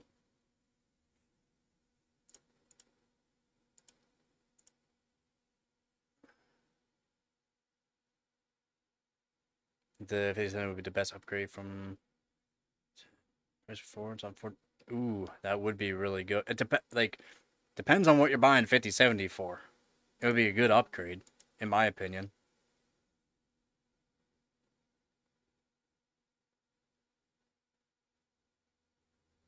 Oh yeah, yeah.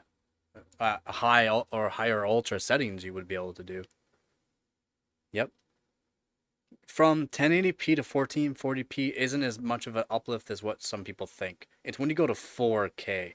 That's when GPU power, raw power actually matters. But yeah, if you can get a 5070 for a good price, it's a good upgrade. And you can just sell the 3060 Ti if you don't want it. And then you got a very cheap upgrade, in my opinion.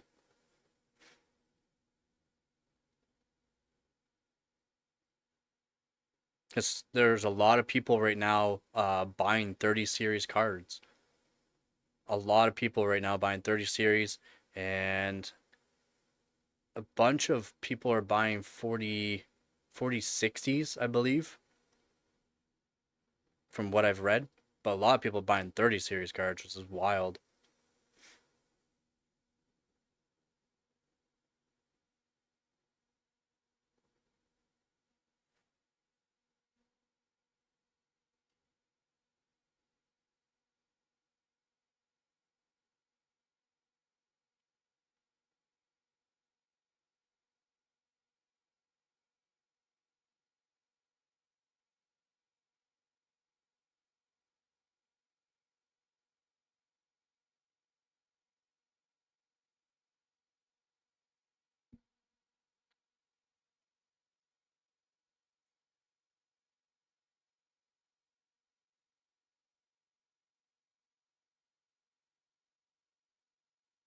No, he has 5070 Ti. Yep. Yeah, the 3080 would sell quick. I don't know, like, I recommend still 30 series cards to people. If they can buy used at a decent price, they're still a great card. Yeah, his 5070 Ti is actually pretty monster. Like, it is really good. Good bin. Yeah, until they started lowering VRAM on models. Exactly.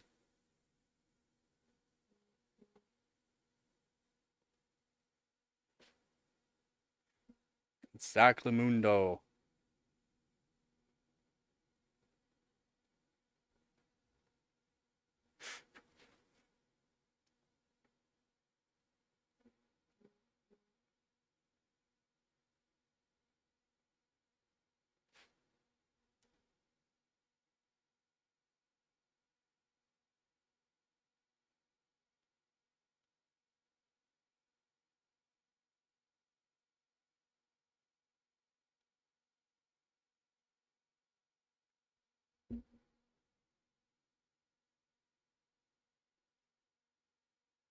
I've heard of that game. I don't know.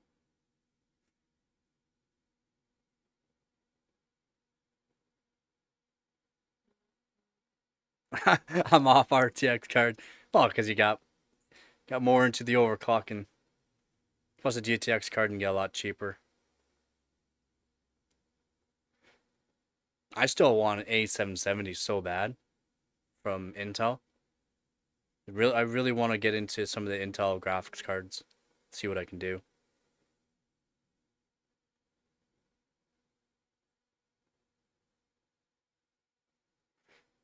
See how far I can push them.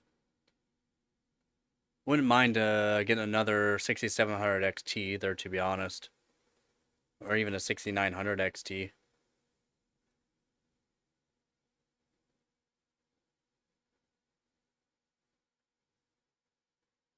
Exactly, yeah. If you're just a daily driver kind of person, but yeah. 4K with the 3060 is beautiful for that was setting adjusted. But, I mean, that's pretty good. at 4K. But I mean that's Boulder's Gate, right?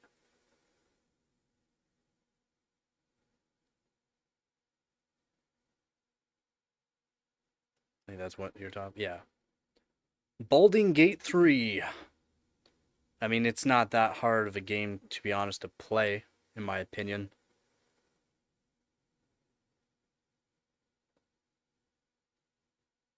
Yeah, that'd be awesome, right, Go?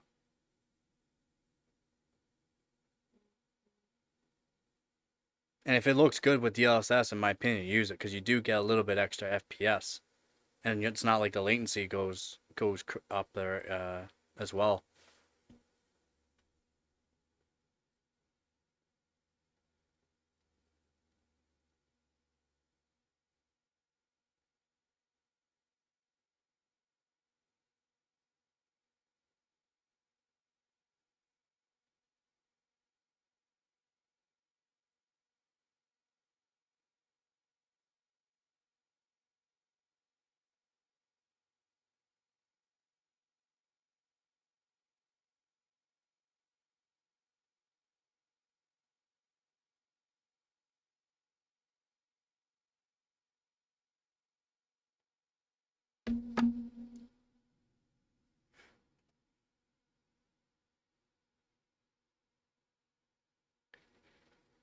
Lossless scaling, yeah. The 3060 Ti is good. I still recommend some people buying if you can find them for a really good buy, 3060 12 gig. Those are still decent cards. If you're looking to do 1440p, not go crazy because it'll play basically any game 1440p at decent frame rate with, decent quality settings.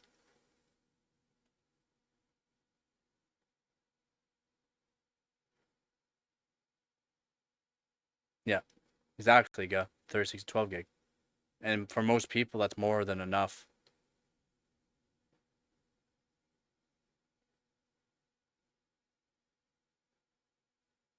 There's a lot. I mean, resin printers are really good.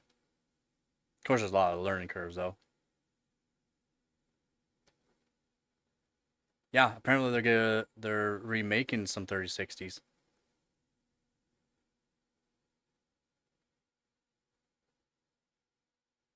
My opinion would be sweet if they did something like bring back the 3060 or bring back some 30 series cards and have like GDDR7 onto them. That would be whew, really good.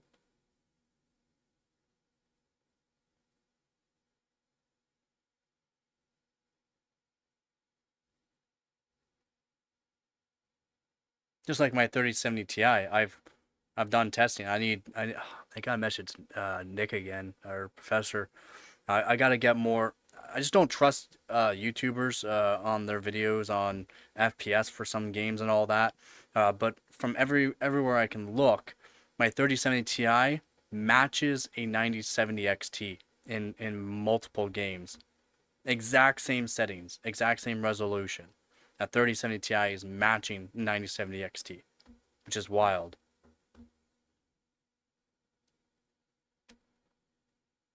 Yeah, and you can buy 3070 Ti's fairly cheap, a lot cheaper than the 9070 XT.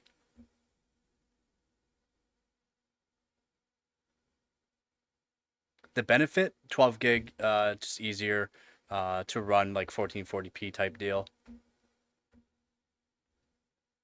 I'm pretty sure the 4060 Ti and the 3060 12 gig have fairly close or the same bit bus width, so that isn't gonna be a benefit there.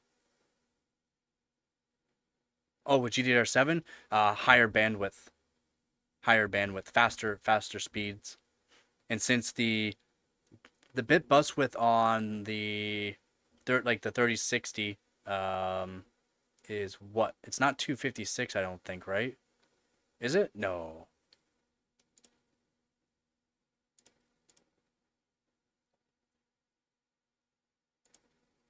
Well, the speed don't matter. It's the bandwidth. Bandwidth. Speed is bandwidth, but I mean comparing it from Like GDDR6 to GDDR7 is not the same. Comparing your standard VRAM to like HBM is not the same. A lot that goes involved with that.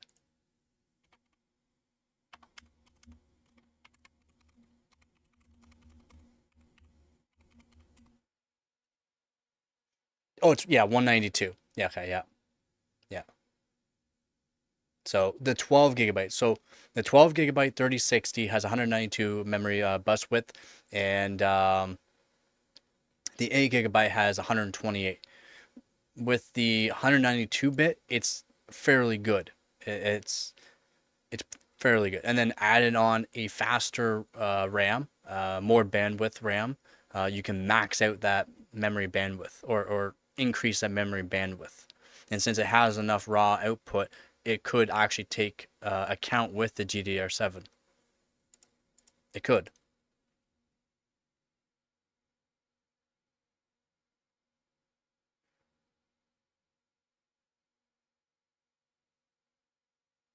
Yeah, the 7900 XTX. I mean, if you can find one for a good price, I would say buy 7900 XTX in my opinion.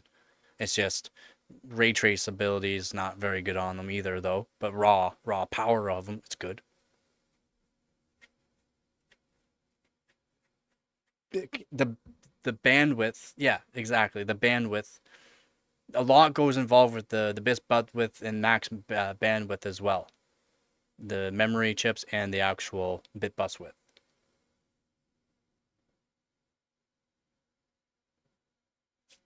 And then you also got your ROPs, you got your ROPs and TMUs, right?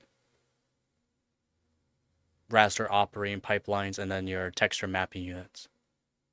That matters too for raw output.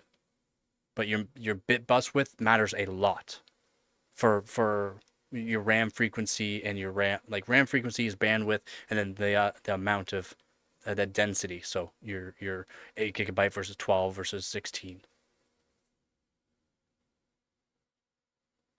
No, I have been asked by a lot of people, and from what I've gathered from the market and how it's still selling quite like a lot of people are still buying RAM at these prices. People like it's wild. Um, 2 years we might see RAM prices down a bit, but not even close to where they should be. 2 years. So we're in a hard spot right now for RAM.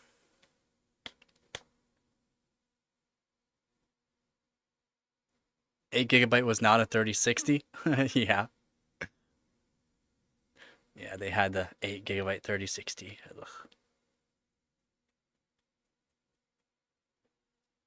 Then also the 8 gigabyte 3060 Ti. I'd still recommend the 3060 12 gig though. Just because it had that little extra RAM, you could play 1440p, even 1440p nowadays for games. At decent resolution, 1440p and decent in-game settings.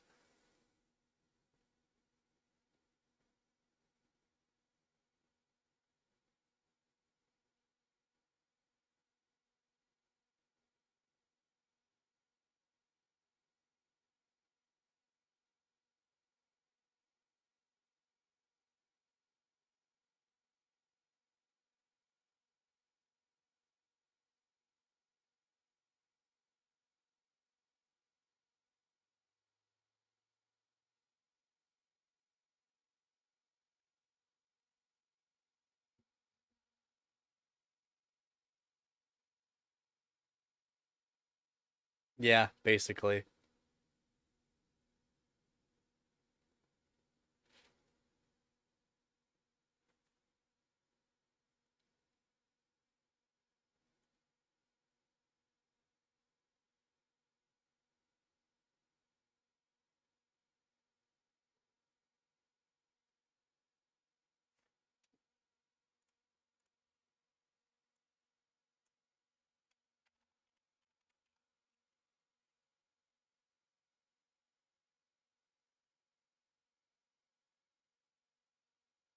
Wasn't the 3060 6 gigabyte just in mobile though?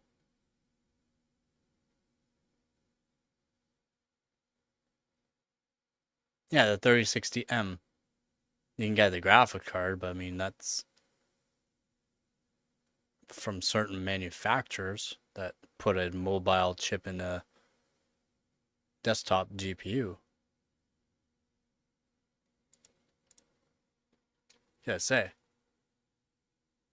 I was gonna say. My memory's pretty good on this stuff.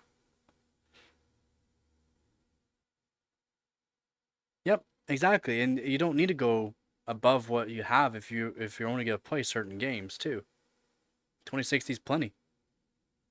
Yeah, 3060M. And there are some manufacturers that put a 3060M into a desktop GPU. 6 GB too. Still, not bad. Just fewer CUDA cores in it too, though.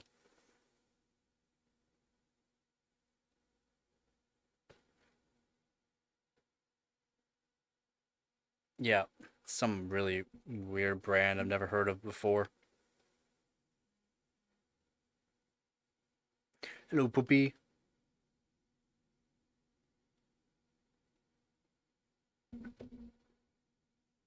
Yep.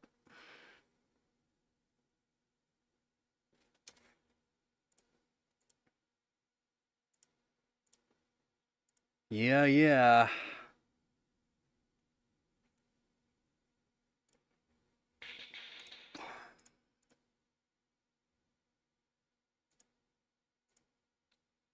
I just wish, I don't know, CES had more stuff to showcase than that. A lot of it's just stupid. They just showcase AI stuff. Worse than last year. Worse than CES 2025. At least they didn't say AI as much as 2025. 2025, that's all they said. That's literally all they said, basically. Every other word was AI. At least this year they didn't say it's bad, but that's all they showcased was basically AI stuff.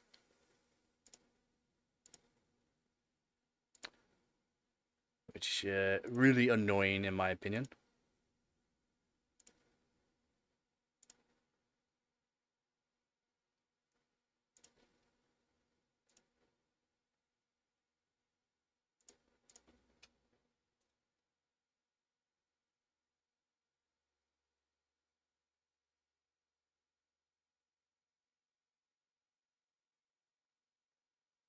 Oh, those are fairly easy to fix in my opinion. That sucks that there's a short, and because you can't use it. If you did, I mean, it could fry whatever you connect to it or fry that whole thing. Decent CPU for the time, too.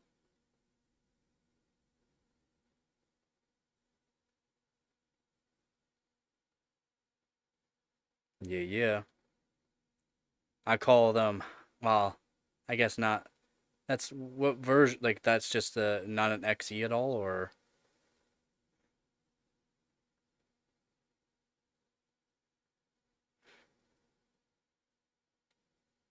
So I call them wall plug killers because you start overclocking them a bit and they start drawing a lot of power. The CPU.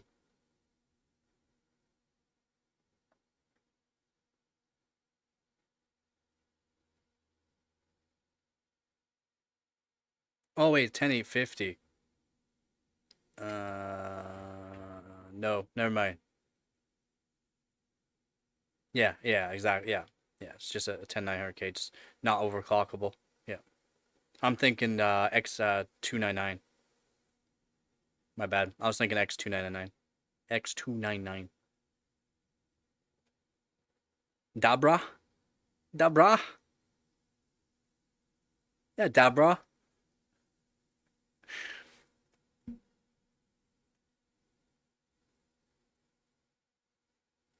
You just call him Dab.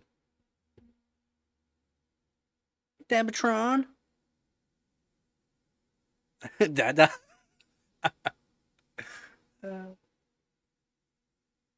What you want, Nuggy? Hi, baby. Come on. Okay, well, fine. Be like that. Yeah. Dabba dabba yabba dada. Come on. There you go. Wah, wah.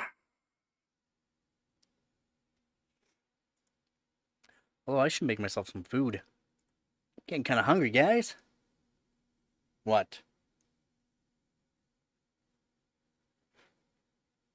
Should probably make myself some food. Yeah, yeah, yeah. A Vegina. What do you want? What? Oh, hello. Hello, my bad. I'm not ignoring you.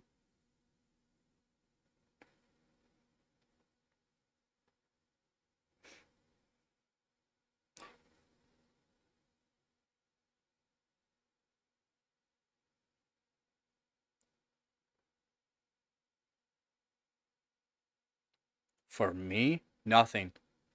Nothing's actually that interesting. The only thing that is actually a little bit interesting for me is Panther Lake, but that's mobile, and I don't care for mobile. I mean, that MSI Lightning with the certain.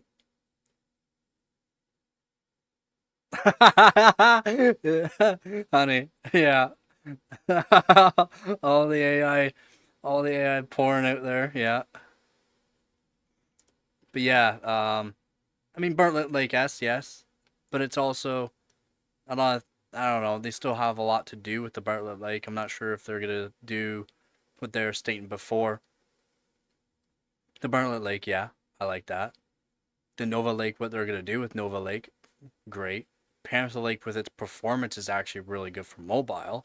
So I don't care for mobile. Oh yeah, the new chips from AMD that everyone's saying, oh, 7 gigahertz. They're not gonna get 7 gigahertz. It's not feasible. It's not.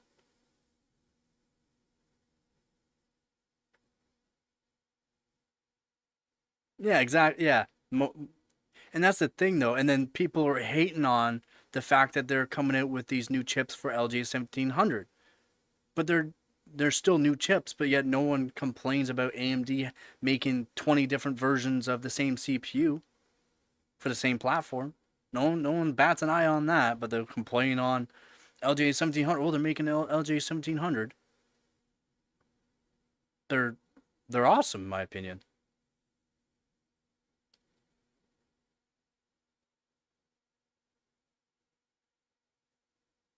Maybe what do you mean? Oh God, with your 6 and 7, fucking yeah, what a guy, what a guy. What were the new non-busted Intel Core chips? Yeah, I'll slander every company. I'll say what's good on each company. I'll slander every company. They don't sponsor me. Fuck you guys. Sponsor me, please. But yeah. What do you mean the non-busted Intel Core chips? Are you talking about the Bartlett Lake? Because that is Bartlett Lake for LJ 1700, or you talk about LJ 1851, or you talk about the new LJ 1954 for Nova Lake.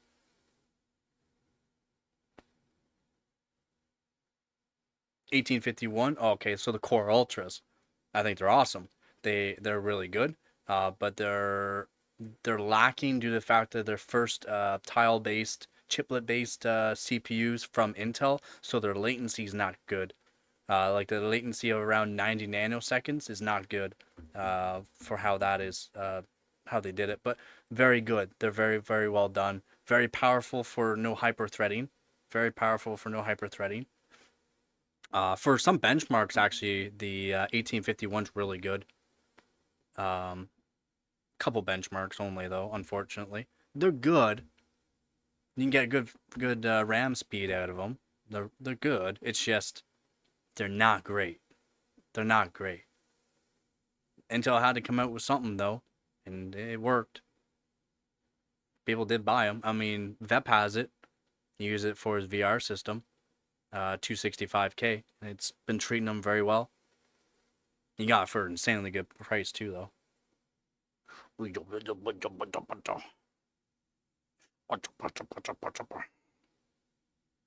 And you just make yourself comfortable.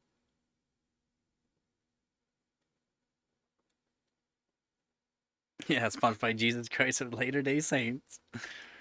Yep, I'm my donators and viewers, you guys are the sponsors. And I'm too. It's hard. It'll be hard for me to get sponsors in that too, due to the fact I'm not gonna sign a contract if it states I cannot say anything bad about something. There'll always be something bad about something. Always. You cannot get away from that. I'll say how good it is on all the aspects that it is good on, but I'll also state, well, it's not good for this. It's not good for that. Could have been better on this.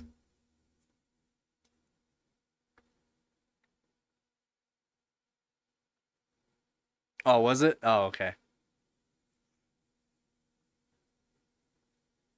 Yeah, exactly. Oh, yeah, yeah, exactly. There you go. Exactly. Yep. 13th and 114th gen. I see on user benchmark the 275K is better than 12,900 at low price. Yep. The 12,900K is still a good chip. It is still a good chip, but runs hot. The 265K runs way cooler, way better for voltage as well. Lot of bonuses. Again, I've used all these CPUs before, except for the 265K, but like 12,900, they're toasty. Even the non-Ks are toasty.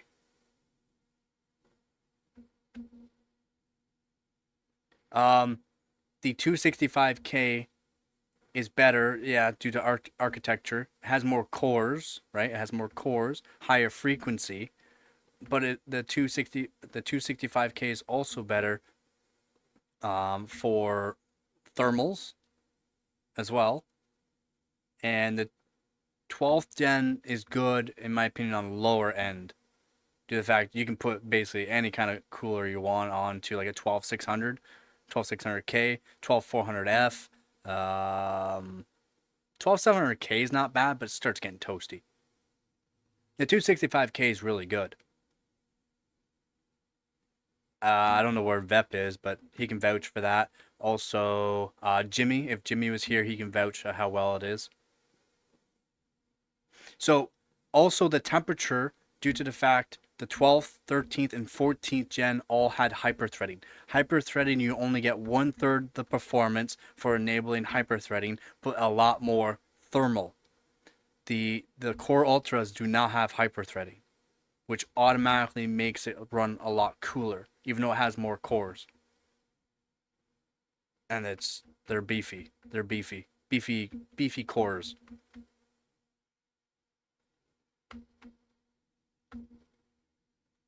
A 265K versus 7600X, 265 will crush it. Will crush it. For gaming and for productivity. Will actually crush it. Way more efficient. Yeah, yeah. And that's architectural upgrades. Right? I mean, if they didn't have any, if it wasn't any better than the 12th, 13th, or 14th gen, it would have been a terrible CPU. Terrible. I would never recommend it.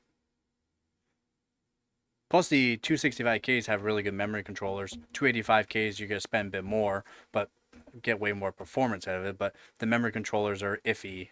265Ks, apparently a lot of them have really good memory controllers. Yep, it's really good. It's just the only thing is, due to its latency, its performance in gaming could be better. Since you can overclock the snot out of them too, like the E-cores, you can overclock the E-cores to like 5 gigahertz on the E-cores on these CPUs too. So you can put the P-cores up to like, let's say, a reasonable 7 maybe gigahertz or 6 gigahertz. Put the E-cores up to 5 gigahertz. Woo-wee. Oh my god. He installed RGB PS2 cables on his wife's PC. I should just go in there, drop what I want to say and leave.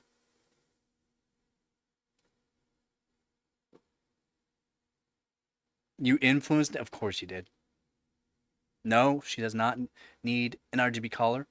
She used to wear a collar. I stopped putting the collar on her though. Yeah, she doesn't like the collar. I stopped because she can't itch. She can't itch.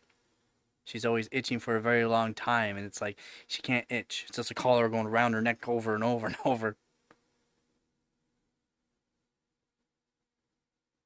Oh, he saw Honey's PC? Oh.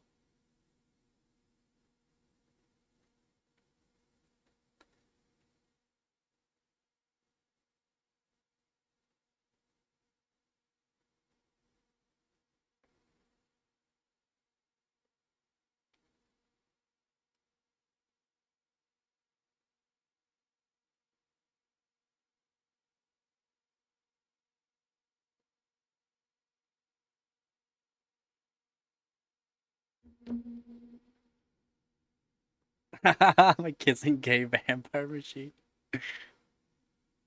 You say just kidding, but I don't think you are. RGB rainbow cycle? Yeah, no, man, that's I literally make sure no RGB. Either A, unhook the actual connectors from the GPUs, or literally take off all the RGB. I just don't care for it. It doesn't I don't care about that. I really don't. I really don't. Me on performance over aesthetics. He ordered them on stream? No. Of course he did. Tower 300? That's not bad. Tower 300 is actually not half bad case. A lot smaller than Tower 900, but still got really good like airflow. They're not bad actually, the Tower 300s.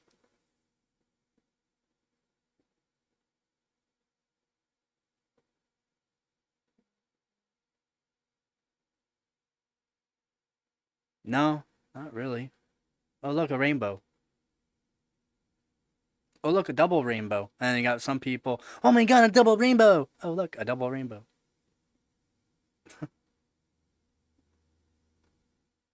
Mine's sitting on cardboard on top of totes. I got the 2060 Super and the Vega 56 2060 Super CPUs on two different custom water loops.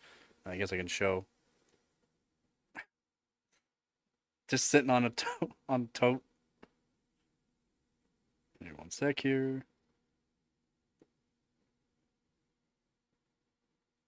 Flip. Well, bam. And that's I guess it's not showing the Radeon Vega 56 in it too.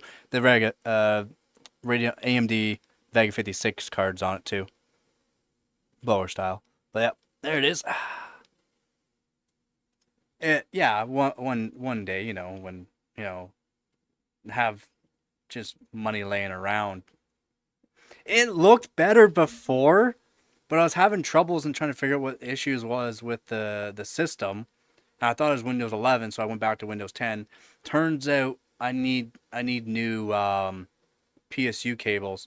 So what I want to do, and I'm not even using the one PSU cable anymore, for the CPU. The CPU side, I guess that's what happens when you put over 600 watts through the cables for overclocking, and over the years it just wears them out. But yeah, I need to make new cables. I'm gonna make cables out of 14 gauge wire. So that's the plan. And make custom cables for CPU and GPUs for two different power supplies. That's the plan, but it's gonna cost like close to $200 to do it all. At least from looking at prices of stuff. The actual wire itself is not that bad.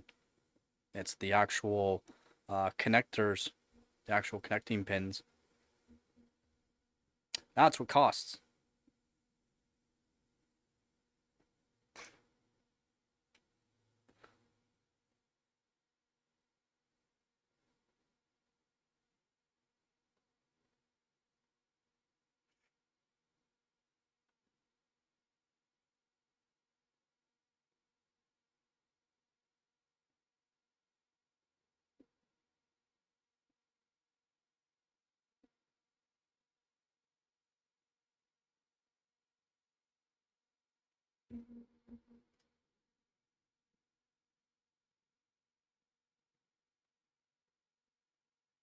What RGB fan hub or fan controller and fan hub are you using?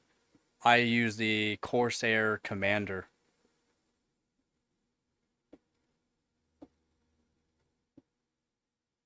I use a real hub.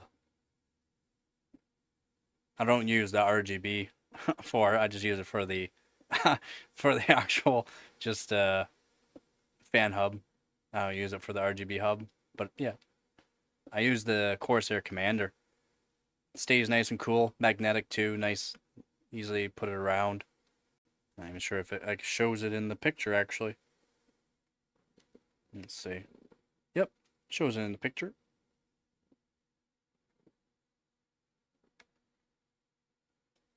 They're right there.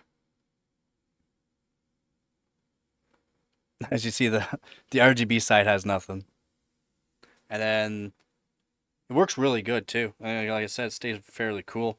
I've used multiple different kind of fan hubs, and some of them get very hot. I don't like that.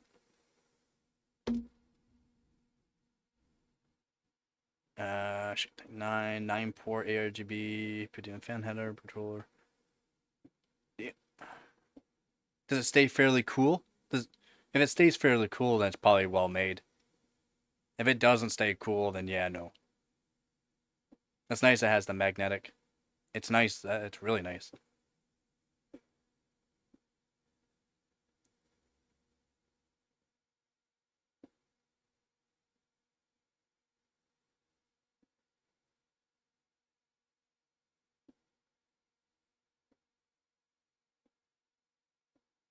No, I mean the actual fan RGB hub. Does it stay cool? Yo, how's it going there, little T44? How's it going, little? What's good? What's good? Well, I should probably go make myself some food quick. I make myself a. Oh, I didn't get any bagels out. I'll make myself some sliders. I'm happy to answer. And I'm gonna go make myself some food so Ga can answer some stuff too. Oh, well, you can feel it, whether or not it's getting warm or not. Some of them get quite toasty, man. Some of them get quite toasty.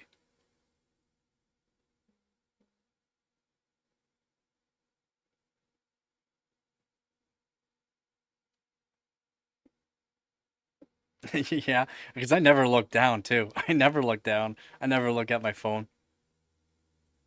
Uh, zip ties. My laptop's memory with nothing open is 60%. How much laptop memory do you have?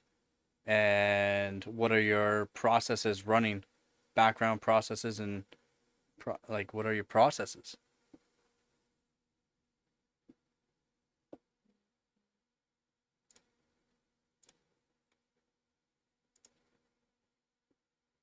Oh, by the way, we do have a Discord channel if you want to go into the Discord channel. Send pictures of your PC setups, or if you have any kind of questions, I can help out there too. And SATA SD is also zip ties. Nice. Yeah, I do have a video on debloating Windows, so if you want to check out that video for debloating Windows, I have a video on that.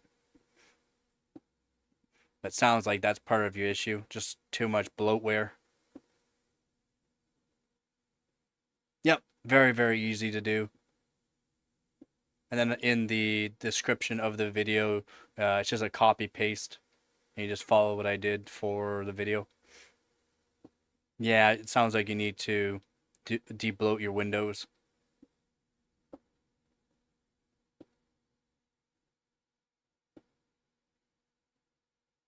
Even for Windows 11, he should only be using about, like after debloating, he should be under 50%. That's not bad. $300. I mean, can't complain about that. At least you got one right, and you can make it better.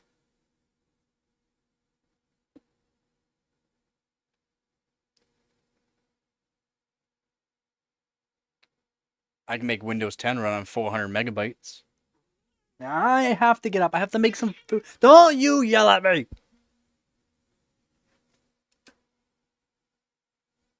Nice. Glad you can make it.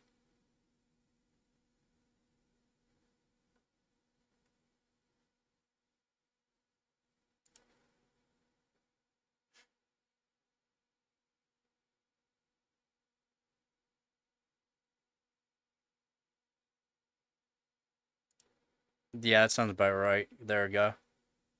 That sounds about right. But I'll be right back. If anyone has any kind of questions, ask Guh. Guh's protege, basically. He's learned a lot. He knows a lot too.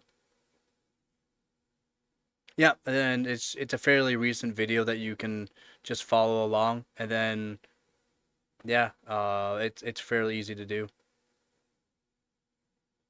Just don't click every box. Again, I explained it in the video on what you can do, and it works just fine.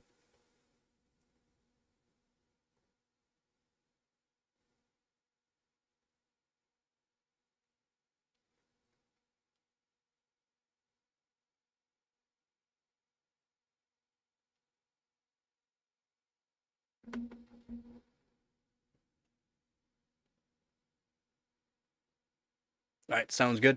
Yeah, and I'll be right back. I won't be too long. Just gonna make myself a couple of little sandwich sliders here. So I won't be long. I won't be long. I'll be back. It's free RAM download. It's not a free RAM download, but it does clear up RAM usage. That's for sure.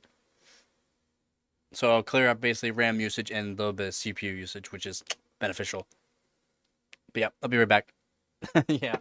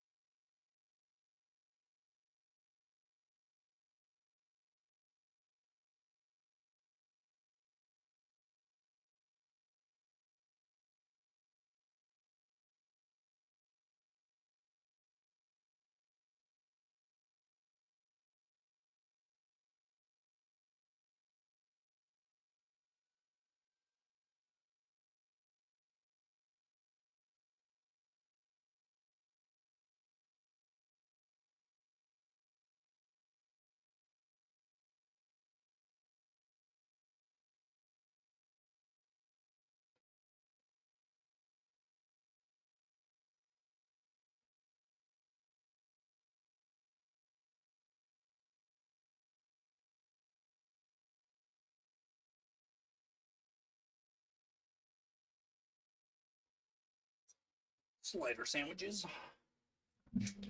Got this yesterday. Forgot to take out some bagels.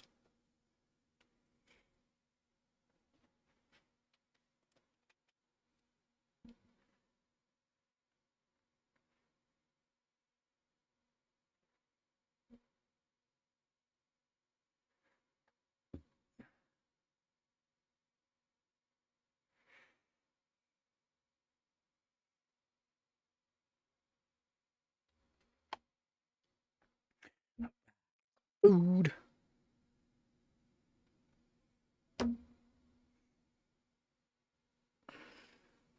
Oh, I got cheese tacks, Nugget. You want a piece of cheese?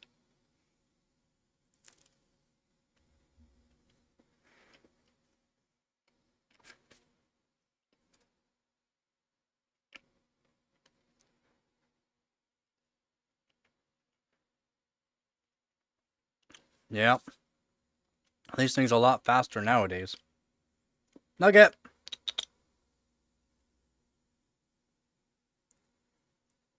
Turd brain. Come here.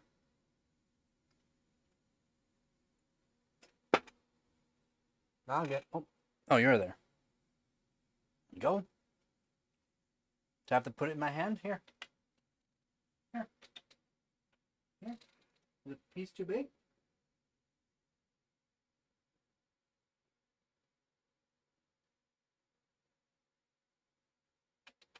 Go. A little bit of cheese tacks for the nugget.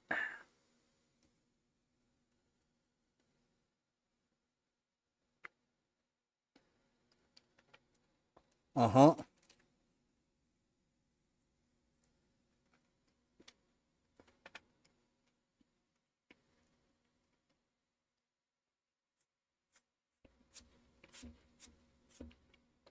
Yeah, SSDs were a great invention.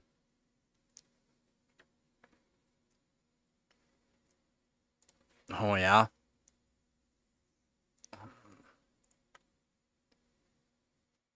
Damn, nice setup. Nice setup, man. Nice setup.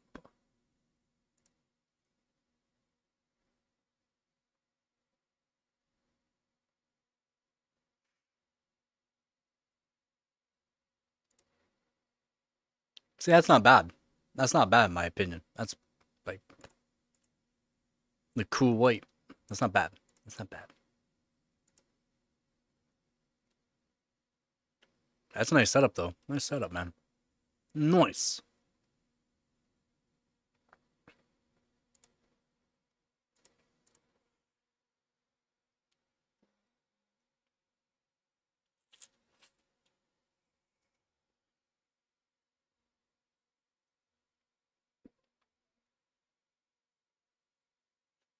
Mm.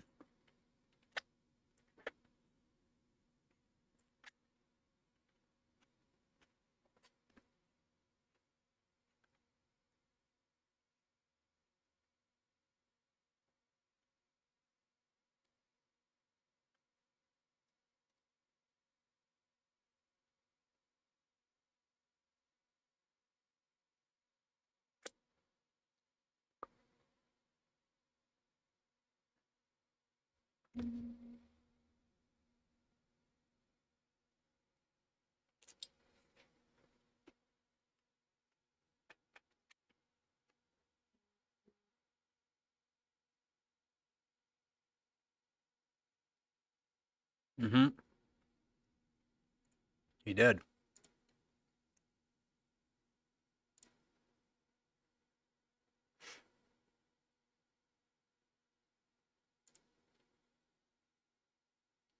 Wait, what's around your fan?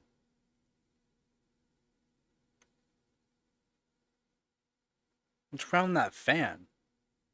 Is that like a 3D print that you did? It's pretty cool. Makes it more custom.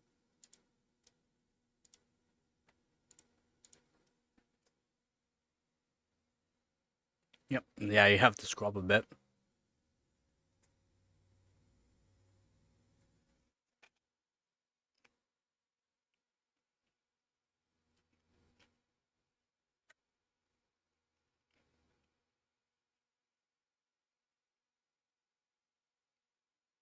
Yeah, it rocks. Uh-huh. That's pretty cool. It's definitely different.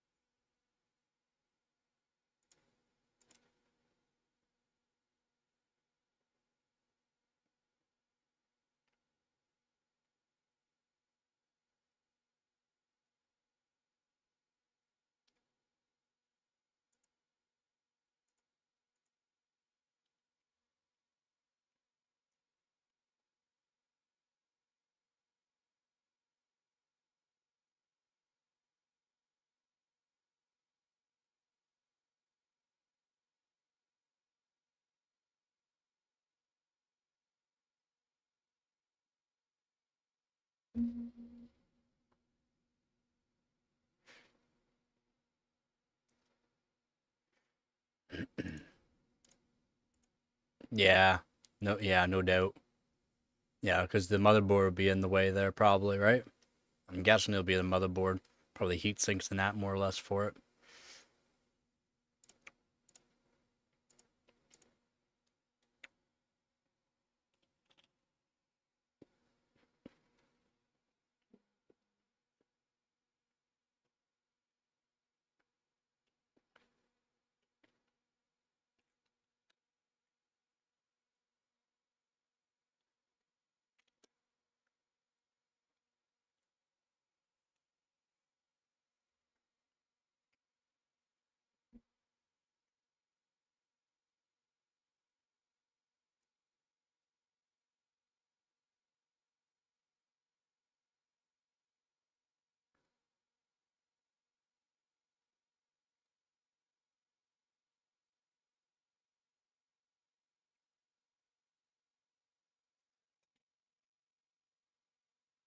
Yeah. The case is good though, in my opinion. Makes it instead of it being like that massive Tower 900.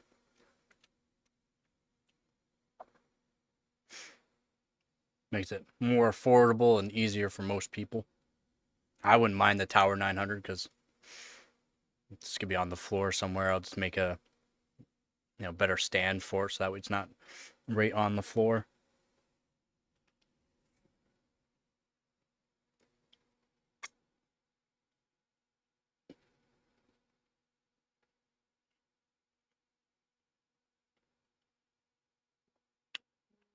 It's massive, yeah. Yeah, the 900 stands like 3 feet tall. It's yeah, it stands as high as your desk basically. It's a big case.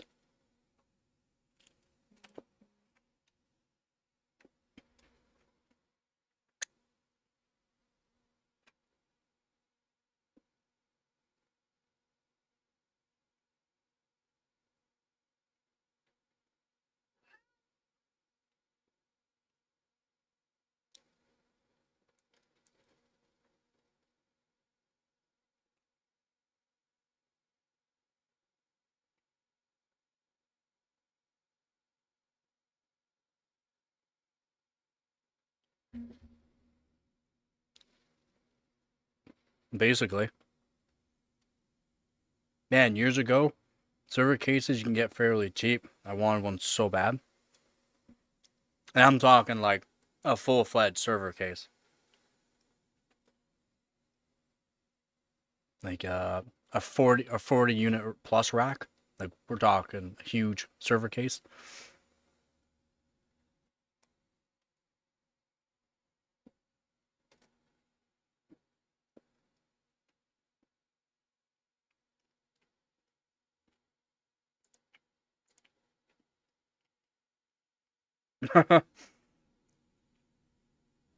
MSI.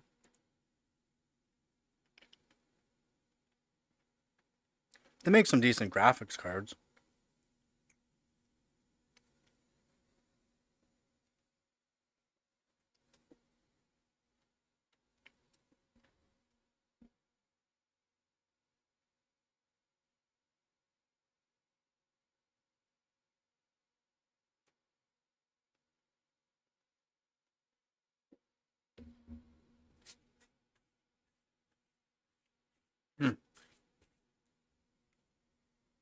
These toasted sliders are so good.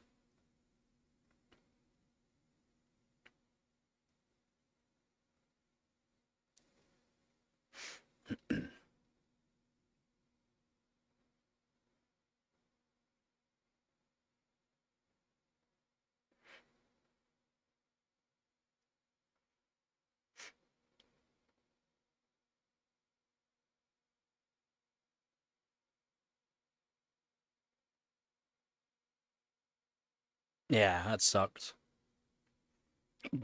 Yeah, I'm going to be bringing out the Antec P100 silent case here soon. It's a big case.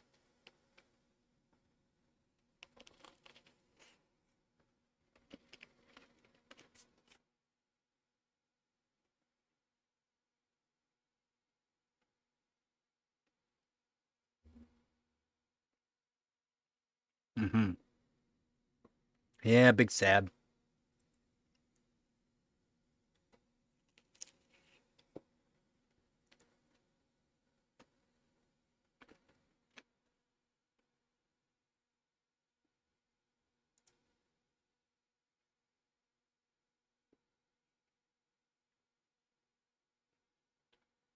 It's funny how things change over the years, eh? You think back, why did I ever get rid of that?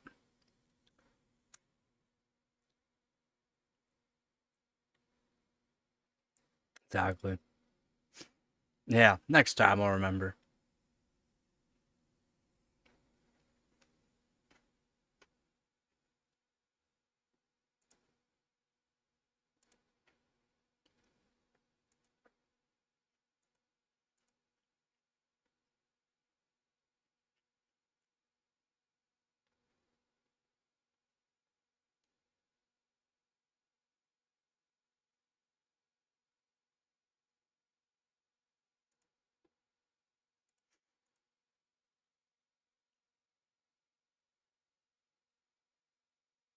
It's true, too. Yeah. Sometimes you just don't have the room for it.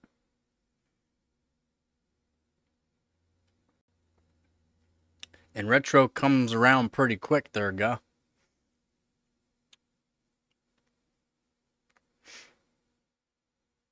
Yeah, it looks like an episode of Horse.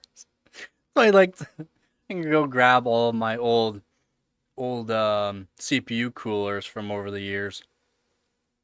Yeah, lots of people. Why do you even have that? Because it's cool.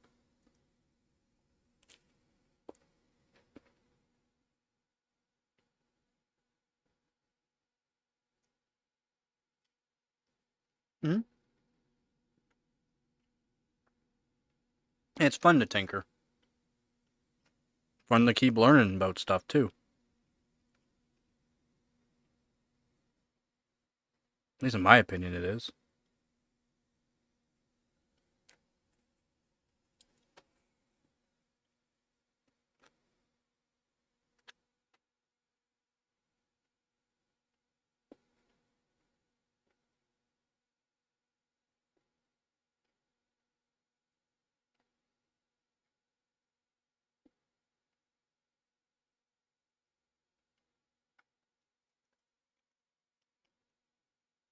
Mm-hmm. Can always learn.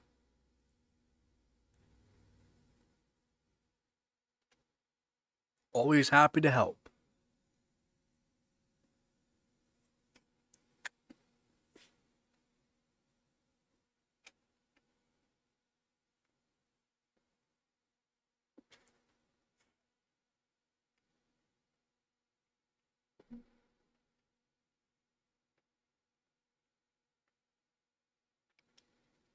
Yep.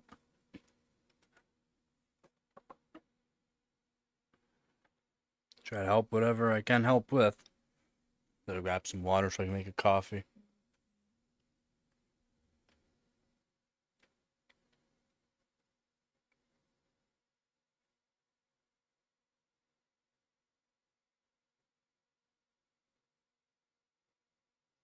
Hmm. Exactly, yeah. Yep, more people in overclock, maybe the better. It's not like you have to go ham on it. Not unless you have some older hardware. There's always a risk on doing, well, more of a risk when you're doing stuff that I'm doing. All the modifications and stuff like that. It's more of a risk of, especially older stuff, more of a risk.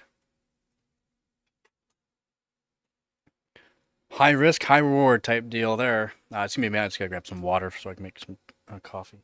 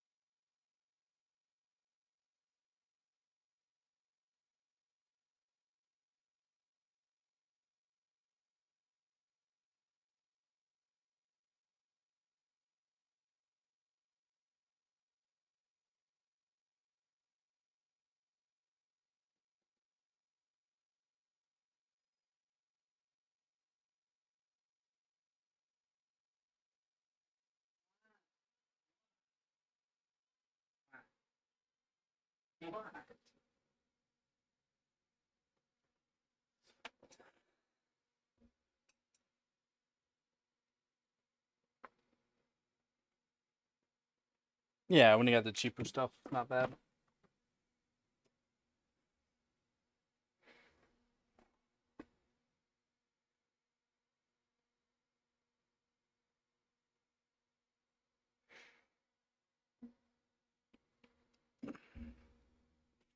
Coffee, coffee.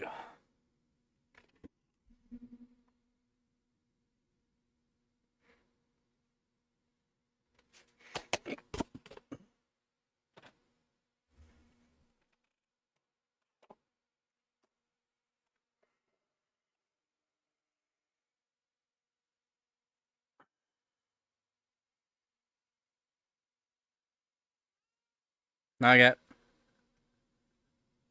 Or you could be like me and buy certain GPUs and put 2.2 volts into the core.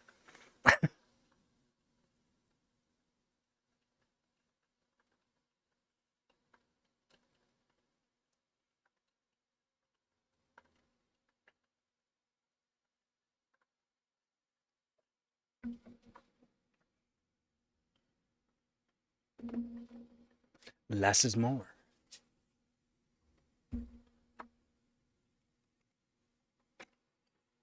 All right. Some sugar in there. Bam.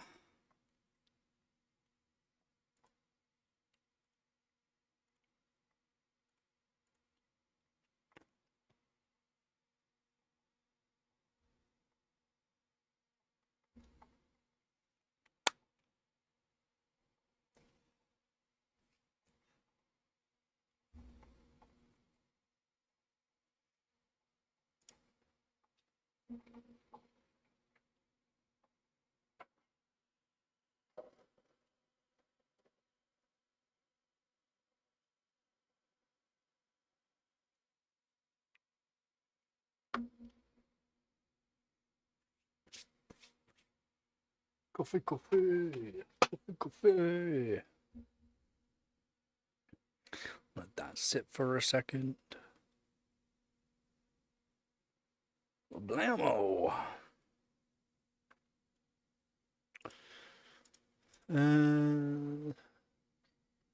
So I know tomorrow I'm gonna do the modification for the multimeter. Modification on some wires. Definitely be doing that tomorrow. I'm just not sure if I want to do. We got another week before the trash cup even begins. So I'm wondering.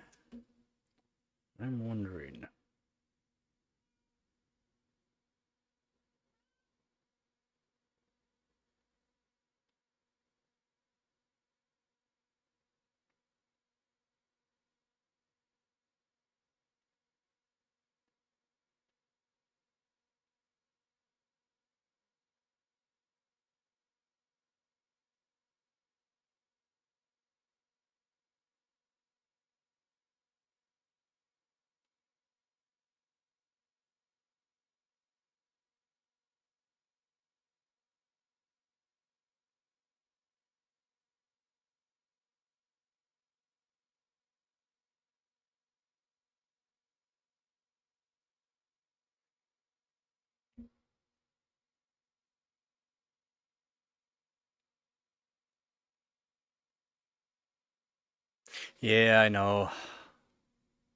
I mean, that'd be pretty sweet, man. That'd be pretty sweet. It would be pretty sweet.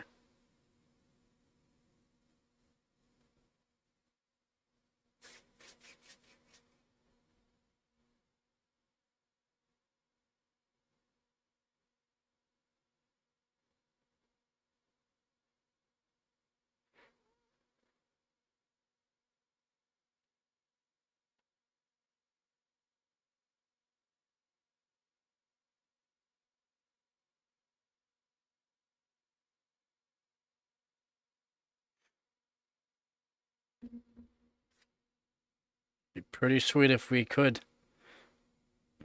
be the best overclocking team in Canada with just us two. I mean, we're third right now. We're getting there.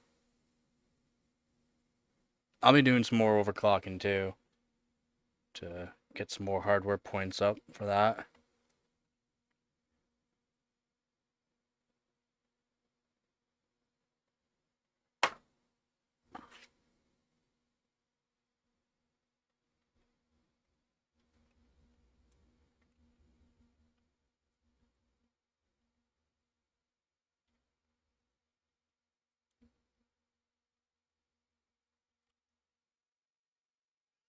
What?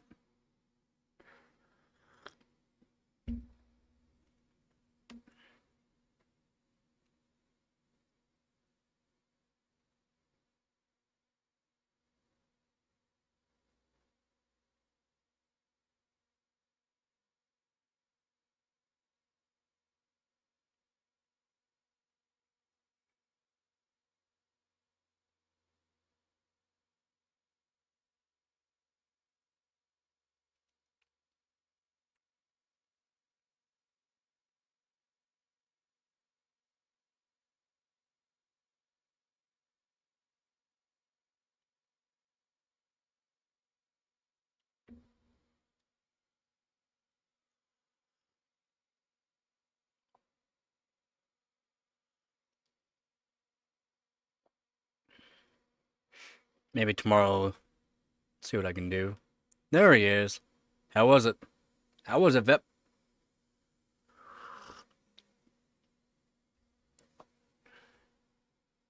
Give me one sec here.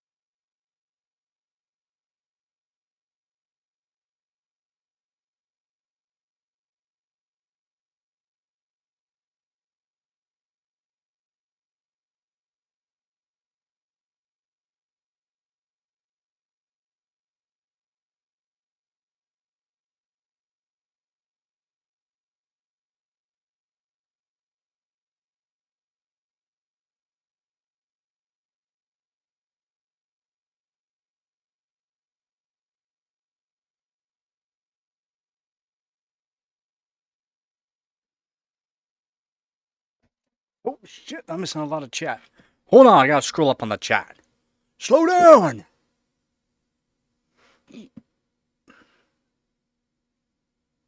That's good. It went good.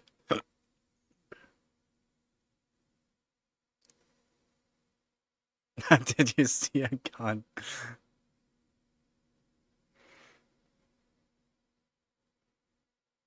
in the wild?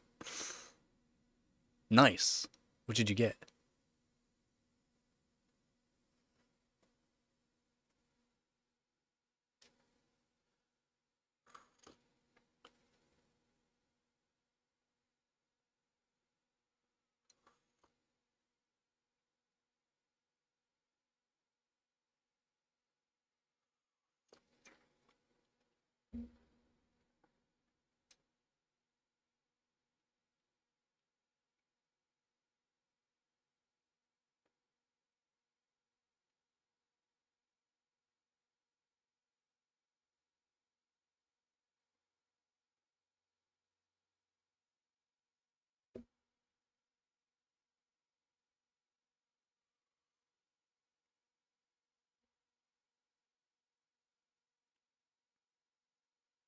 I haven't even heard of that.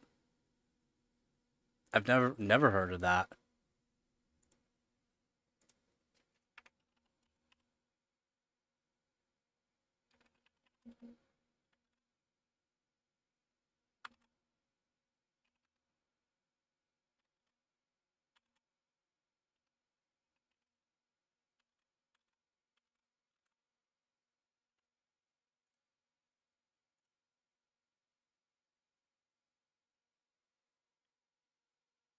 Oh, it's kind of like in between a 911 and Desert Eagle.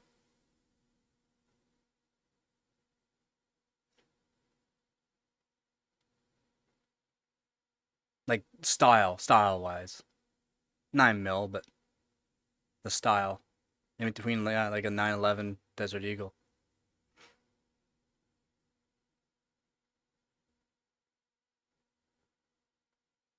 They probably have really good handling on them. It's fair. It's looks like it weighs quite a bit for what it is.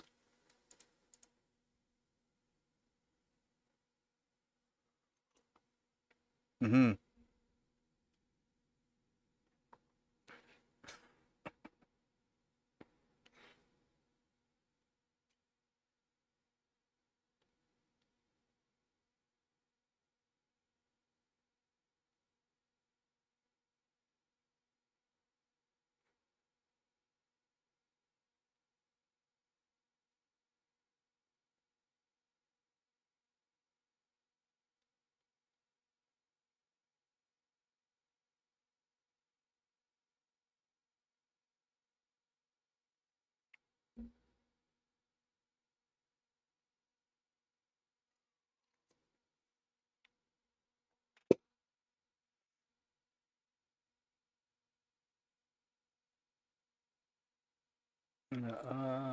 So you got that one. They got a whole bunch of different kind of styles.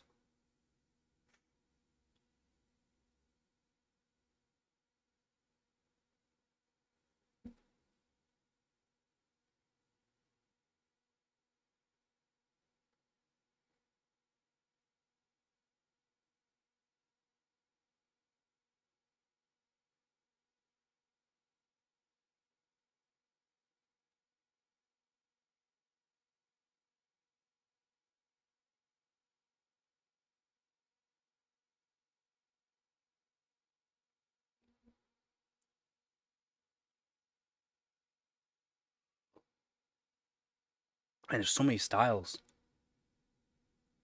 Can you put it in the Discord? That take a picture of it.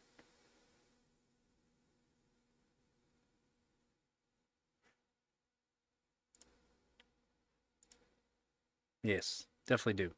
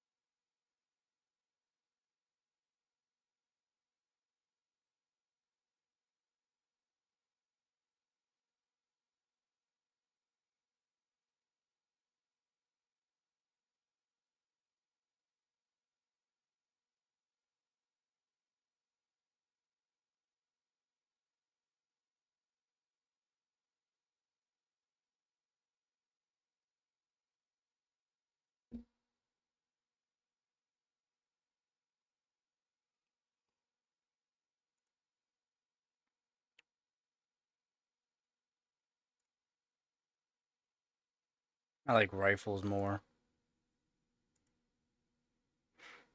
Shotguns and rifles more.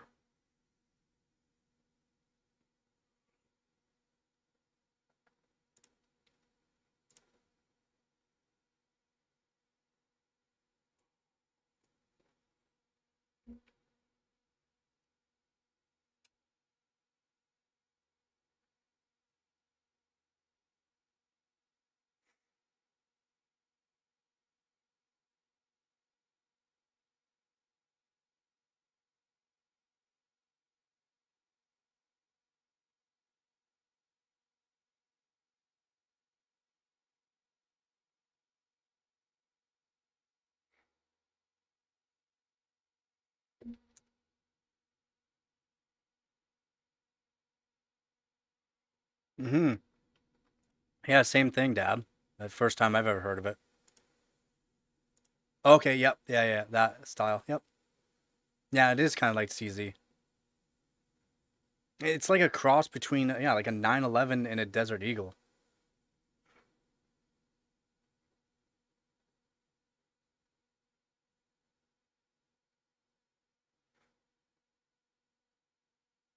Just does look like it has good handling, though.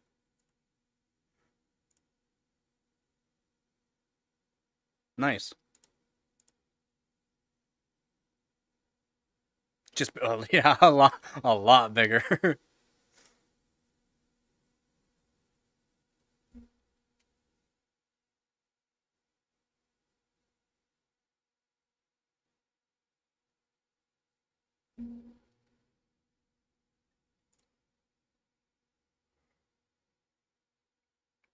Welcome back.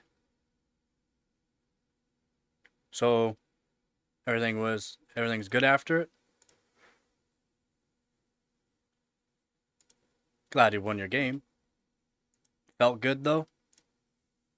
It should, because it would free up space for RAM and a little bit of your CPU. So more performance for your game to utilize, basically.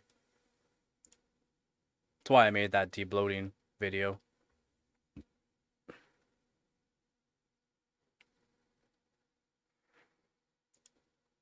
Still has some lag spikes. Lag spikes can be... Are you on Wi-Fi?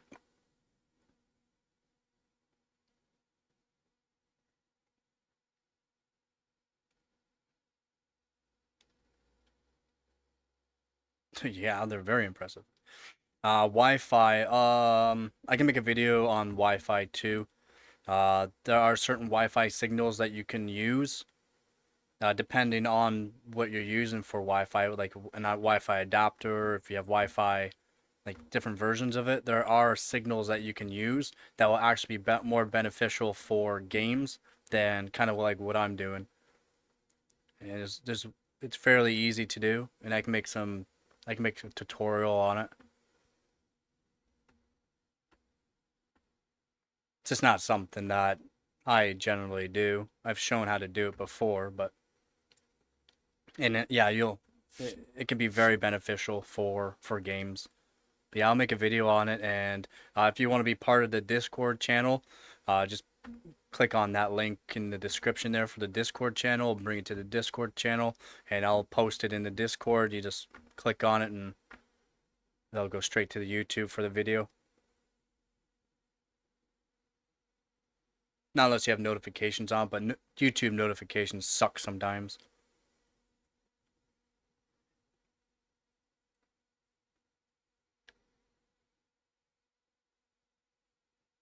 Yeah. Oh, yes. Terrible settings on auto, at least from what I've checked. And now I can show on different kind of Wi-Fi adapters. Because I have Wi-Fi 6, Wi-Fi 5X or something like that. And then I got 2.4 gig Wi-Fi adapter as well. And I can even show on like the little tiny Wi-Fi. Should have it around here somewhere. Somewhere, maybe.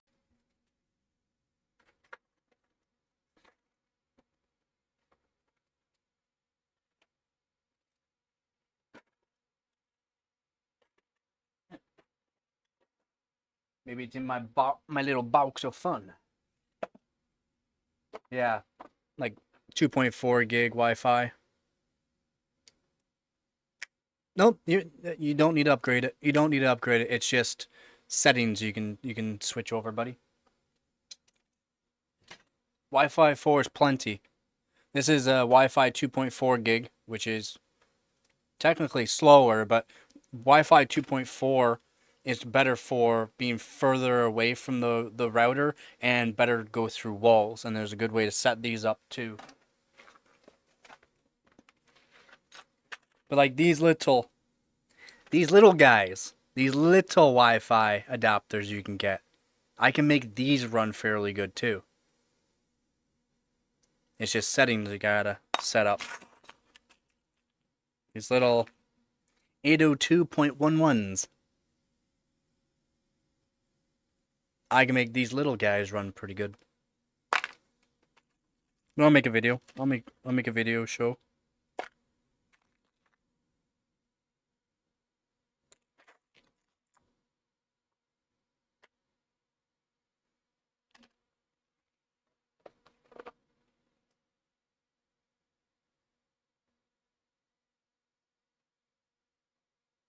Oh yeah, yeah. And that's where you want to be roughly. You want to be above 100 megabits per second, or at least 100 megabits per second while gaming.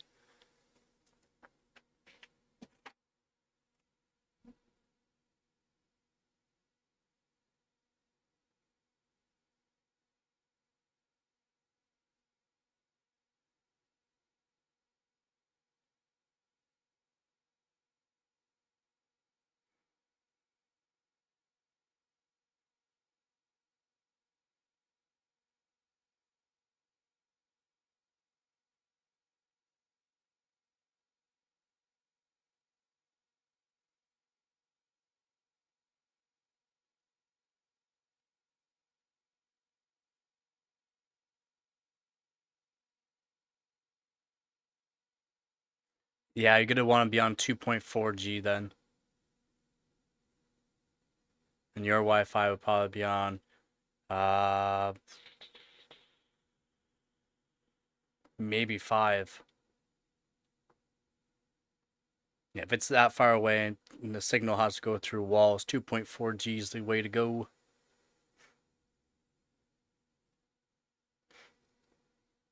Let me get inside your lady garden? What? What is this map? Gotta download free Wi-Fi. Yeah, so since I stream and I want the best streaming performance I can, I have mine set up for upload speed, not download speed. So my download speed isn't very good. It's still decent, but it's not very good. It's more tuned for upload speed.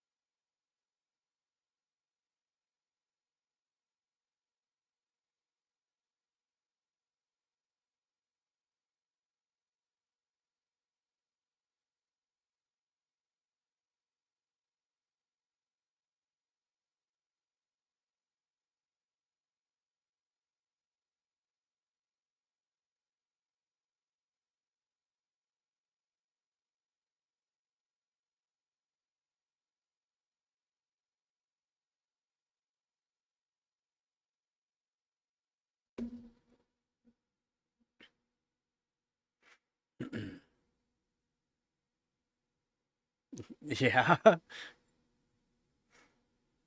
Yes, I have, Vep. Yes, I have.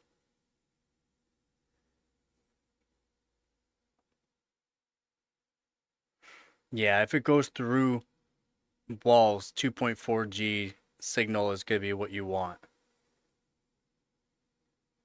100% gonna be what you want. And yours might not be on 2.4G.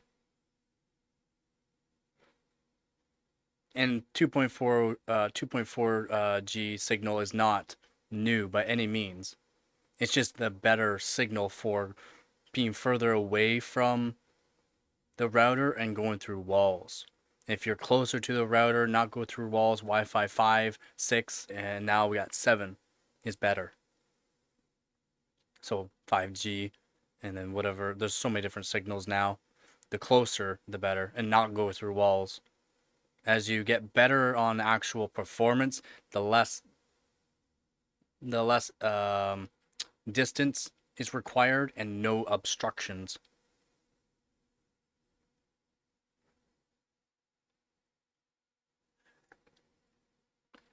Say what? Say my name, say my name. My name's Jeff. Yeah, penetration? Yeah, yeah. No, fuck. Go ban this guy for 2 minutes. Bans for 24 hours.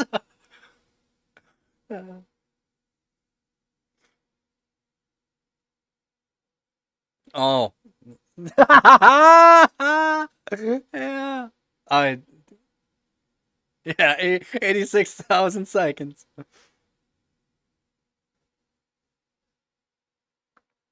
Get that nonsense out of here.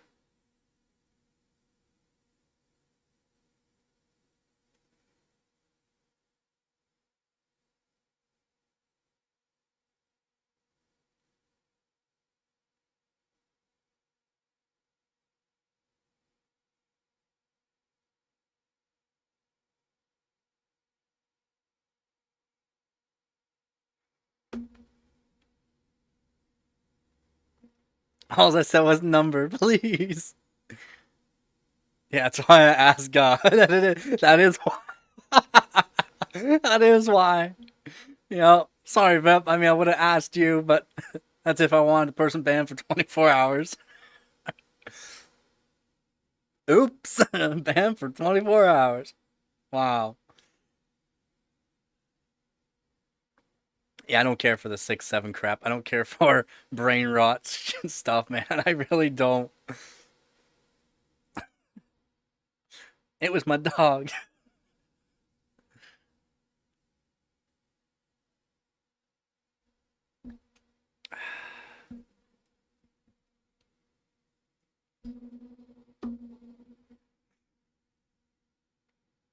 Yeah, my cat walked on my keyboard. Yeah, I really don't care for that brain rot crap. Not for me. Not for me.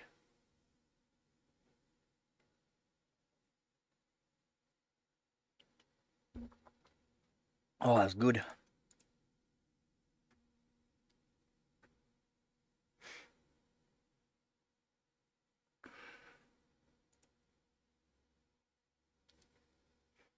Oh, welcome to the Discord there, little.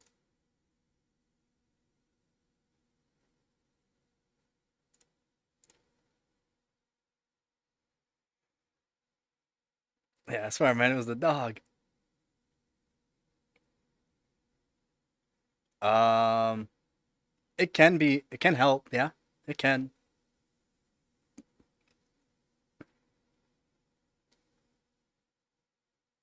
The Wi-Fi extender can help. Yep.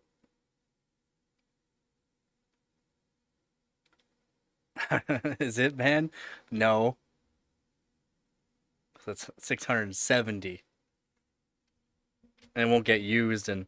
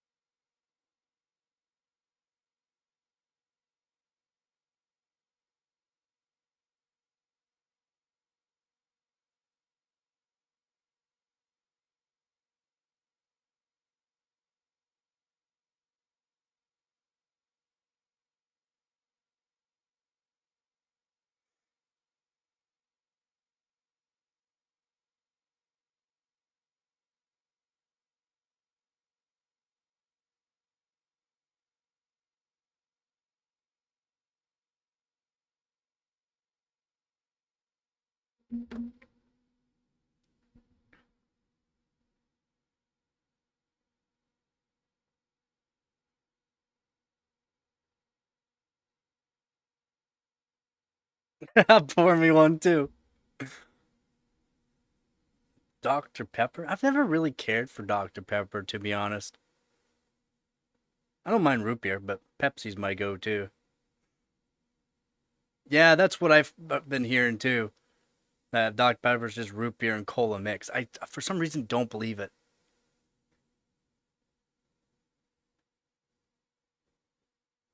Oh, no thanks needed. No thanks needed.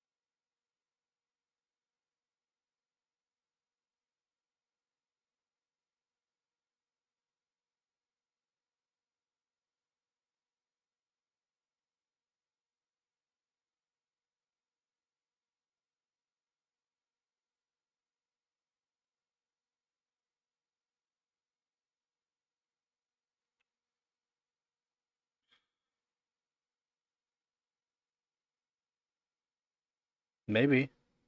Maybe they are cooking. I feel connected to Tova. Yeah, because we're gay twins.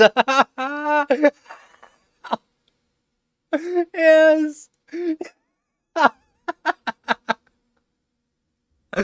Oh, burn. She got you.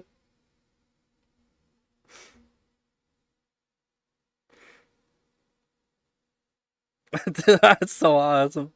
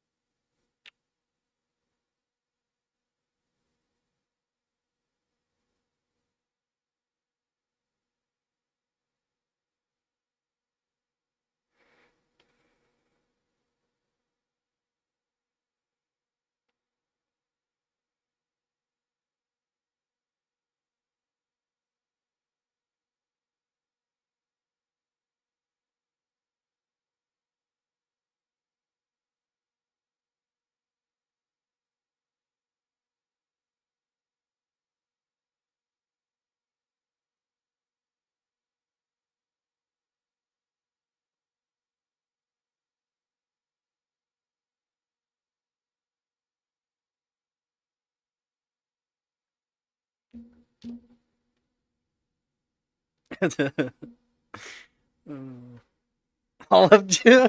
I love you. Olive Jew. That's so good. That's good.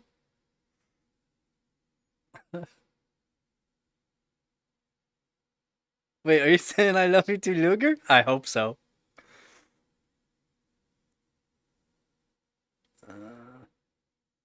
I elephant shoe too. Yes. I elephant shoe too. If you have tech questions, you can take pro over us full. Yeah, exactly. Yeah. Yeah. It's supposed to be a PC hardware. We're not supposed to be talking about each other's feelings.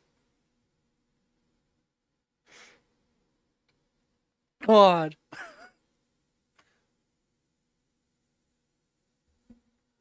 What, Nuggy baby? What? Well, come on. Fuck you too then.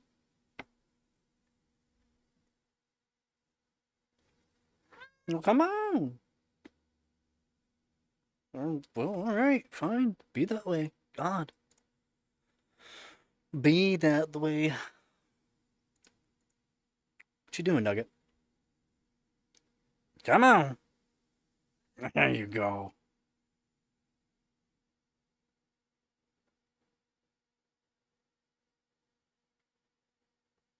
Get comfy.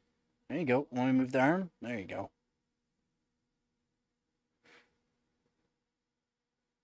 I need some ointment for all the burns. Pepsi Bandit. Oh, come on, Nugget. Show your face. Up. Hey. Up here. Look up. Oh, I can't see still. My goodness. We got the Nugget. Can't see her, but she's here. Purring away. Purring away.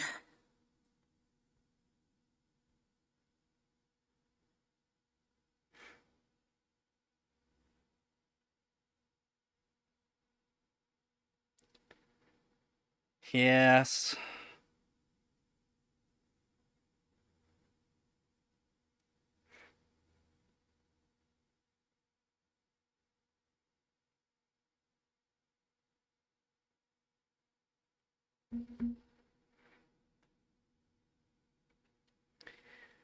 Yes.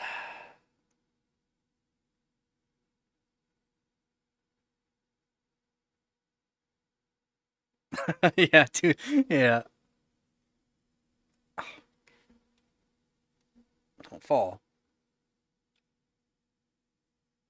That was a critical burn. I was standing too close to it.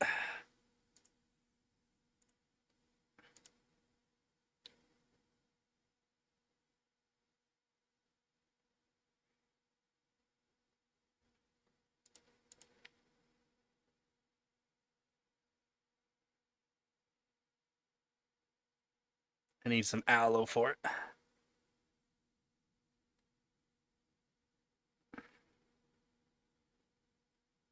Oh, the nugget. Oh my goodness.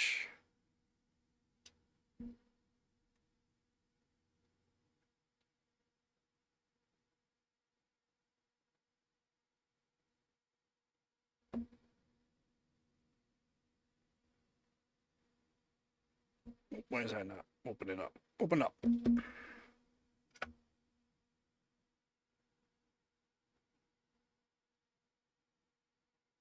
Only a fellow dragonborn can burn like that. Well, guess I'm not part of it.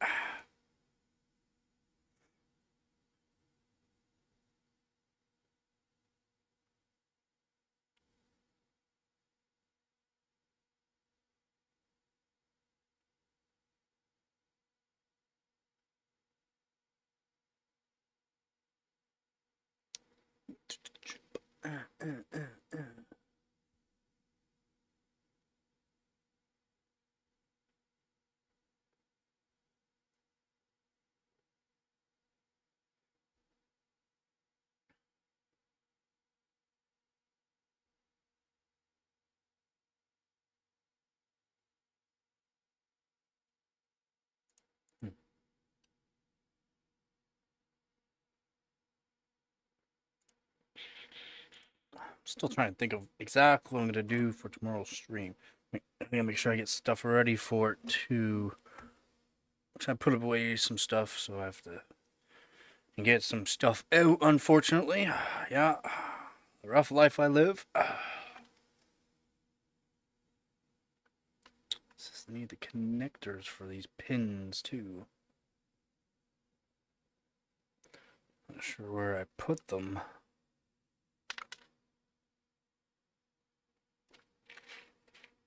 You're fine, Nugget. You're fine. Calm down. No.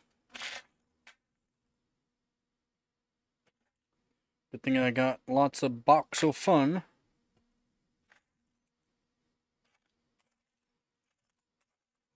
I need the female side for the pins, though. Does anybody need HDMI? Oh my god, I got like, yeah. Anybody need HDMI and display port plugs? I got hundreds of them.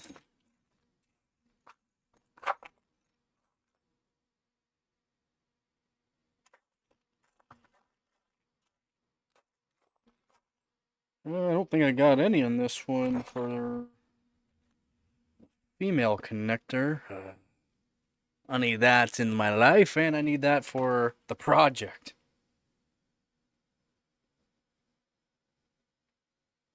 Ooh, the nugget. They're so damn cute.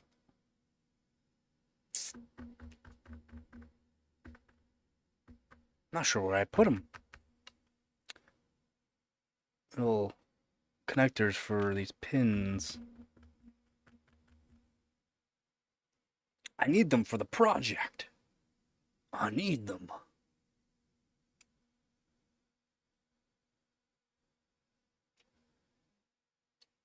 Uh,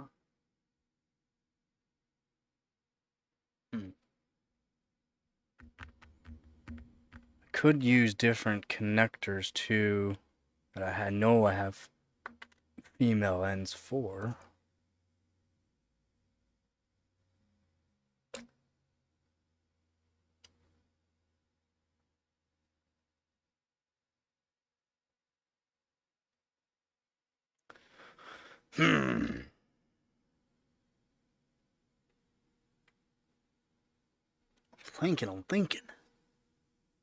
I'm thinking. Nat, calm down. Calm down. I'm not touching your tail's touching me.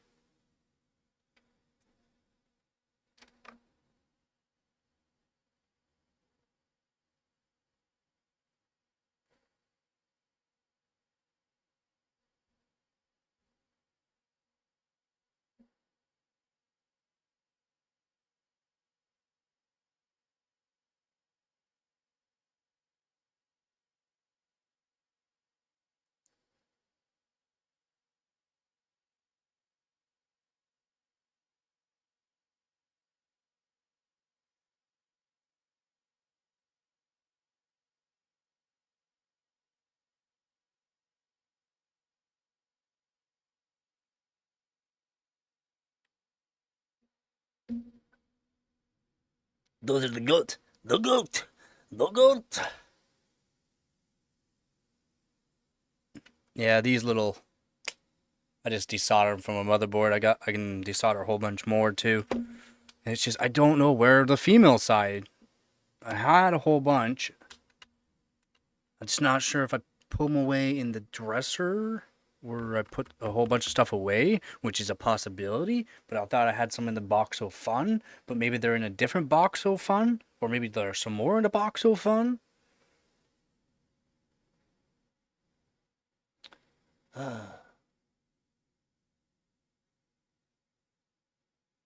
still got PS2, PS and 2 mouse? I don't. I don't. I did. I did. Over the moves though, buddy. I don't. Over the past what 3-4 moves I had over the years, a year, actually a year and a bit now. But yeah, no, I don't have anything. I have so much. I had so much, dude. I had so much stuff. Not anymore.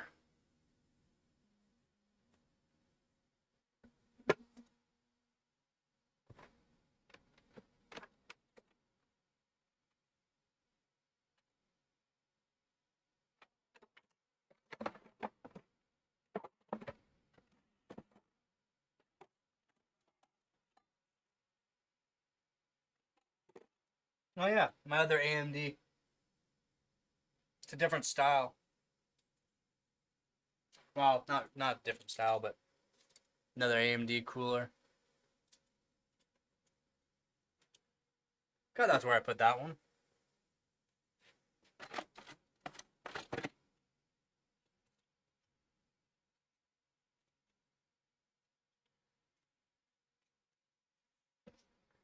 Does anyone know what this is? I'm not showing it proper.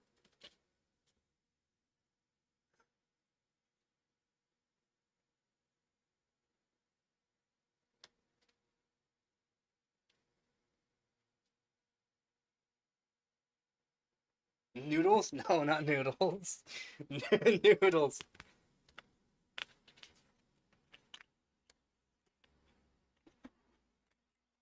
Yep. Extension. Extension.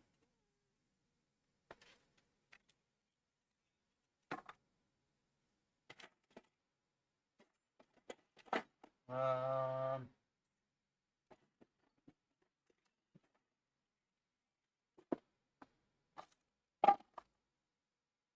Apparently, I don't have any in here of what I'm looking for.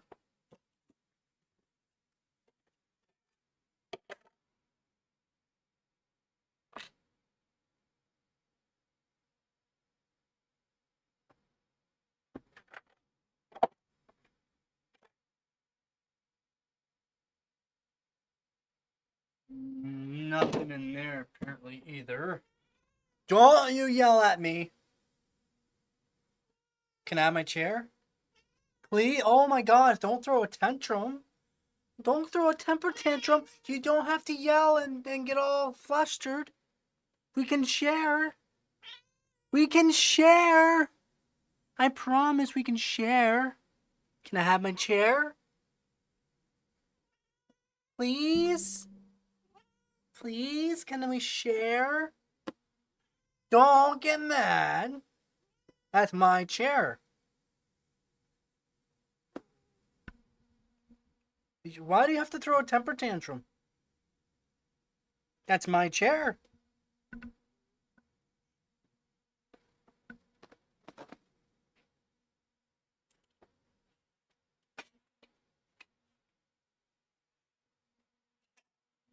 Oh, if we can go back far enough.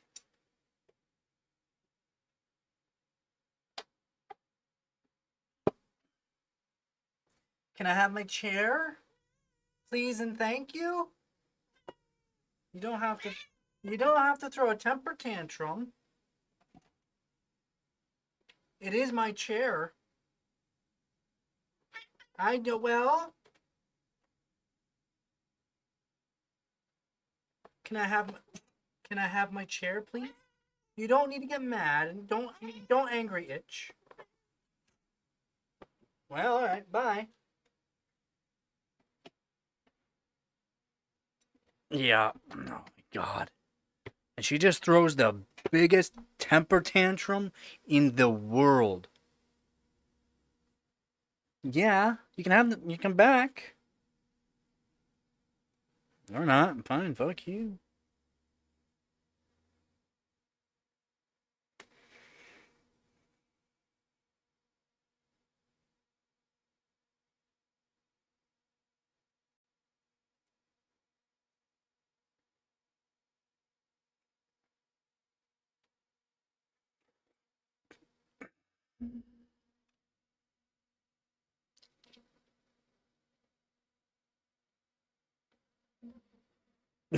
God.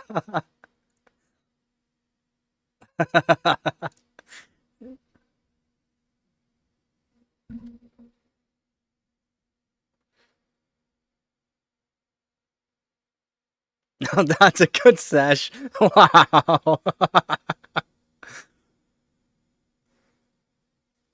Too much Red Bull.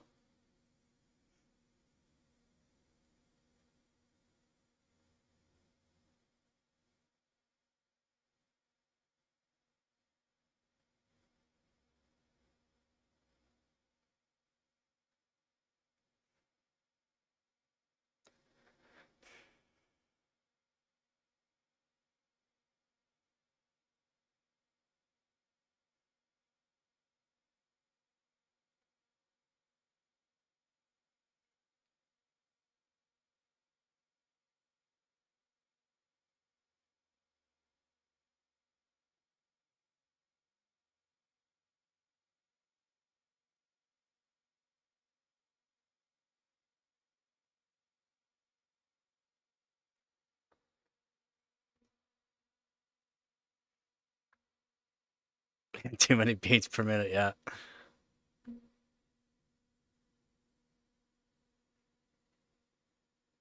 You want to be right around 650 beats per minute.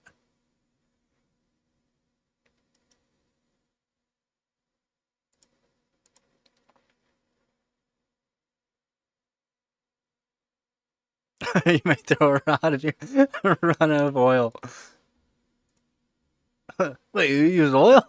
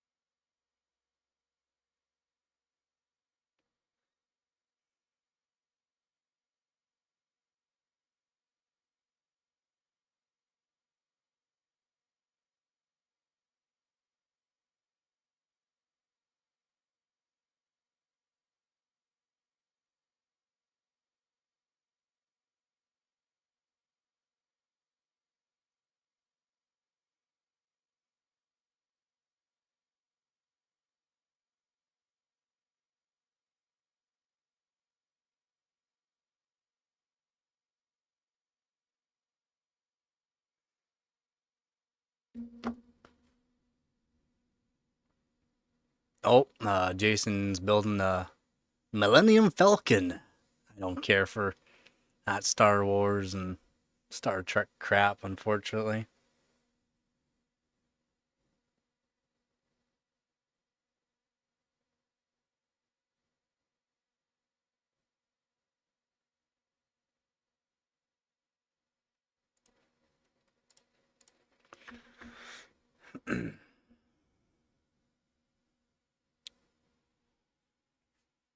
What time is it? It's 7:43. How long have I been streaming for? Not that long, right? Yeah, 6.5 hours.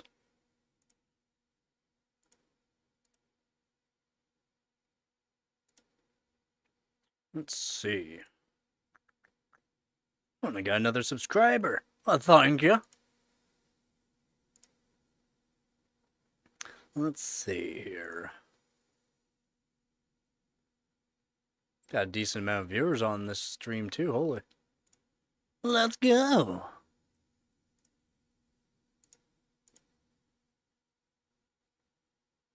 What about Han Solo? Heard he was a lonely man.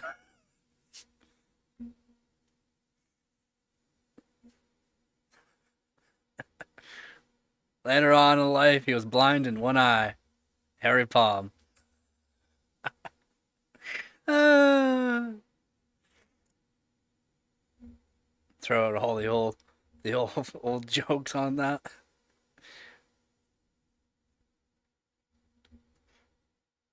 Man, I kind of want another coffee. I'm trying not to drink all my coffee. Man, I got instant still. What am I talking about? What am I talking about? Wait, there's another one I have. There's my other Wi-Fi adapter. It's tough.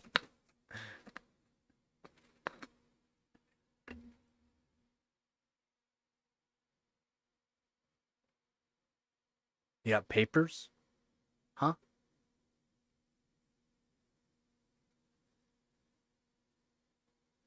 It's tough, he says. After all the years of abuse, I would hope so, Vep.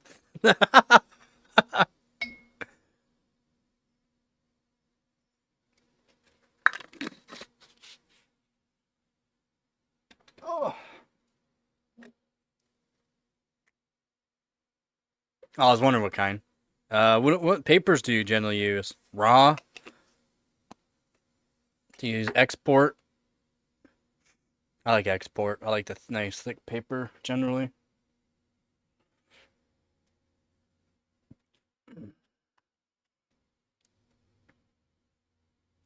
Oh yeah, so fairly thick. Yep. The blues. They're like medium thick papers.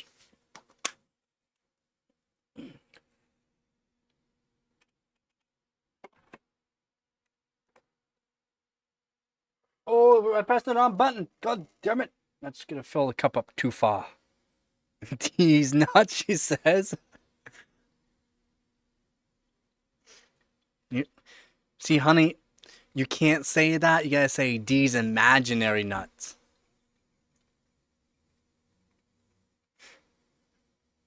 Not the.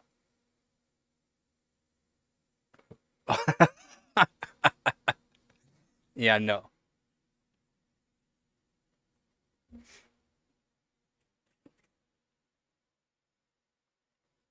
It's okay. I get it. You want to hang. Yeah, these trans nuts. I get it. You want to hang with the boys, but you ain't got nothing to hang. Well, never mind. I guess you do have something that can hang. Can you throw him over your shoulder? Can you tie him in a bow?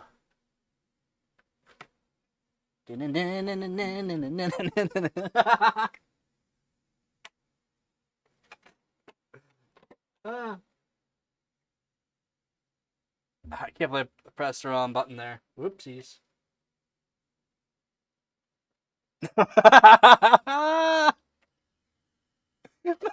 Mike Clint says Hillary Bush.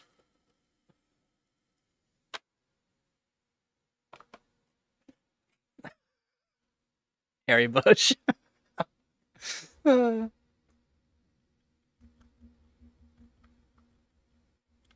Oh God.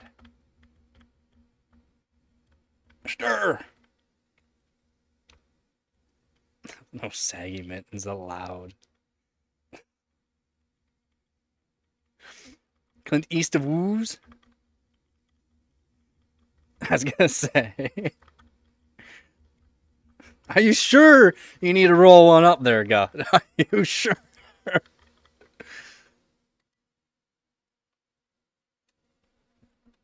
I should maybe be better at typing.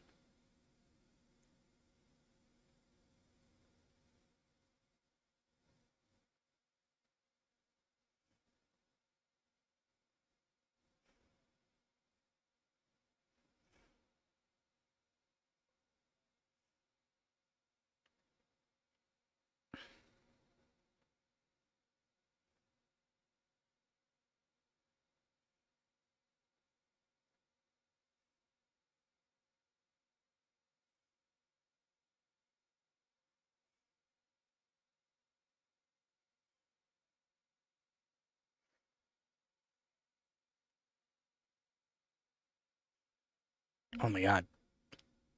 Damn phone.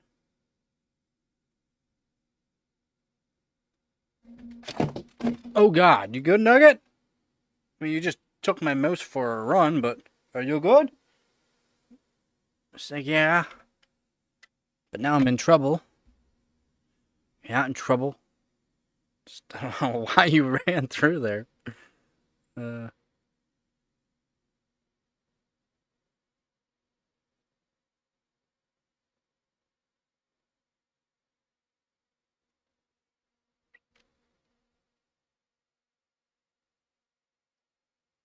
So yeah, it's a max combo. I know dyslexia is real. I'll still make fun of you for it, but that's just because I'm like that. uh, me talk more better than organics. I have to go find my mouse now. One sec. Yeah, I mean, you can't if you can't make fun of yourself or something like that. I mean, you just ain't living life correctly. My mouse. I think it is. Yep. All right, we got the mouse back. Holy this shit! I knocked over Dave. Glad my coffee wasn't there. Probably would have knocked over my coffee.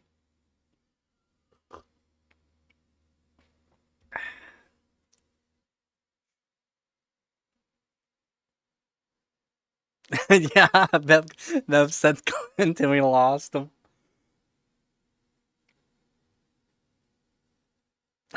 Lesbian in Paris. Because I know what you're saying there. Uh,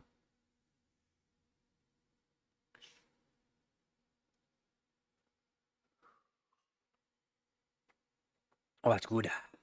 Not bad. Instant. But I mean, percolator's way better.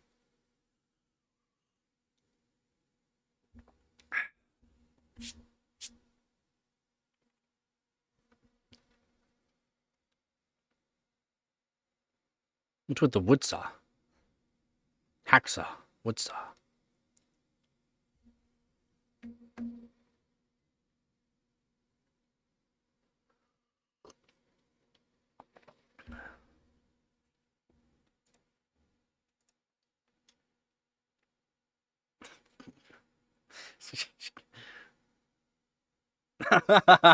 I'm winded, he says.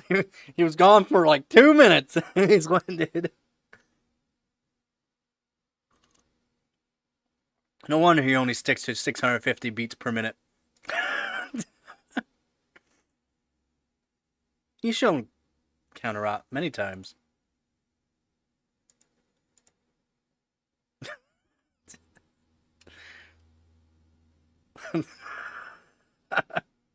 Oh shit. Yeah, he's a good poopy. He's a good little poopy. At first, when Beth first started coming to the channel, he's like, "Yeah, I got counter rot." Like that does not sound good. Like you shouldn't, your counter shouldn't be rotting. Then he puts a picture of counter rot, the Rottweiler that stands on the counter. I was like, "Oh, counter rot, not your counter's rotting." It took me a bit to clue in.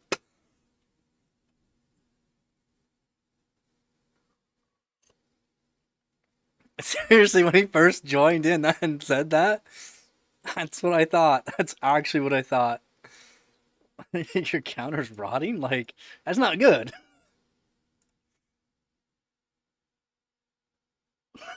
Then, yeah, the picture of the counter rat standing on the counter. I was like, he's about to cook a meal. Yeah, exactly. Yeah, exactly. That's actually what I thought.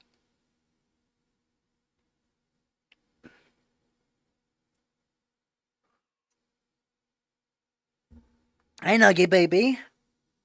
You coming up? No? Alright.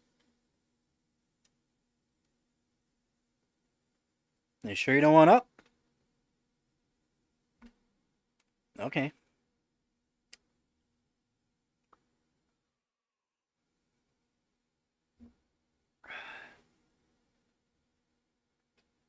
Figure out a way up there, yeah. Pretty easy for a puppy like that to get up there. Hello? That's not how you jump up. I'm not picking you up.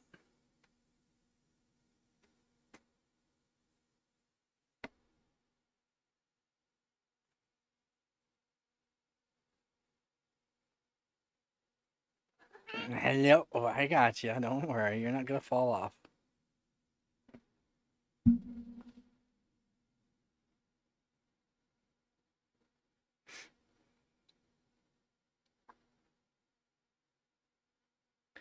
Apparently, Rottweilers like to be on a counter.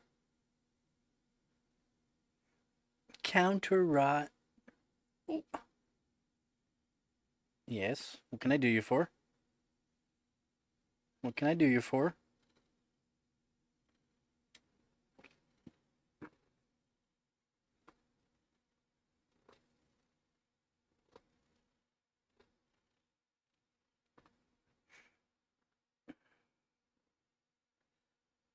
Yeah, see, that's just something I couldn't stand. I just, no, I just couldn't do it.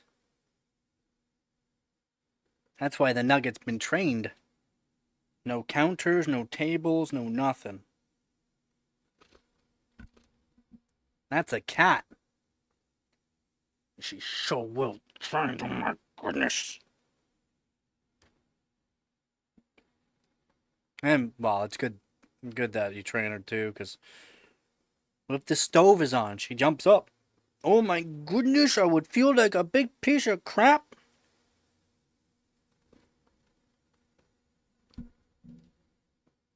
Oh yeah, he can definitely reach.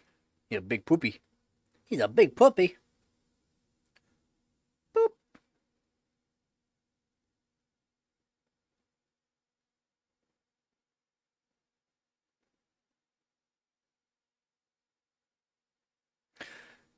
It's okay, Guh. I'm understanding. I'm understanding that issue with your brain, but it doesn't help me understand what you're saying there. Also, hate keeping animal that want out in the house. Out in house?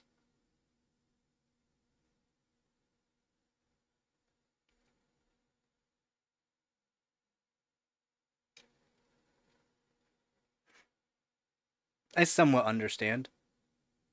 Trying to understand. Yeah, Gabby goes outside too. Ooh, I shouldn't use that word though. She used to go for walks. Or I let her out on one place I lived out on the roof. Wasn't steep at all, but so I didn't mind.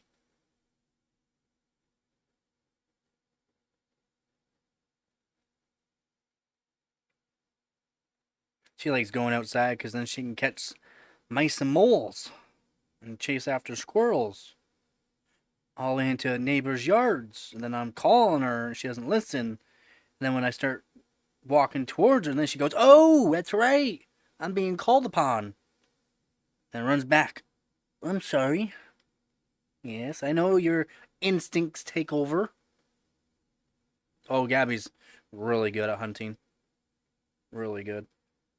She'll catch 3 or 4 of them just by being outside within an hour.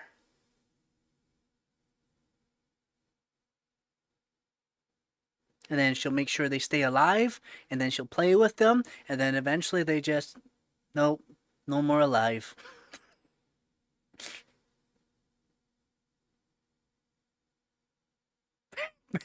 Basically.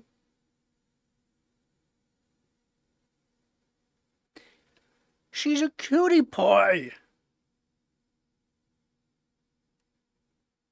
Look at this face. If I let her, she probably would. She's a rescue cat that was like basically a stray when she was very young. Yep. If I let her, she would. It's just in a way, I don't want her to eat them, just in case, you know. Yeah, just in case any kind of like disease and stuff like that. I don't want her to. So I try to take him away before she goes for the gobble up.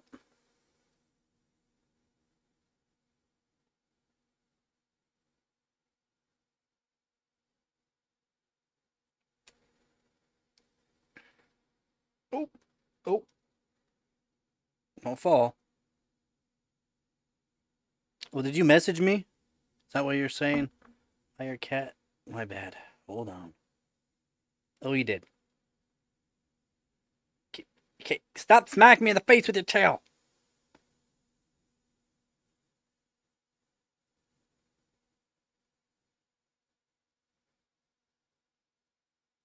Yeah, if like let's say move into a place and there's mice in that place, there will be no mice in that place in one day.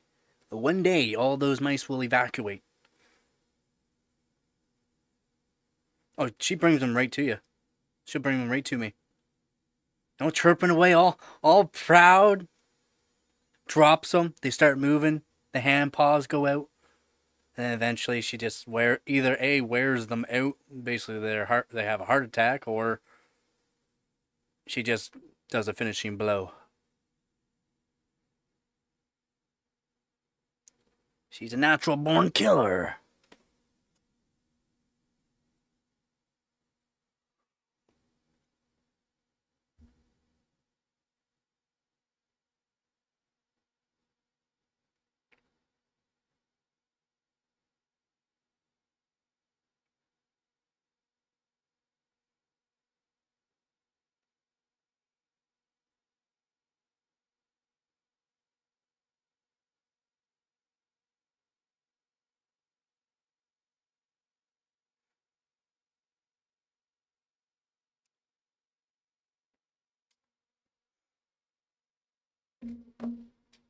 Now she's laying on my feet. Um, not really. Balding Gate 3, no. No, never played it.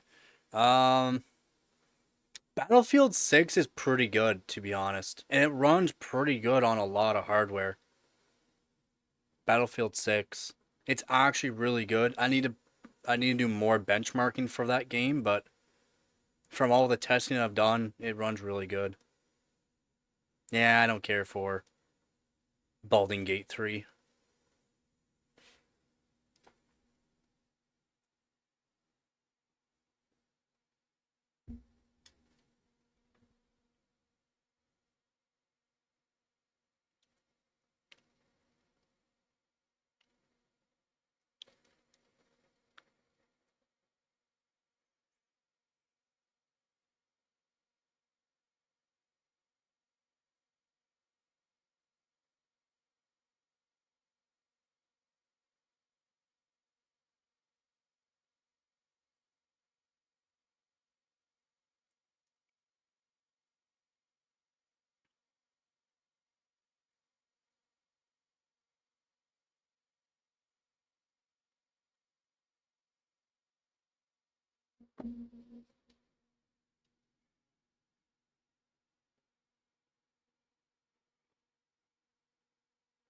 Did you know? Yeah, I've never played it. I've never played Skyrim either. No, yeah, I haven't. There, Vep. Used to be in the artillery and the Marines. Oh wow, 1,000 hours on it for Balding Gate 3. You've literally have 1,000 hours recently. Recently, yeah. Battlefield 6 is really good, even on low settings, 1080p. It's really like it's pretty good.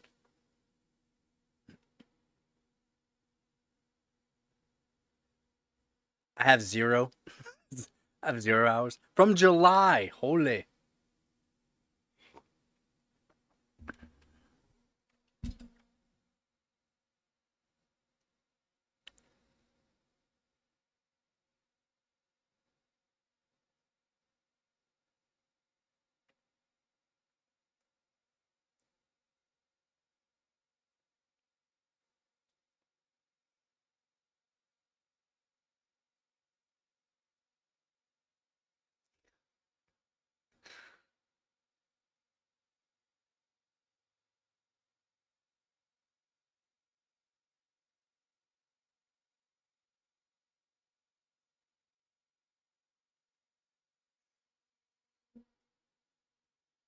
Yeah, I like Shark too.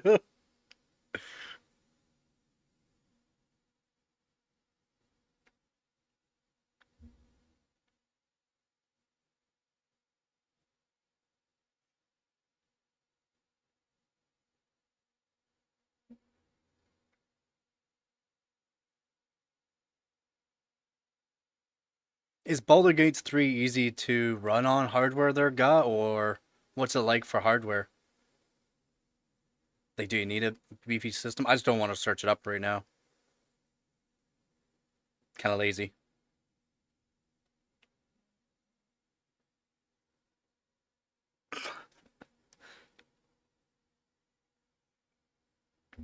Damn.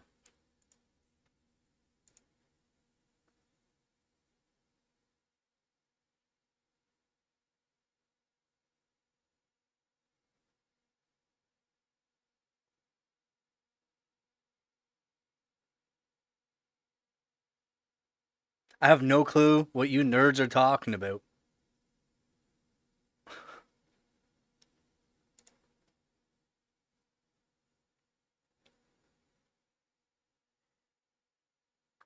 Showed you mostly high settings, 1440p.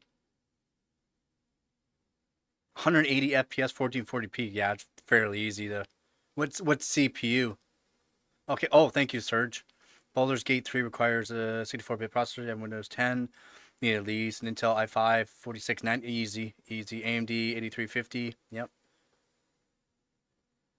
8 GB of RAM, fairly common. NVIDIA GTX 970 RX 480, very all right.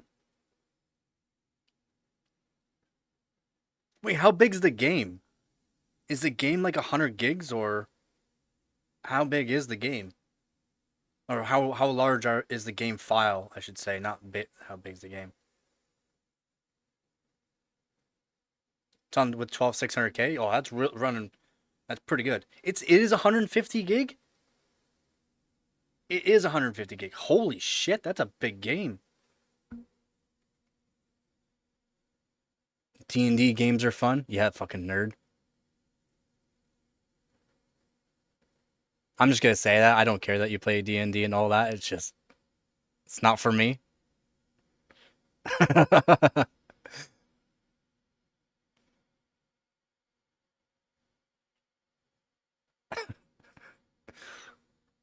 We prefer dark.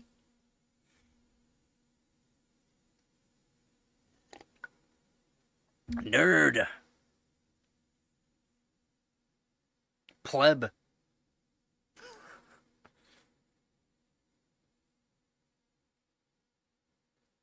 After I finished it, I felt empty. Sounds like Vep after going 650 beats per minute.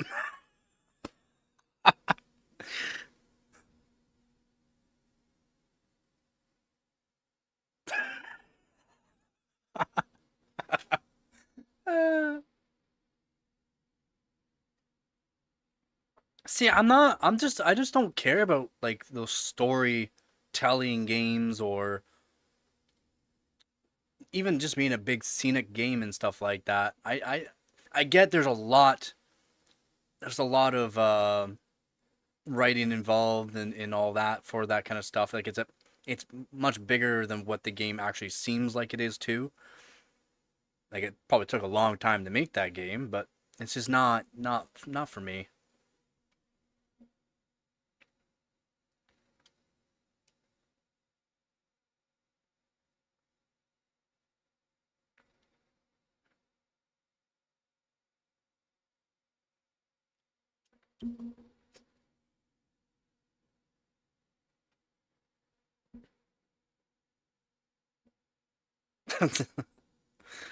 So many games to fill the void.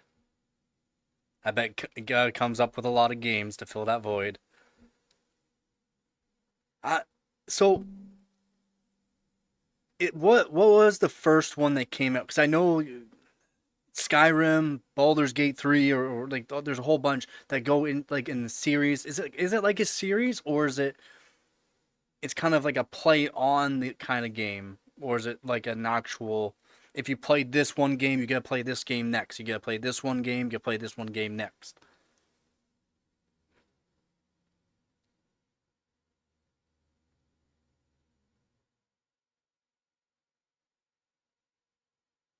I just don't know. I just don't know how those games work. I tried Disco Elysium because someone recommended it, and it was the most boring game I've ever played. Never heard of it.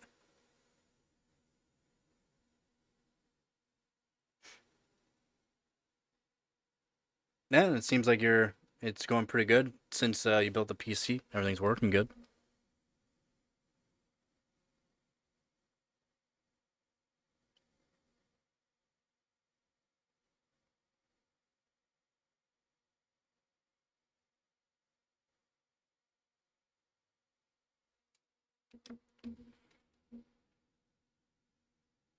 Yeah, yeah. It's not for me.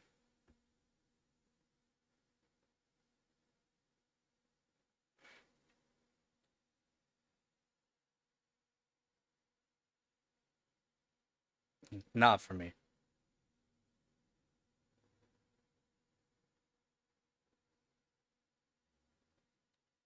Uh, you're talking to someone that has no clue about those games. I seriously don't. I don't know anything about Baldur's Gate, Elder Scroll, Skyrim. I don't know anything about that. I don't love you that much there, Vep.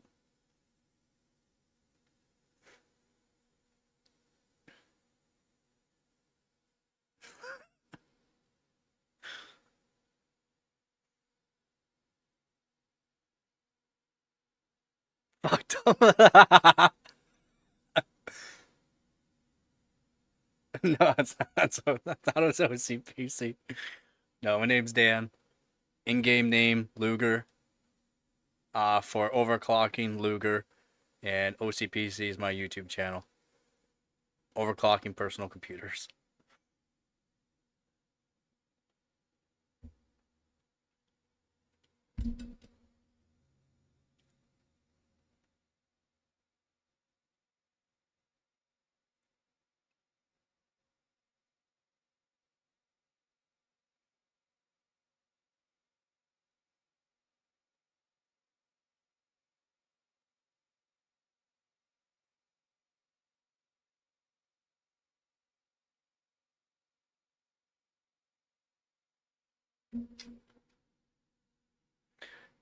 Yep, it is. It is. It is a beautiful German pistol. It really is. Fairly reliable too. But my name's from high school day. Hawking a Luger like a Luger.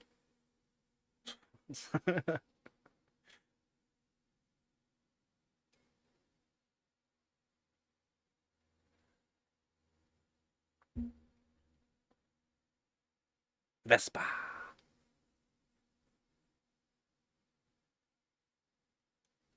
First time I played Skyrim, I got bored. I was upset with some of the changes from Oblivion.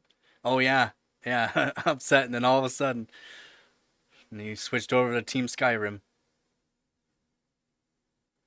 a tag team.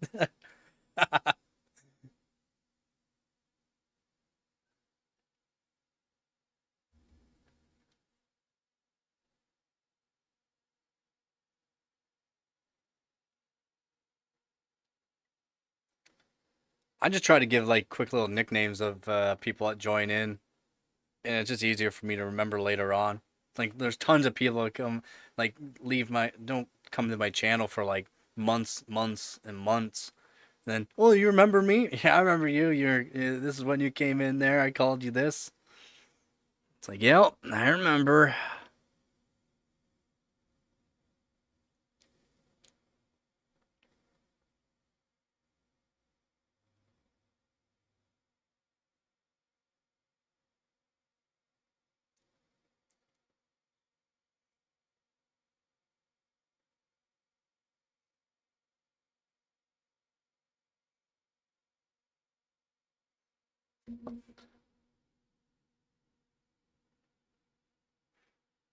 It's a horrible username.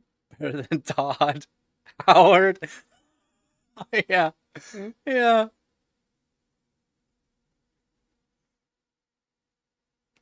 Again, that cursed name forever. Yeah, no, terrible.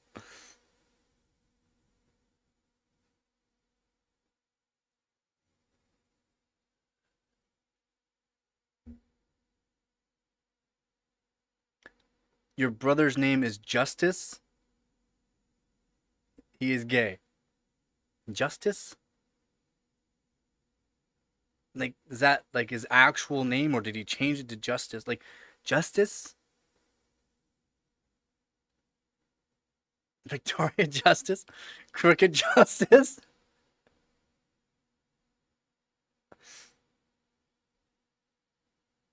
My mom is dumb. She had a dream and he named. Wow.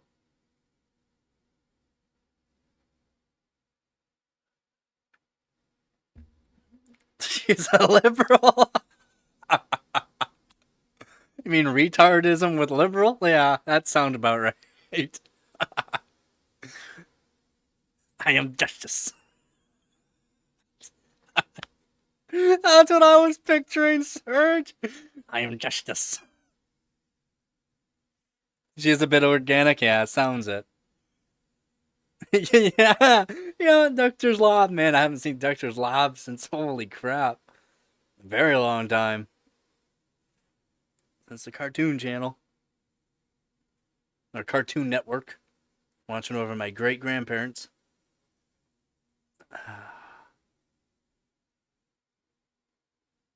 They lived at like that perfect spot where we lived out in the country. We had a crap for TV, so going over to our great grandparents' place was great because they actually had the Cartoon Network.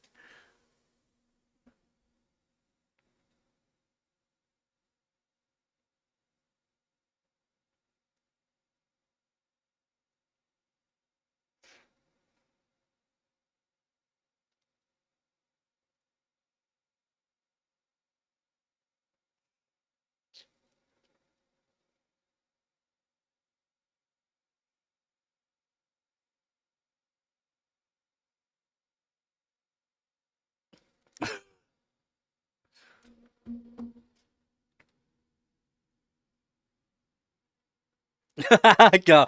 What is your given name? Tell me what's your girl's name? Uh,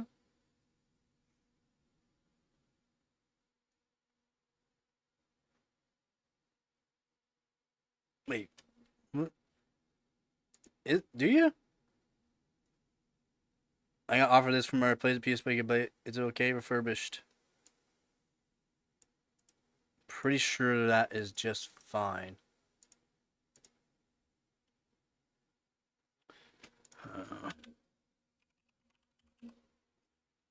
Let's take a look. Gold.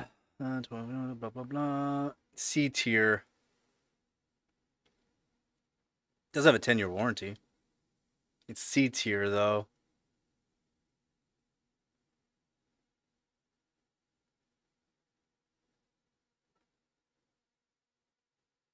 They're putting in C tier just due to the fact there's not enough testing done onto it right now.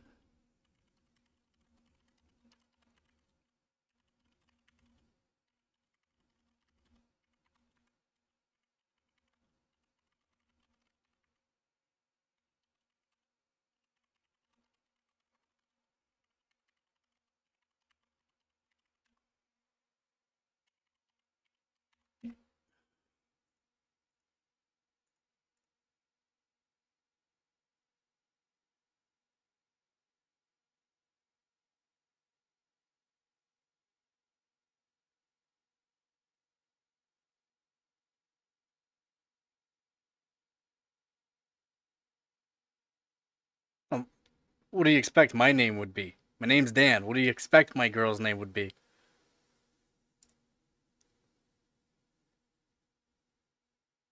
Johina? Gamanda? I like Gamanda. Like casting a spell. Wow.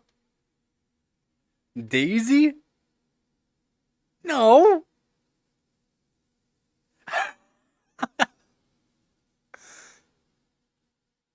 Would it not be Danielle?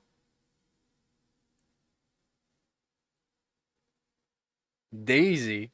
Where's the N gone?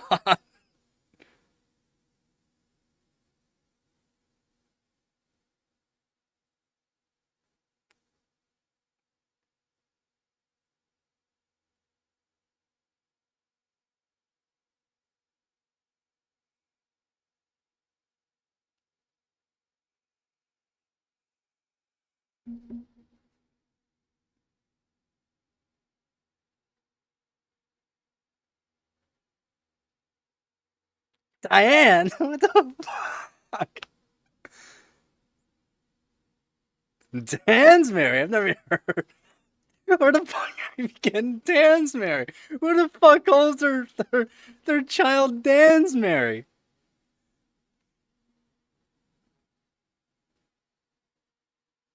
Damn bum Bucolin Lee? What?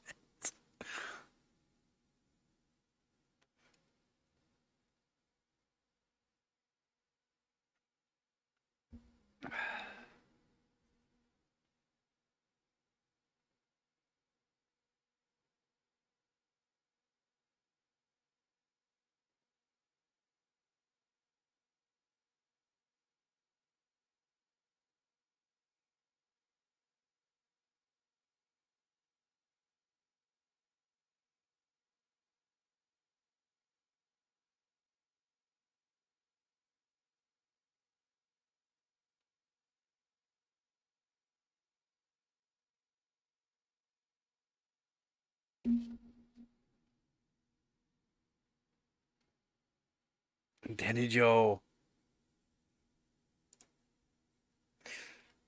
Bam. What? Give me that.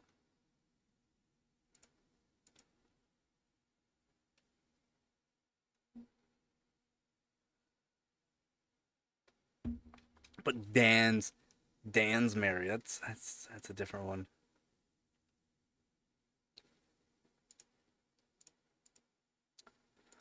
Let's see.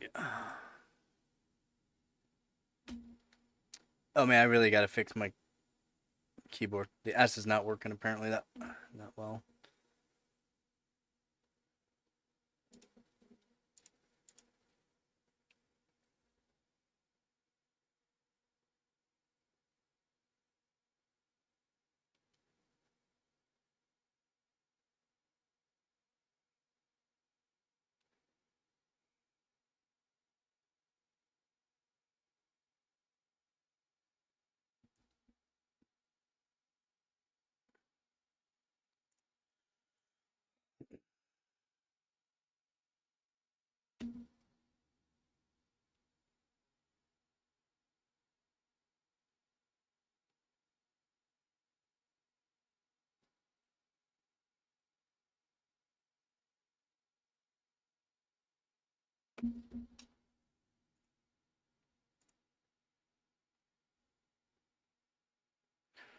Trying to think on what's all I need for tomorrow's stream.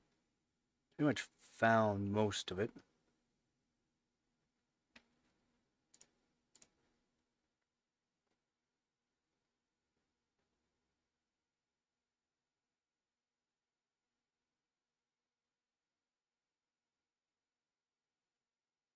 Oh, you had a neutral. You have a neutral name?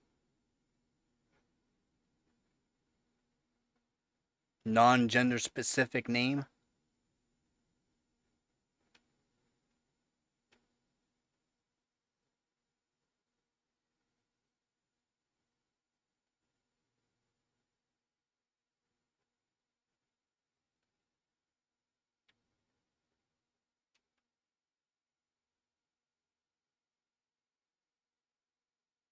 Oh, is it? Is it?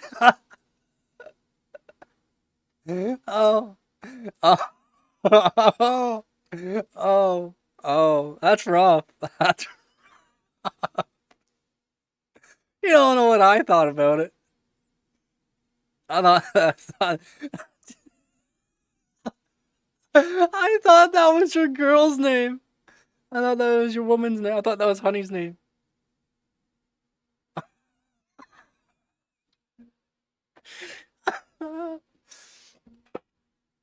Not making fun of you at all. That's what I thought. My name means wild boar.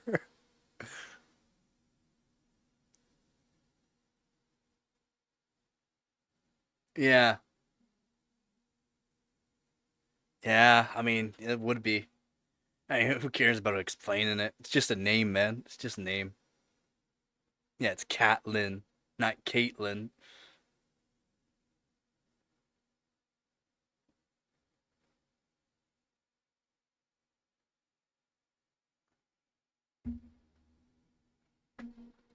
I actually thought it was Honey's name. No, I don't remember it at all, to be honest. I actually don't, which means I probably wasn't. It's probably when I was trying to like making food at one point, maybe.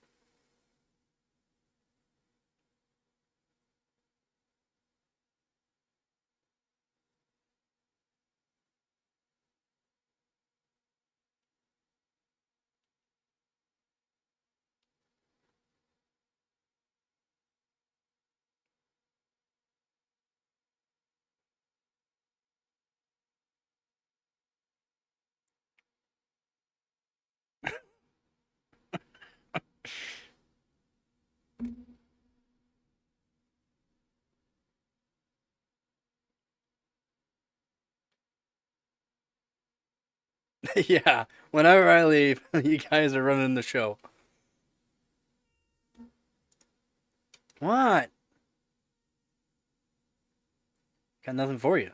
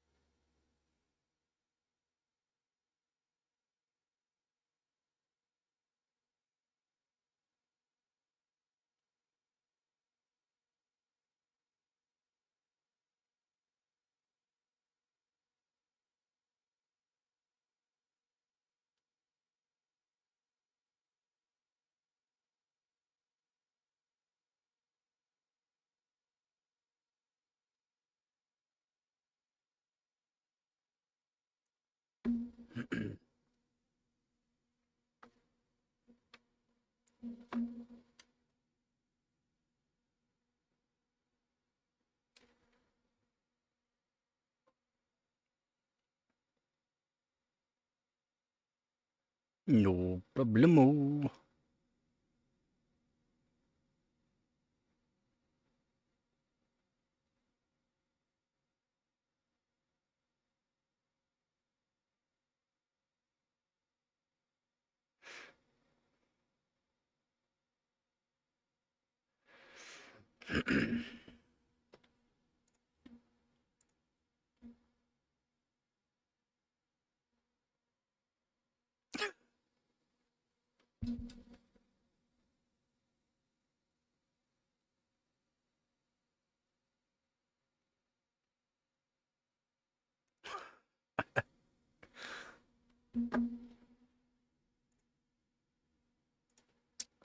Hmm.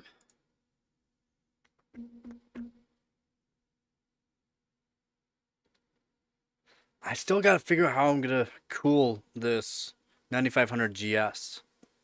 Maybe I can just undervolt, not undervolt, but not have the voltage cranked to where I have it, and just throw on the stock cooler.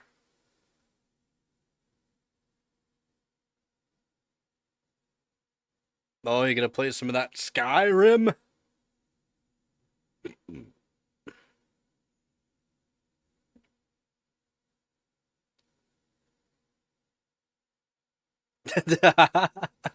A torque is a whale penis. It just comes out of nowhere.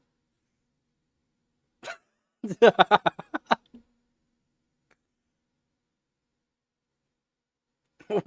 don't want to know what you're thinking.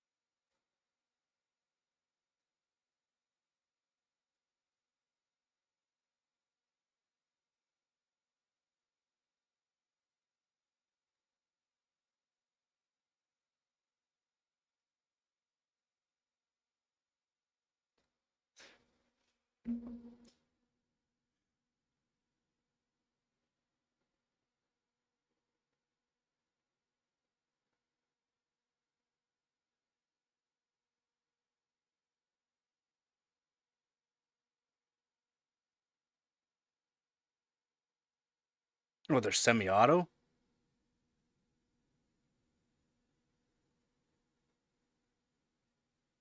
So they're probably more designed for accuracy than anything else then, right?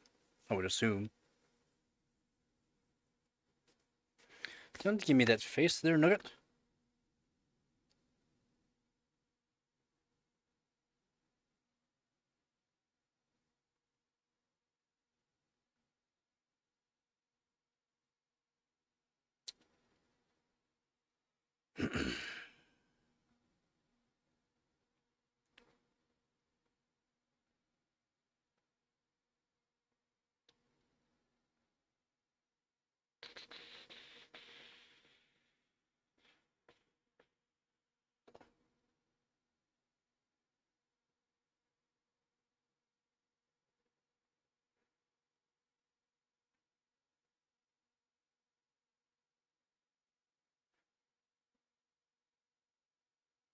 Probably enough that's really even worth describing on because it doesn't help anything at all.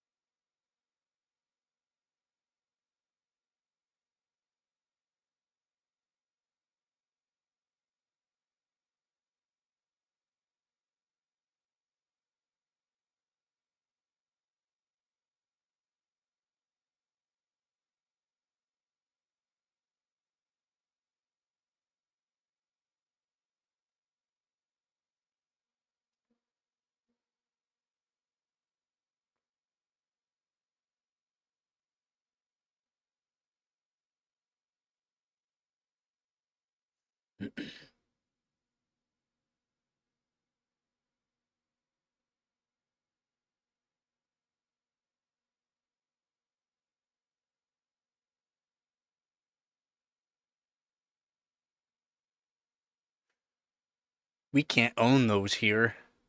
One sec. Hi, Nugget. No.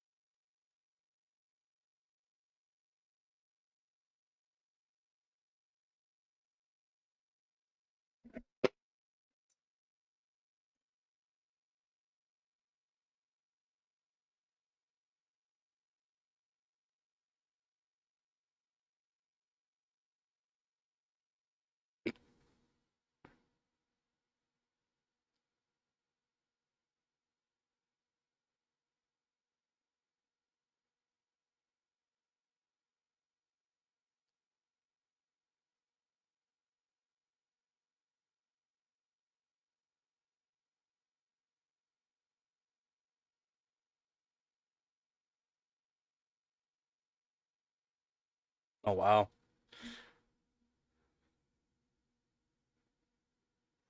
Guessing the engraving's not cheap. Shipping's definitely not cheap, but I'm guessing engraving's also not cheap.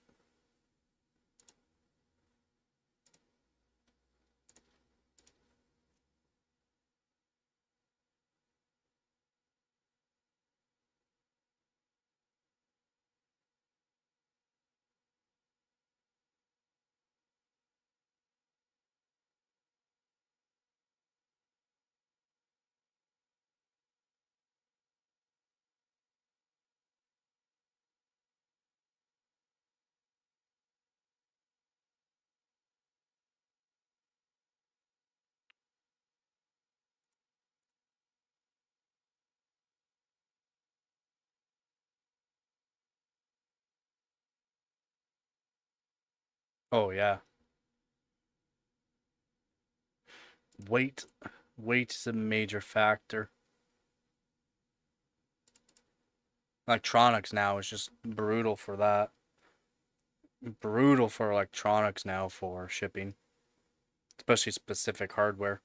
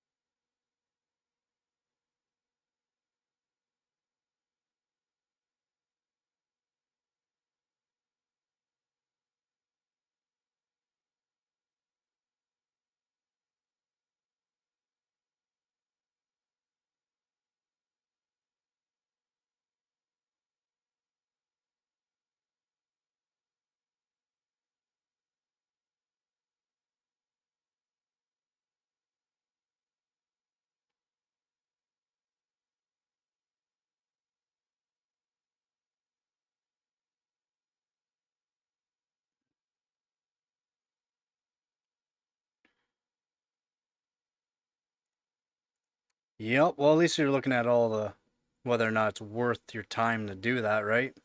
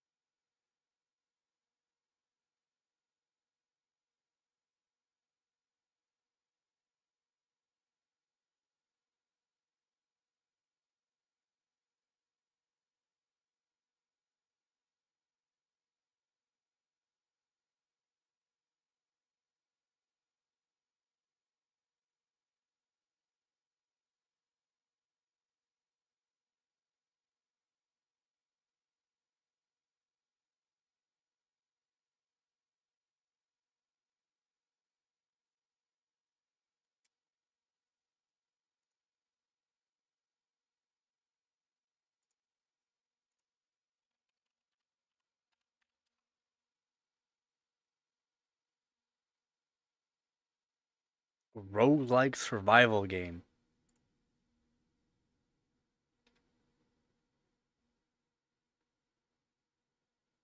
What the hell is this? What is this?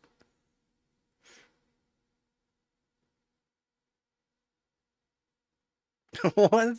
Skeleton on a skateboard?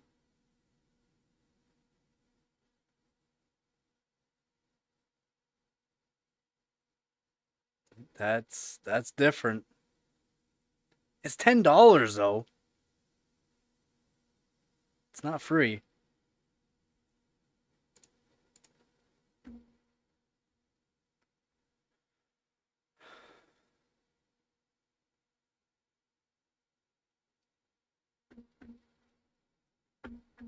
Yeah, hopefully your overclocking goes well on them. There, go. Hopefully. Hope you get some good scores.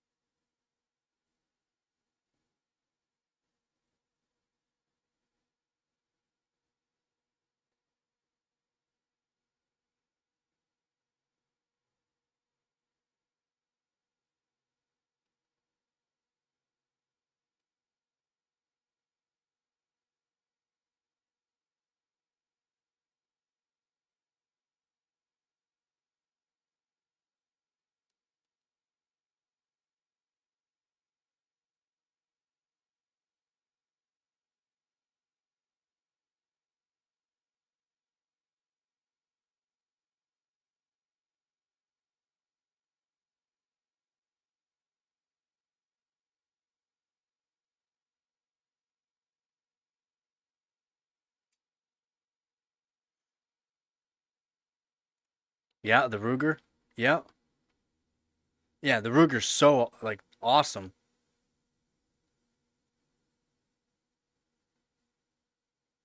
Did you ever use the long range shots for the Ruger? Man, those were like a game changer.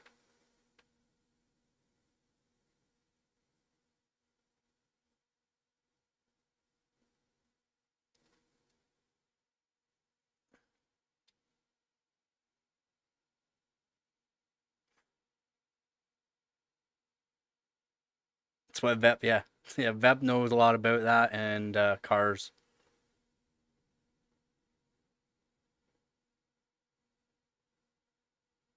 Yep. I've used multiple different Rugers. Uh, uh, one surprising one that's way stronger than what you think is the Ruger 22. But the Ruger 22 bolt action with the long range shot.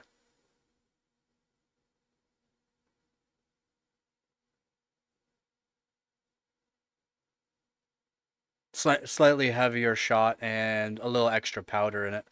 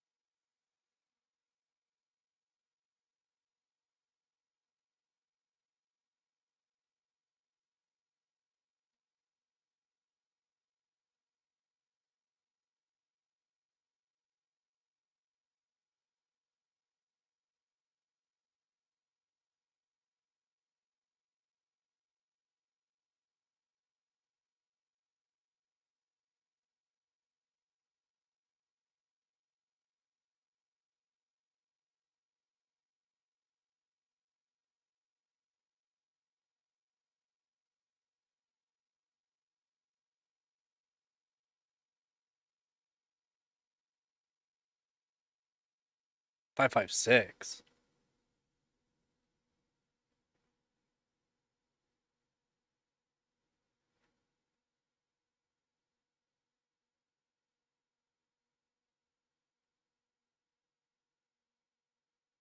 Oh.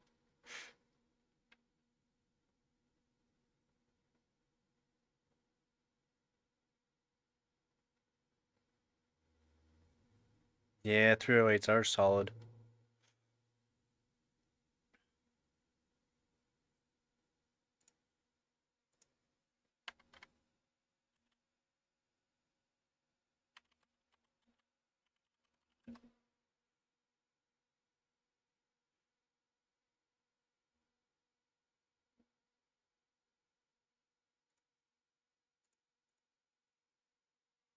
Jason! Yeah, buddy. I heard you put RGB, more RGB in the case. I was gonna drop by and give you a piece of my mind.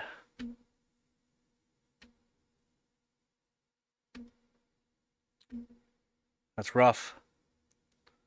That's rough.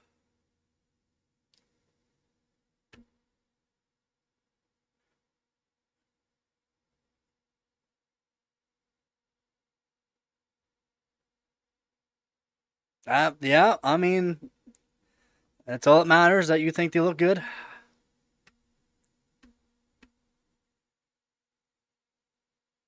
To each their own. To each their own. Surge and Vep, have you ever, you guys, like, I'm guessing you guys have shot 30-06 before. Is there any ones that you like?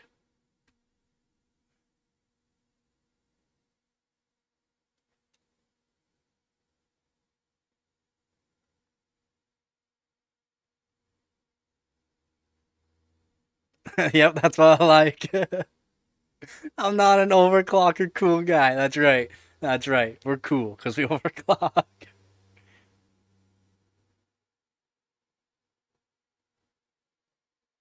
M1 Grand, yeah.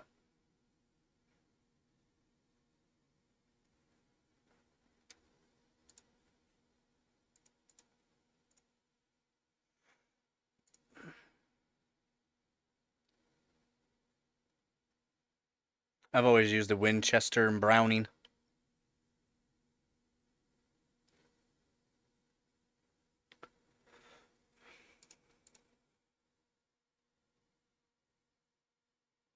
Yeah, I was gonna say, yeah.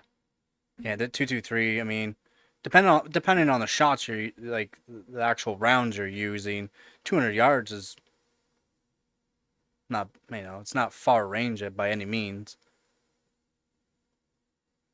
I like long range though.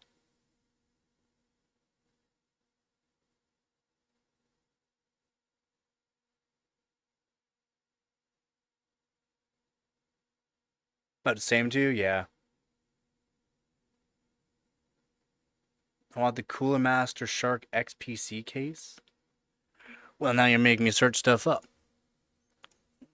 Cooler Master X. Am I typing that incorrect? Shark X case. I think that's.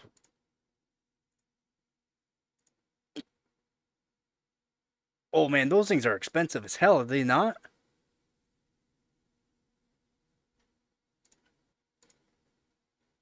Like, are they not expensive as hell? Not you, Vep. That Shark X case.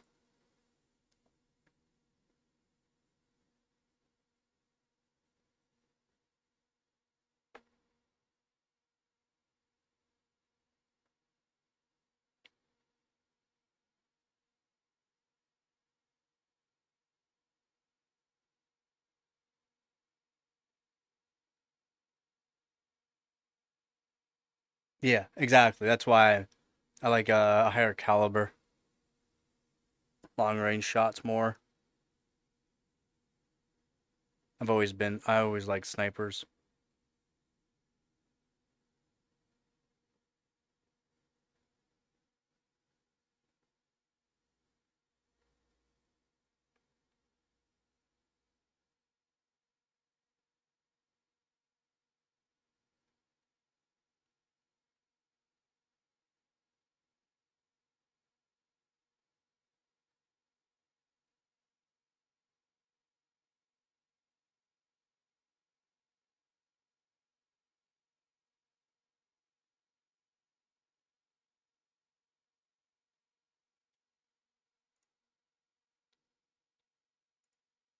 Yeah, but those are different. Those are generally hot shots too, generally for 223s for 700 yards.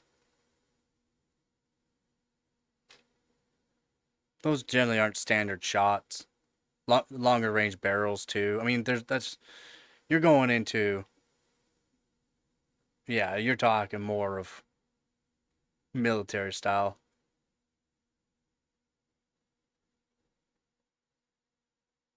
Yeah, not average. Definitely not average. Yeah, 100% not average.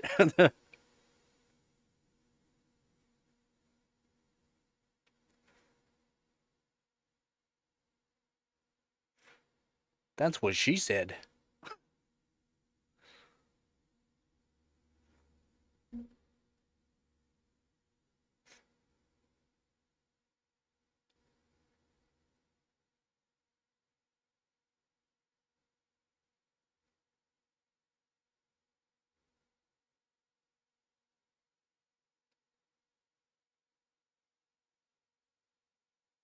Oh, really? Wow. Yeah, well, I mean, they got to test it somewhere, right? So send new stuff to certain groups and see how it does. It's awesome.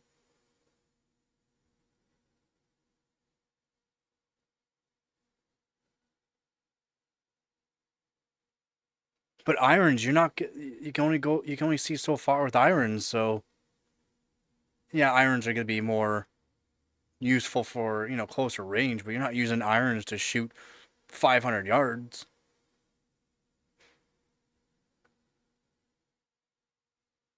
Not consistently, at least.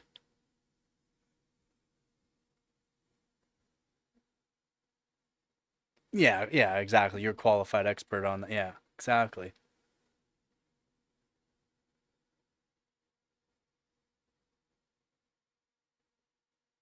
Yeah, but their optics too are generally like a red dot, basically. Closer range. I mean, there are some crazy red dots now that you can get, but Marines generally aren't using irons or red dots for long range. Plus, Marines are gonna be doing more than just one shot at a time.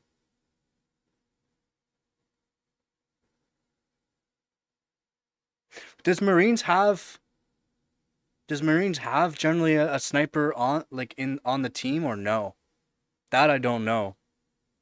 Yeah, yeah, 4X. Yeah.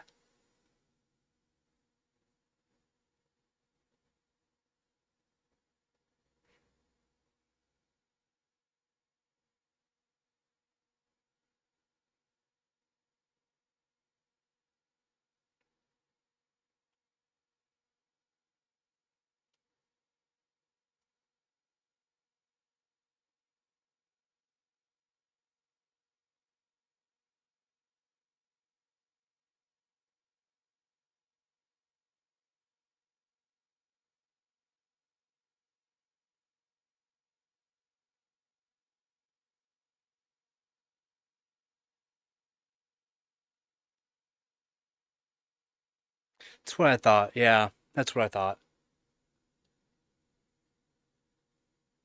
Because like let's say let's say you're going to be there. There is a world war, and you're they are recruiting. That's what I would go in for. I'd be going in for sniper. Yeah. See, I'm not a I like I want to do long range. I want to be that like protection in the back type deal, looking over my team basically. Not that I wouldn't do the close range. It's just I'd feel more at home doing that. Yeah, and that's what I thought. Marine was more of a rifleman. Exactly. Yep. Guardian Angel. It's not that I would be scared to go in and go, stand side by side my team, but when you're farther back and farther back, you got more of a view over everything. You can watch more, and you can actually help a lot better, in my opinion. You can see stuff that your team's not seeing just due to the fact they are closer up. The field of view is just not as good.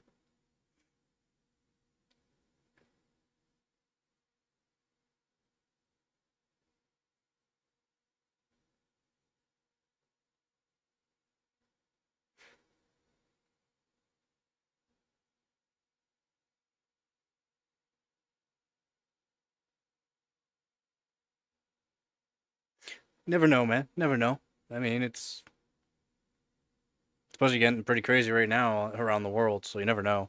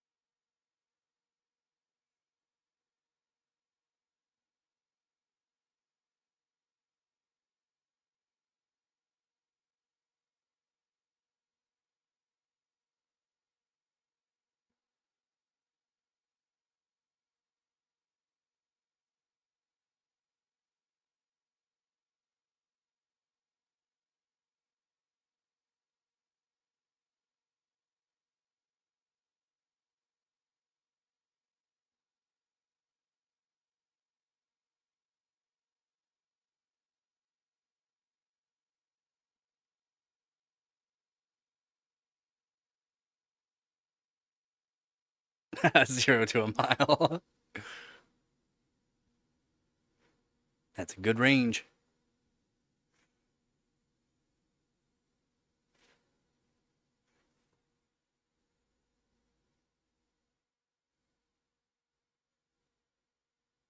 No.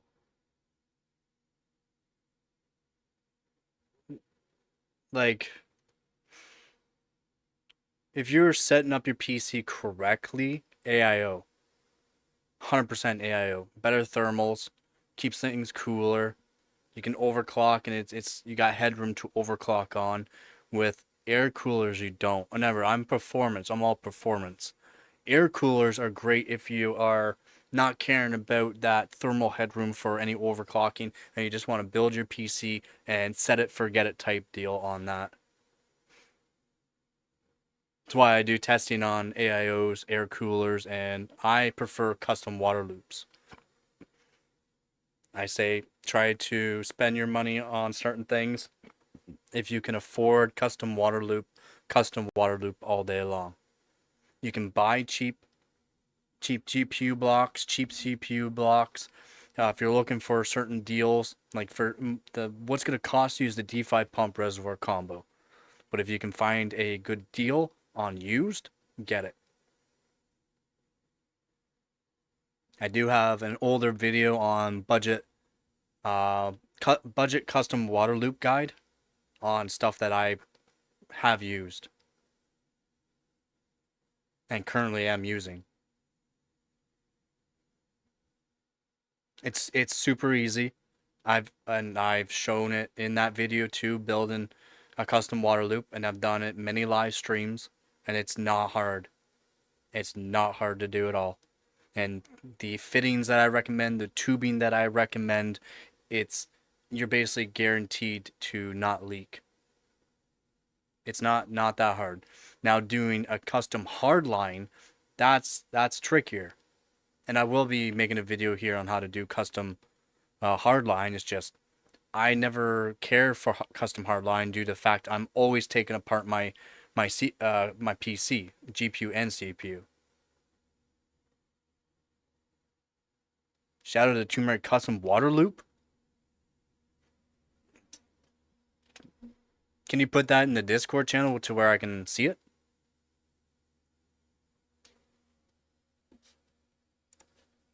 Let's see.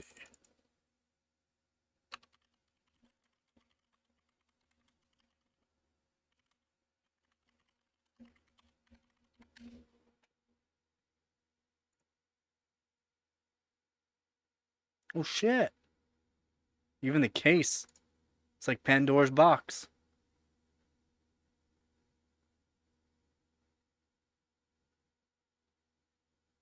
Dude, that's pretty sick.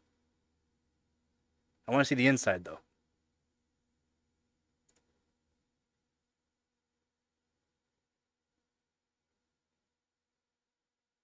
Come on, there's no pictures of the inside.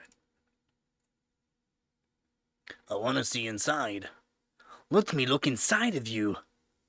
Don't be afraid. Wow, that's actually really nice. Don't be afraid. quad 120 mil fans at the bottom too. Oh, that's in that big ass case. That's a really crazy custom up job though. Holy crap.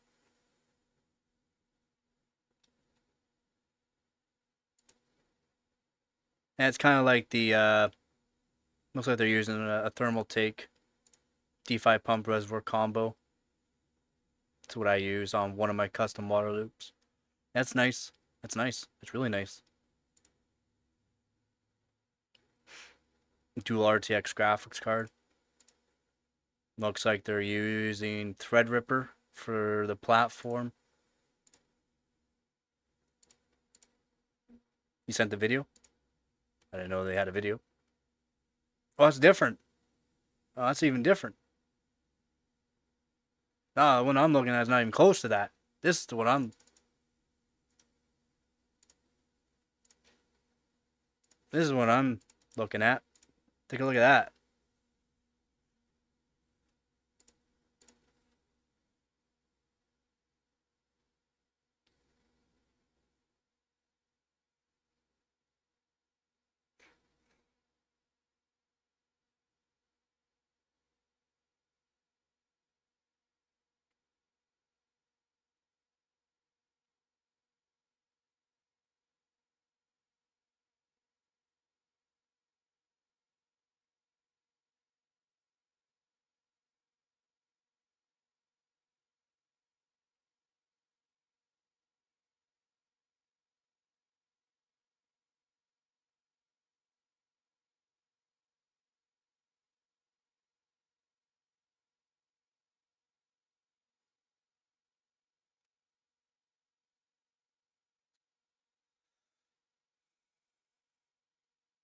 Yeah, there is a lot of AIOs, decent AIOs that are fairly cheap. I mean, AIOs are they're not like expensive to make by any means. And since I mean, there's a lot of issues with AIOs in my opinion, because most of them are not.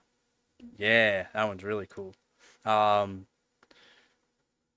most and actually most, if not all of them, all the AIOs that I know of don't use a copper radiator, use aluminum. The water block is always going to be copper. Yes, it'll be nickel plated, but the nickel plating will wear off of it and then eventually expose the copper, which then you got oxidation happen, which then will just clog up the fins because there's such high fin density on AIOs now on the blocks.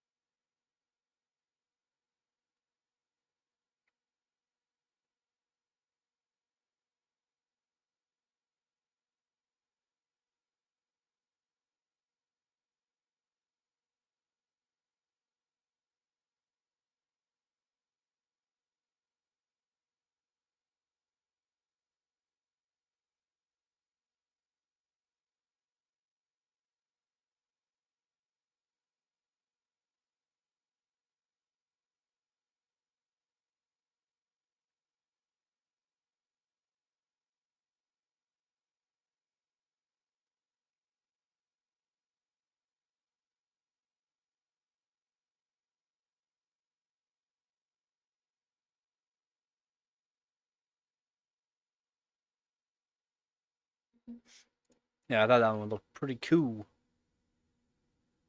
Forgot what case that is. I'm trying to think of the case. It's a big case. It can fit a lot of radiators in it. But it looks like they're basically using the same pump. Oh, it didn't. No, never mind. They're using a 9980XE in that one. Cooling, EKW, CPU blocks. I don't care about the blocks. I care about the actual pump, which does not look like it.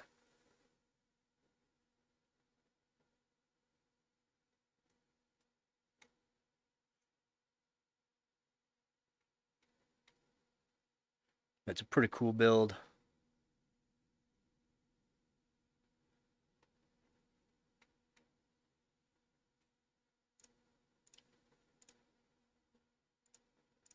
I mean, I would never build something like that just due to the fact, I mean, I'd probably take it apart. One day I would like to be able to build a dedicated streaming PC. That'd be awesome. 100% dedicated streaming PC.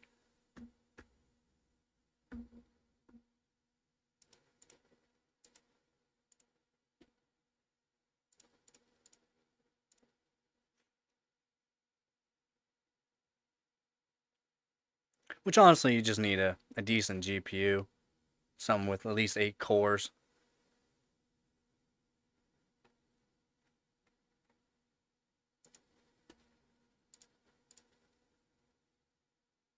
It would be. Just right now, I just don't have the funds for that kind of stuff. That's just way above my means right now.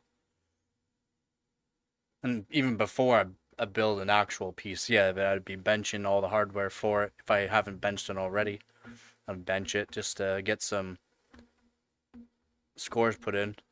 Did you see Markiplier's PC? No. Didn't he make a PC for making his it's not even a real PC.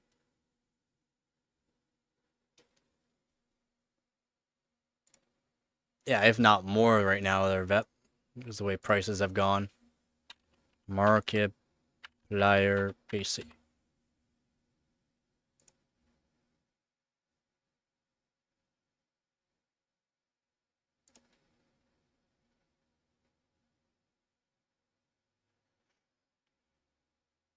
Is it a new one?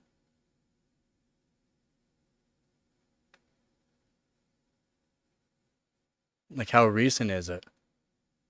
I know he just built something for his movie that he made. That cost him quite a bit too. You gotta put that in the Discord as well because I can't actually find it. I don't know if you can find it.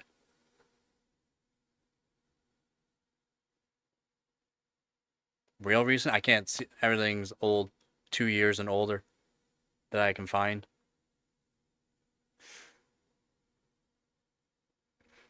I don't know how much my PC would be right now, especially what's all the hardware that's in it right now. Vega 56, 2080 Super, EVGA Hydro Copper, 2080 Super, dual custom water loops, 13900K, Z690 Oris Master with a custom mono block, and 48 gigabytes Corsair Dominator Titanium, and 980 Pro 2 terabyte. I know I paid so 1,200 for the both custom water loops. What I paid for the CPU, so CPU and that 600, 800 for CPU, motherboard, and custom mono block. So there's 2,000. RAM I paid 340, so 2340, and then 300 for the storage, so 2640. 2640, and I don't want to know how much it all costs now.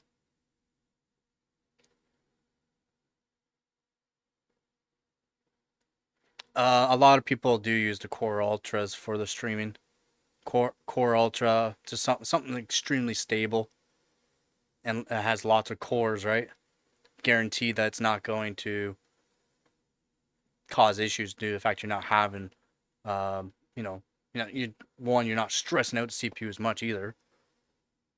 And then also for streaming, you generally just need a 30 series graphics card, and I do suggest like a 3060 or higher. Just due to the fact encoder does kind of get played on with the actual performance of the GPU, even though all encoders and decoders are the same.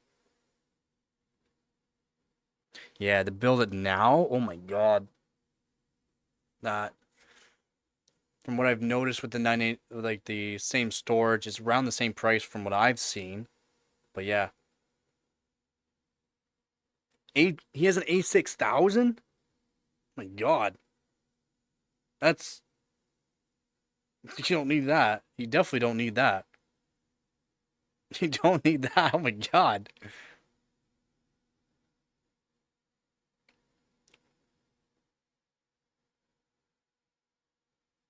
Yeah, you don't need an A6000.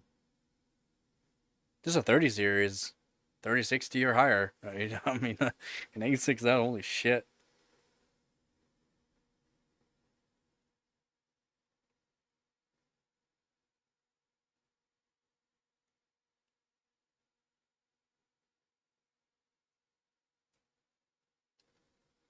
Um, so, oh no, oh my God. So that was just for the CPU and that's not even including, so 2640, RX 556 I basically got for free, but they're worth $100, and that's roughly what the router was sold for.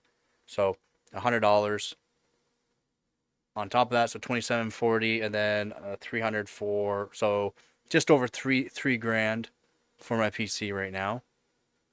And then 2080 Super now is about 600 for the model that I have. About 600.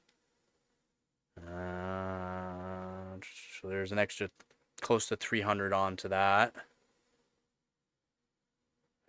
RAM, so we're talking about now 4400 now.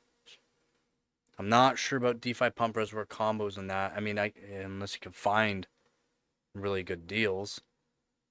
So it'll be around 5 grand now. 5 grand. I know the custom water block, I looked at it not too long ago. That goes up in price. That'd be over 5 grand from my PC right now to build it. And used parts too.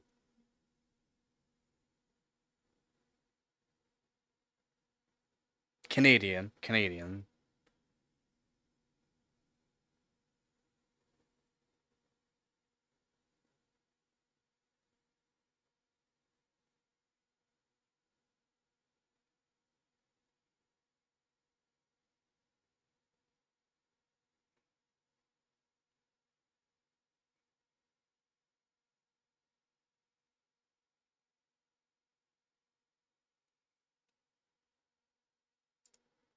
Yep. And that's not even putting in my 3070 Ti that was $1,600. So so just over 3 grand, and then let's say I got rid of those, put that back down to 2740, put 1,600 onto that. There's over 4 grand if I put in like what I paid for all of it, just for if I added in the 3070 Ti instead of what I have in it now. That'd be over 4 grand. And then I'd actually lose money on to it because you get 3070 Ti's you can buy a lot cheaper now.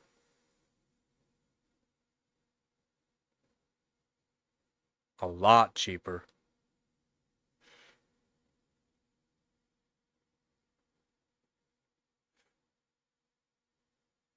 Yeah, man. Kind of sucks living here in Canada for a lot of things. Just things are just astronomical prices, and always have been. It's not like that's really been change really. For the past like 10 years, everything's just been crazy prices.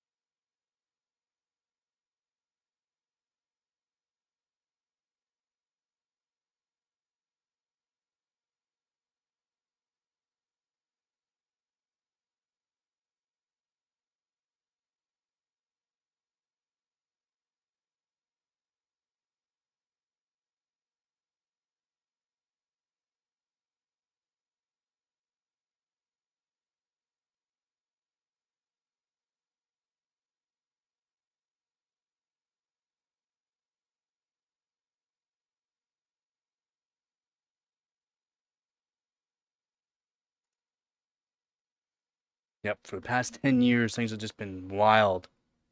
Wild for prices.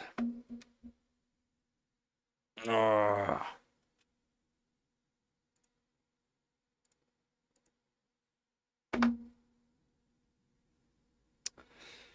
Yep.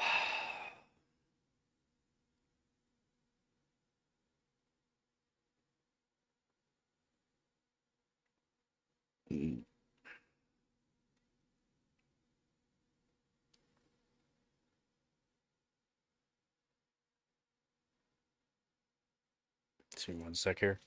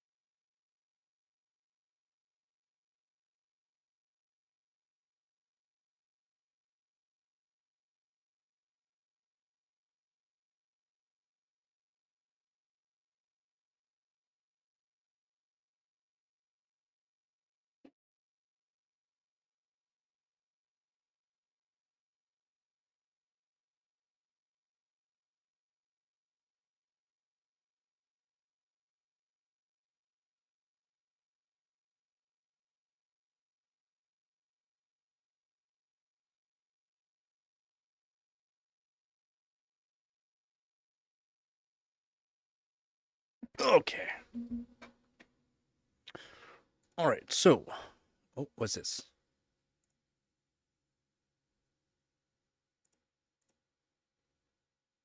Okay, yeah.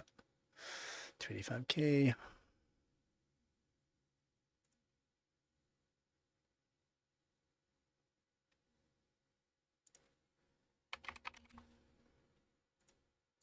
Wild.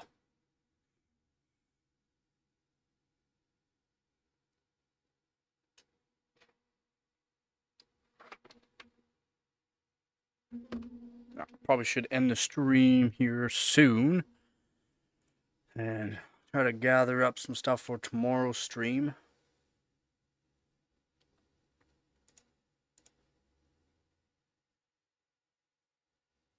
Now, he asked us what games we play. Well, I'm pretty sure he plays all the same games you guys do.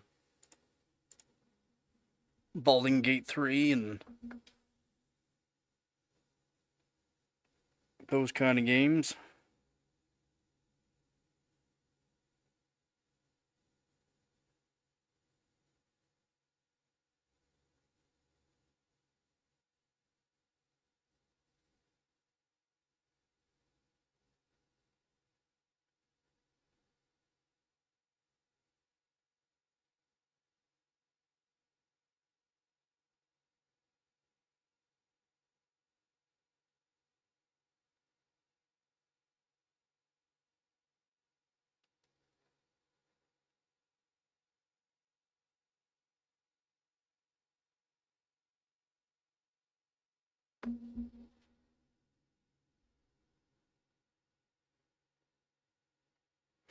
Tomorrow is what I'm thinking of doing, yes. But I also want to do part of that stream doing the modifications for the multimeter.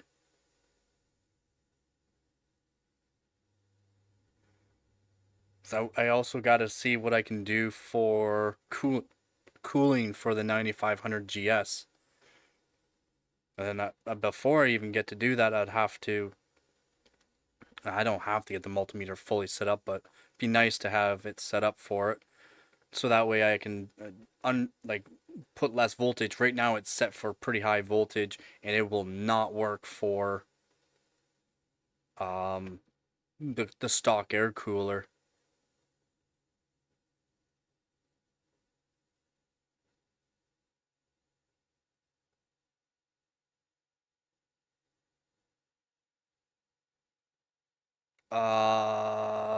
The ones yeah, the GTX. The only hardware I've bought over for a while is the GTX 260, and yeah, that one, it doesn't have any. I took all the capacitors, everything off of it. There's something wrong with the core. Core probably went on it or something. Oh, the multimeter, yeah. I accidentally destroyed one of the diodes onto it. I could technically fix it if I can find the diode. I can't find the diode. And then I'd have to make sure it's the correct diode, or else it could destroy more of the multimeter. The multimeter technically it would work if I can get a new diode. I just can't find the diode. And the diode would be like $2 or $3. I can't find an SD330 diode that's a 3-pin. Everything I've looked up looks wrong.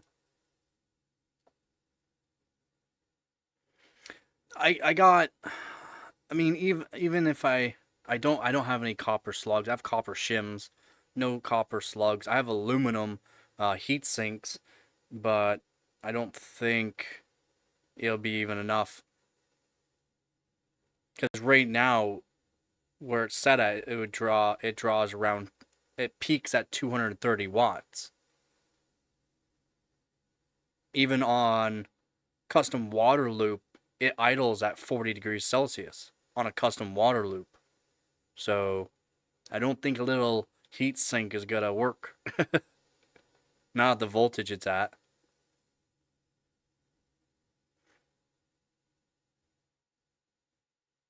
Yeah, that multimeter's right here. It was my own fault for breaking it. I plugged in 12 volt. It's not technically 12 volts. It's like 10.1 volts. The voltage wasn't the issue. And I was wondering if it was going to be the issue for amperage. Too high of an amperage from this when I was powering it with this battery, and it worked for quite a while, and then eventually it went due to the fact the diode was overheating, and I couldn't tell. But yeah, the diode, I've already removed it. The diode went onto it, and I've been trying to find a diode for it, but I can't. It'd be so cheap too. And eventually maybe I can find a diode for it, like the proper diode, or test out diodes that might work for it and see. But I need another multimeter. I need an actual multimeter to test the diodes to make sure they're correct. So I have no choice, and I'm getting the exact same one because for the price, they're unbeatable for the price for the ones for this one here, which is the Astro AI 6000 AR, or DM 6000 AR, which is 6000 count. But maybe I can, with my other multimeter, find a diode because I have lots of motherboards, GPUs, and other means of hardware that I can salvage maybe a diode off of. I just need another multimeter to test them all. So when I get that, maybe, and then I would have two multimeters, and that'd be even better having two multimeters because then I can voltage monitor the core and the memory at the same time.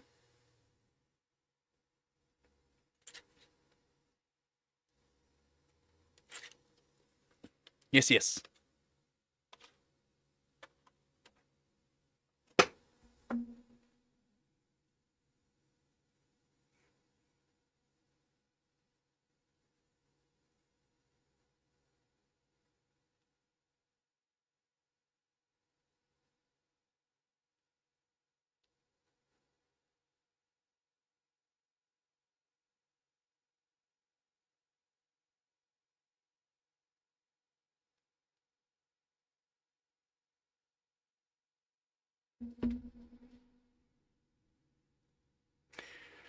Yes, so now I know not to use a big old lithium battery that might have too much amperage on it. It worked for quite a while too.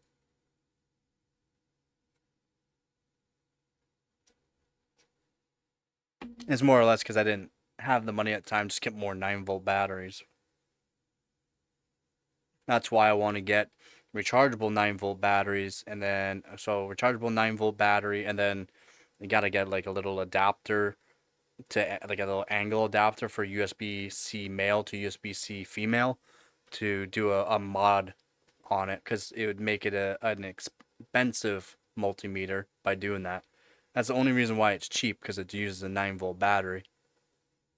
It doesn't have special rechargeable battery put in place. So yeah, it's a good multimeter. That's why I'm getting another one. The exact same. And it's been tested against Fluke. Many people have tested against Fluke. It's comparable for the price.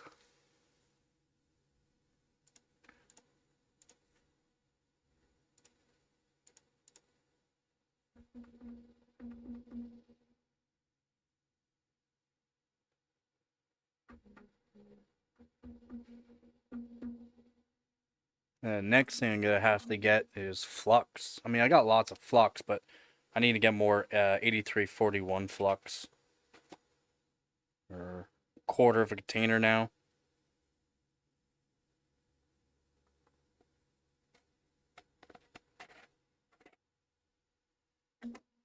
And that's a flux I like.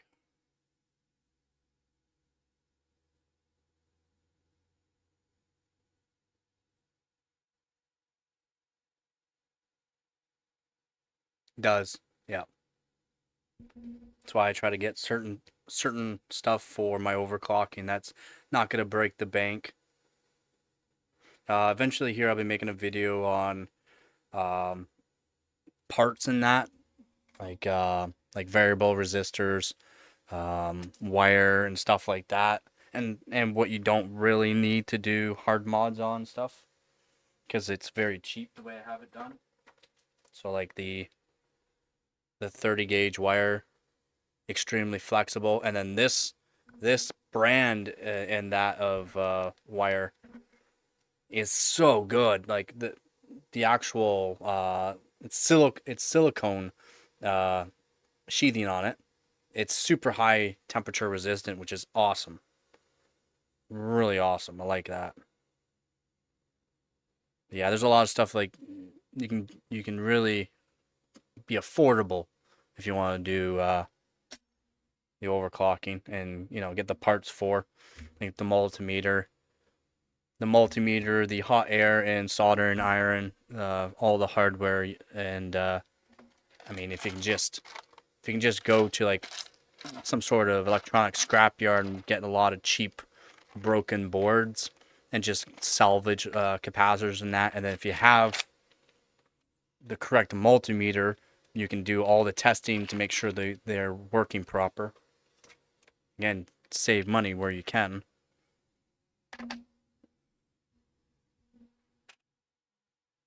So I would like to make a video soon on that as well.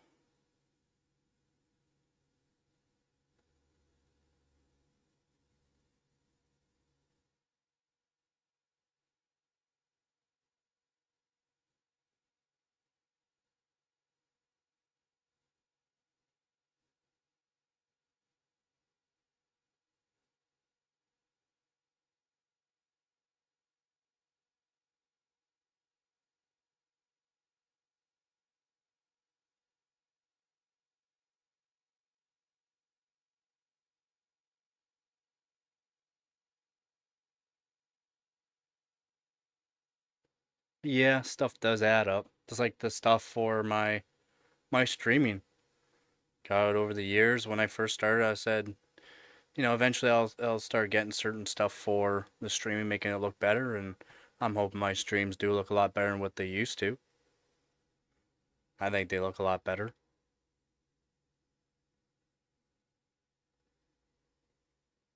And it didn't cost me an arm and a leg. I mean, if I bought at certain times, yeah, some things were really expensive. That's good. I'm glad it does.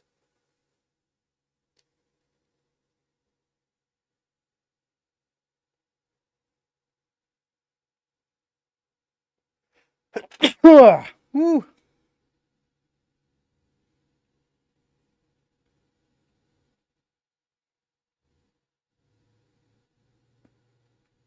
I would like to get, like I said, eventually I want to get all posters and stuff like. Thank you. I would like to get posters and that, like EVJ posters, Zotac, and a whole bunch of uh, graphics card and CPU posters. Yeah, yeah. Just for like background type deal, and then get shelving for a bunch of stuff to showcase that kind of stuff too.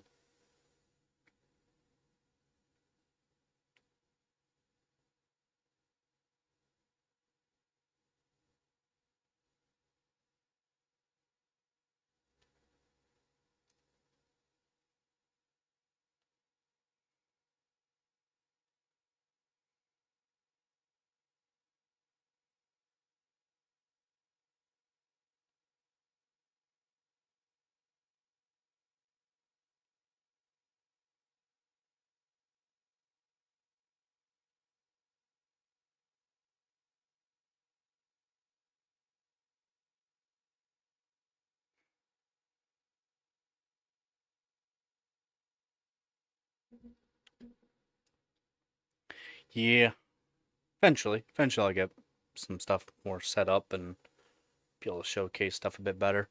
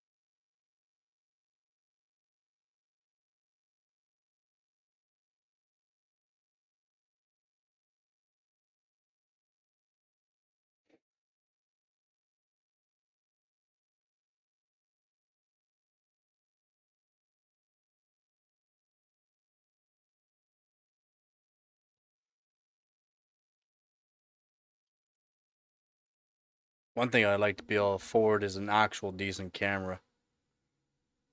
An optical camera, optical zoom. Just be easier for when I'm like, well, for making videos too, for montages and stuff like that, but also for showing my soldering. It would look better on the soldering. And do like an overhead holder for it.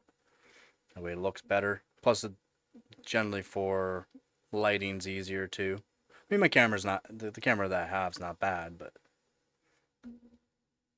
it's a digital zoom, which isn't the greatest.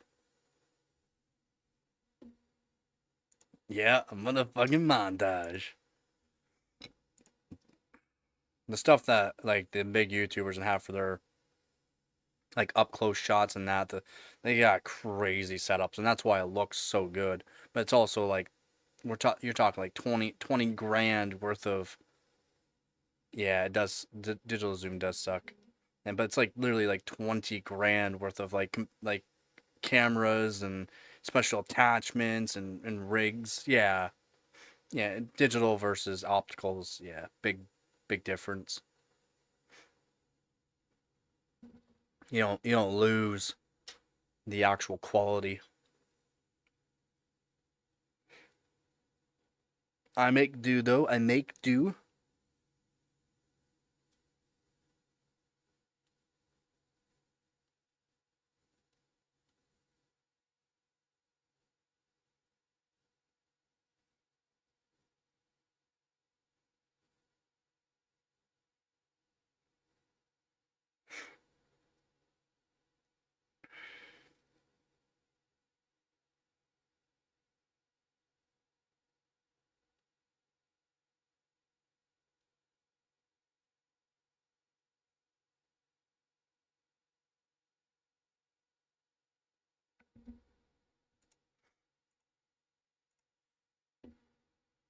I probably should end the stream though. Start getting some stuff ready. And let's see.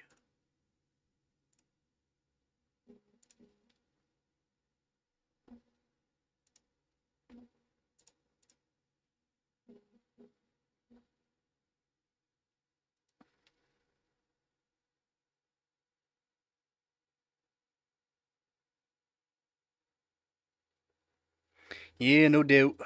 No doubt.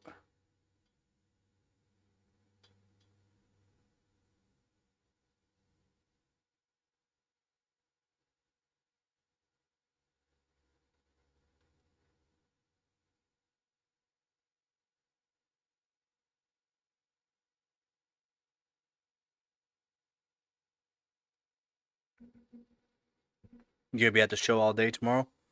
Well, hopefully the show goes good. Make sure you take lots of good pictures. Definitely want to see that in the Discord channel too, buddy.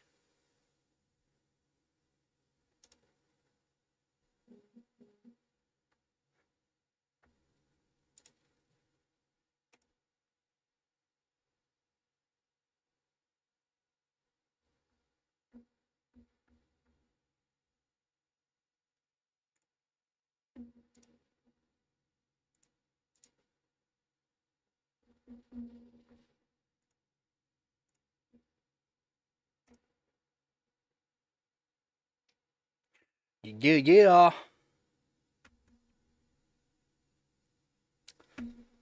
Ugh. Jeez.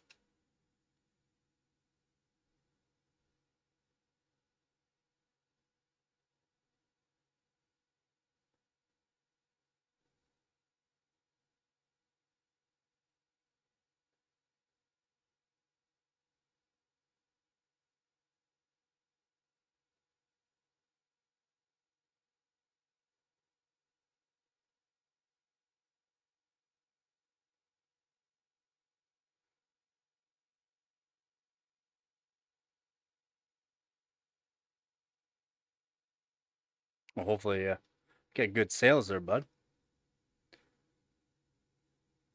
You get good sales.